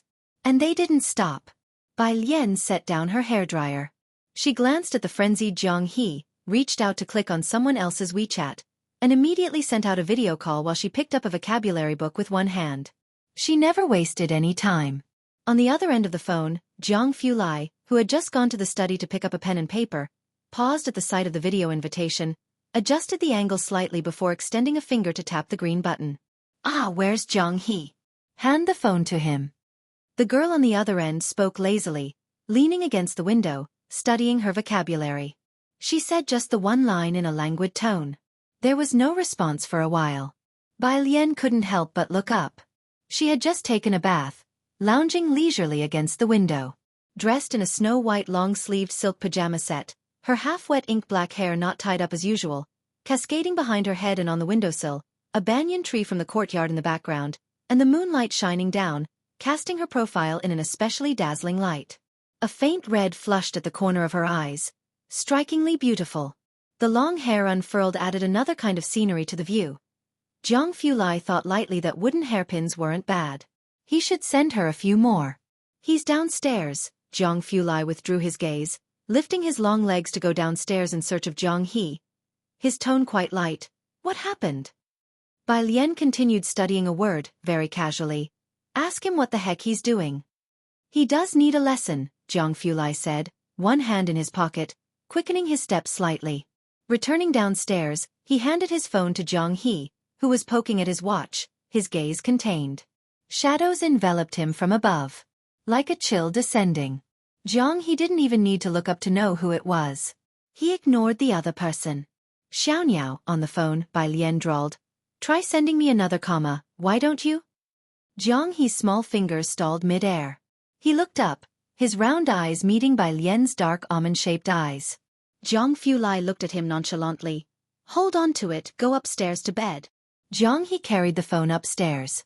Jianghu Lai watched Zhang He with cold eyes as he took the phone to his small room and then went to take a bath. When everything was settled, it was already past 2.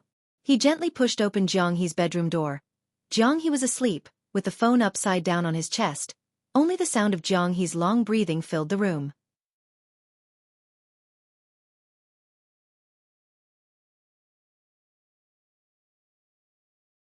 Chapter 120. 047 Director Jian doesn't care about his master's post. Second update. _3 Jianghu Lai tucked the blanket round Zhang He, whom he had kicked open, and then turned off the light. Only then did he gently pick up his smartphone and leave the room. The door was closed properly. Jianghu Lai put the smartphone back into his pocket, went to the study to deal with some documents sent from the Jiang family, and then returned to his own room, the whole house still vast and quiet. He absent-mindedly picked up the remote control to close the curtains, when suddenly he heard a lazy yawn coming from the smartphone in his pocket. "You last longer than I do." He was startled and looked down to light up the screen. On the other end of the phone, Bai Lian was laughing lazily. "I'm going to sleep first." The video call ended. Jianghu Lai realized belatedly. So there had been someone there all along. The next day, Bai Lian got up a little later than usual. Jianghu, who hadn't been woken up by anyone for the first time, was slightly unaccustomed. Bai Lian sent Zhang He a period and then went straight to school, without the time to make a detour to see him in the morning. Yang Lin was still absent from class today. Bai Lian slowly took out her books and homework from her school bag, starting to ponder. Outside the door, Ran Wanxian suddenly appeared. A person from the Crown Prince class. It was Ran Wanxian. The students of class 15 suddenly fell silent. Ran Wanxian did not look at anyone, she just looked indifferently at Bai Lian. "Bai Lian, the principal wants you to come to his office." Having said that, she left directly. After she left, Xianxia's eyes looked at Bai Lian. It's Ren Wanxian who came to notify you. Sis, when did you even get to know her? The rest of class 15 was also curious. Bai Lian packed up her school bag and just quirked an eyebrow. Pu Xiaohan looked at Bai Lian and suddenly remembered the incident during the last school anniversary. She leaned back. Alien, let's leave the school anniversary issue as it is. We can't afford to provoke Ran Wanxian or Chen Wei, especially Ran Wanxian. I heard.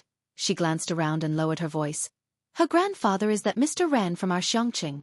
These were all rumors around the school, but the students hardly doubted them. Right, Zhang Xi's frowned. Even Chen Wei doesn't dare to mess with her. You can blame me for what happened. When you go to the principal's office, don't mention it, don't upset her because of this. That's enough. Bai Lian rose unhurriedly. I know what I'm doing. She knew where the principal's office was. The principal's office. The principal was sitting at the conference table, smiling obsequiously. Seeing Bai Lian coming, the principal stood up and then introduced her one by one. Student Bai, this is Mr. Ren, this is his secretary, and you know this one too, Ms. Ren Wanxian. Ren Qian looked at the principal, very surprised. He hadn't expected that no one in the school was aware of Bai Lian's relationship with the Ren family. Ren Qian said with a smile, Bai Lian is my son-in-law's niece, principal, you don't need to introduce her. By Ren Qian's side, Ren Wanxian gave him a glance, her lips pursed. Upon hearing that Bai Lian was a relative of the Ren family, the principal was also very surprised, but his astonishment was fleeting as he surmised that Ren Qian was there to see Bai Lian for a reason, and then he left his office to them. You talk. Bai Lian, with her school uniform unbuttoned and a cell phone in her hand, half closed her eyes, leisurely watching the principal walk out. Then she dragged a chair across and casually sat opposite Ren Qian. One hand rested on the table while she placed her cell phone on it, leaning back slightly. What's up? Ren Qian's secretary looked Bai Lian up and down with a frown. Wanxian. Ren Qian turned his head and spoke sternly. Ren Wanxian pursed her lips, her head lowered, almost in humiliation. I'm sorry, Bai Lian, I didn't ask Chen Zhu to go back for the long sword. Bai Lian's almost pale fingers crossed out a word, then memorized another word. Hearing Ren Wanxian speak, Bai Lian just slightly raised her eyes. Ren Qian met her seemingly mocking gaze. Even though Bai Lian had a pair of very attractive and seemingly non-aggressive almond eyes, they still appeared exceptionally cold at that moment. Bai Lian, Ren Qian looked at Bai Lian, trying to mediate between the two. I heard from your uncle that you're learning the ancient zither. I have a zither teacher from Xianxia who's quite well known there. If you mention my name, you'd be able to study under him. As he spoke, he slid his business card toward Bai Lian with a smile that seemed quite casual. Maybe, he could even recommend you for further training in Jianghu in the future. For someone from Xianxia, Jianghu was undoubtedly an insurmountable mountain. Even Ren Qian himself held Jianghu with reverence. Having the opportunity to advance in Jianghu was pure fantasy for someone who had lived at the bottom of Xianxia society since childhood. I hope you can forgive what Wanxian did, and that henceforth, we can shake hands and make peace. Ren Qian didn't believe Bai Lian would refuse as he played the emotional card coupled with a tempting offer. Forgive. Bai Lian's fingertips pressed on the workbook, she glanced at the business card and simply laughed. I'm afraid that's impossible. Ren Qian was stunned. He hadn't expected that after bringing up Ji Xiaorong and the opportunity in Jianghu, Bai Lian would still refuse. Bai Lian picked up the tea that had been poured for her on the table and gave Ren Qian a toast. I have a class to attend, goodbye. She rose unhurriedly, picking up her workbook and preparing to leave. Miss Bai, the secretary standing behind Ren Qian stepped forward appropriately. I know President Ran has been trying to find Master Yu for you, but you may not be aware that Master Yu doesn't just accept anyone. He only takes diligent students with talent. Trust me, this is the best teacher our senior has found for you. I think you'd better not dwell on any unrealistic aspirations. He was very polite, but his every word implied that Bai Lian's dreams were too lofty and her lot in life too slight. Ran Wanxian looked at Bai Lian with a sneer. Enough, no more talk, Ren Qian scolded the secretary, a master of playing good cop and bad cop, and sighed to Bai Lian. But he's right. Master Yu also only takes in talent that can perform at concert level. He can't be swayed by money, and Zhou, a businessman, doesn't have many avenues to explore. Believe me, This is the best teacher I could find for you. A slap, followed by a sweet date. It was a trick Ren Qian was accustomed to. The best teacher you can find for me? Bai Lian stopped, grasping her cell phone tightly. She leaned forward slightly, her 2 fingers picking up the business card from the table. Ren Qian, however, thought Bai Lian was coming around. He was just about to happily say, "From now on we're family." "I don't care about Dean Jian's letters of recommendation," Bai Lian clarified after reading the name on the business card. "Let alone this Mr. Shi. Did you think I would care?" She flicked the business card lightly, and it fluttered to the ground.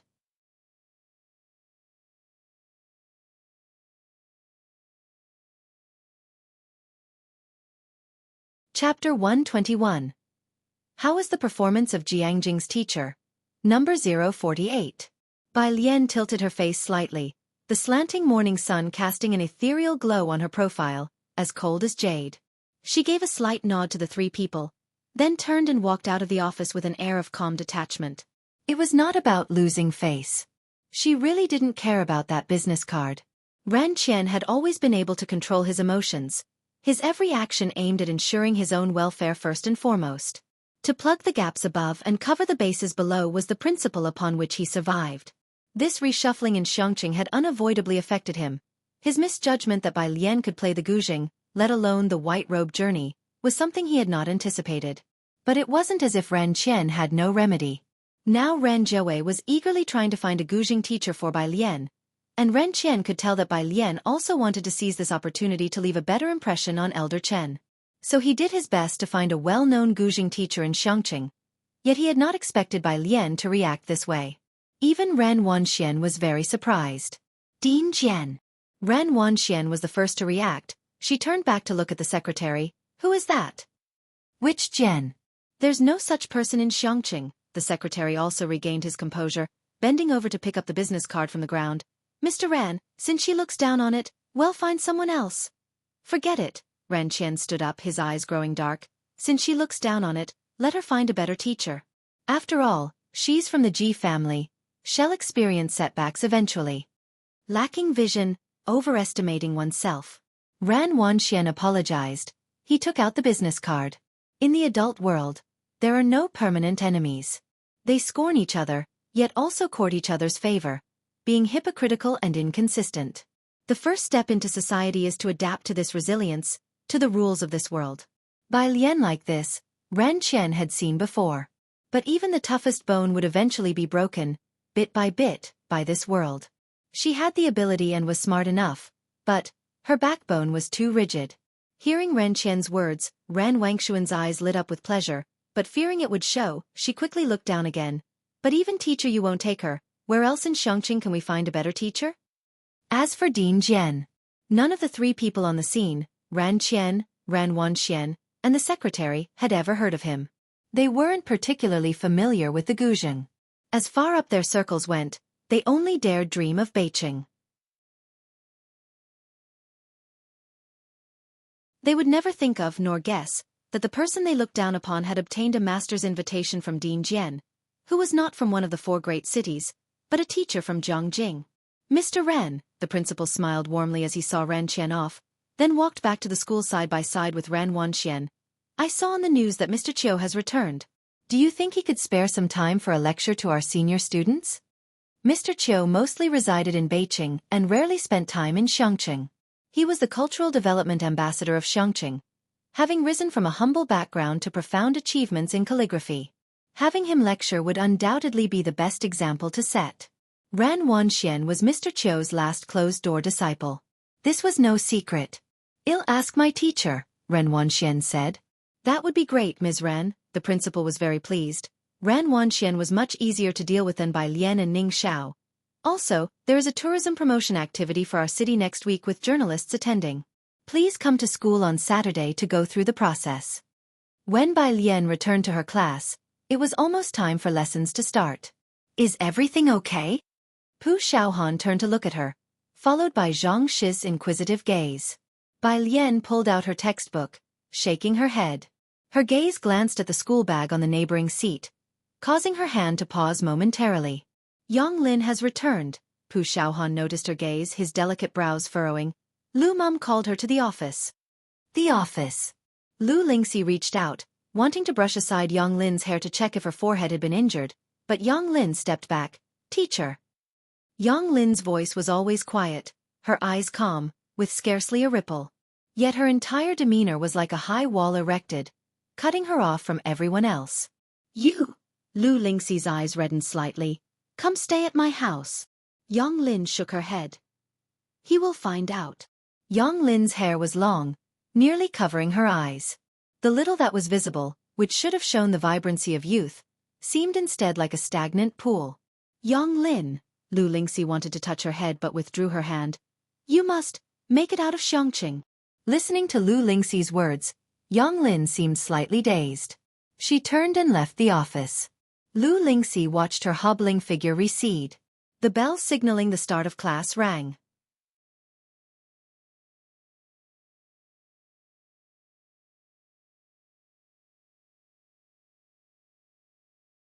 Chapter 122. How was the performance of Jianghu's teacher? Number 048. _2 Yang Lin returned to her seat. Bai Lian only glanced at her when she stood up to let her sit down and didn't ask more.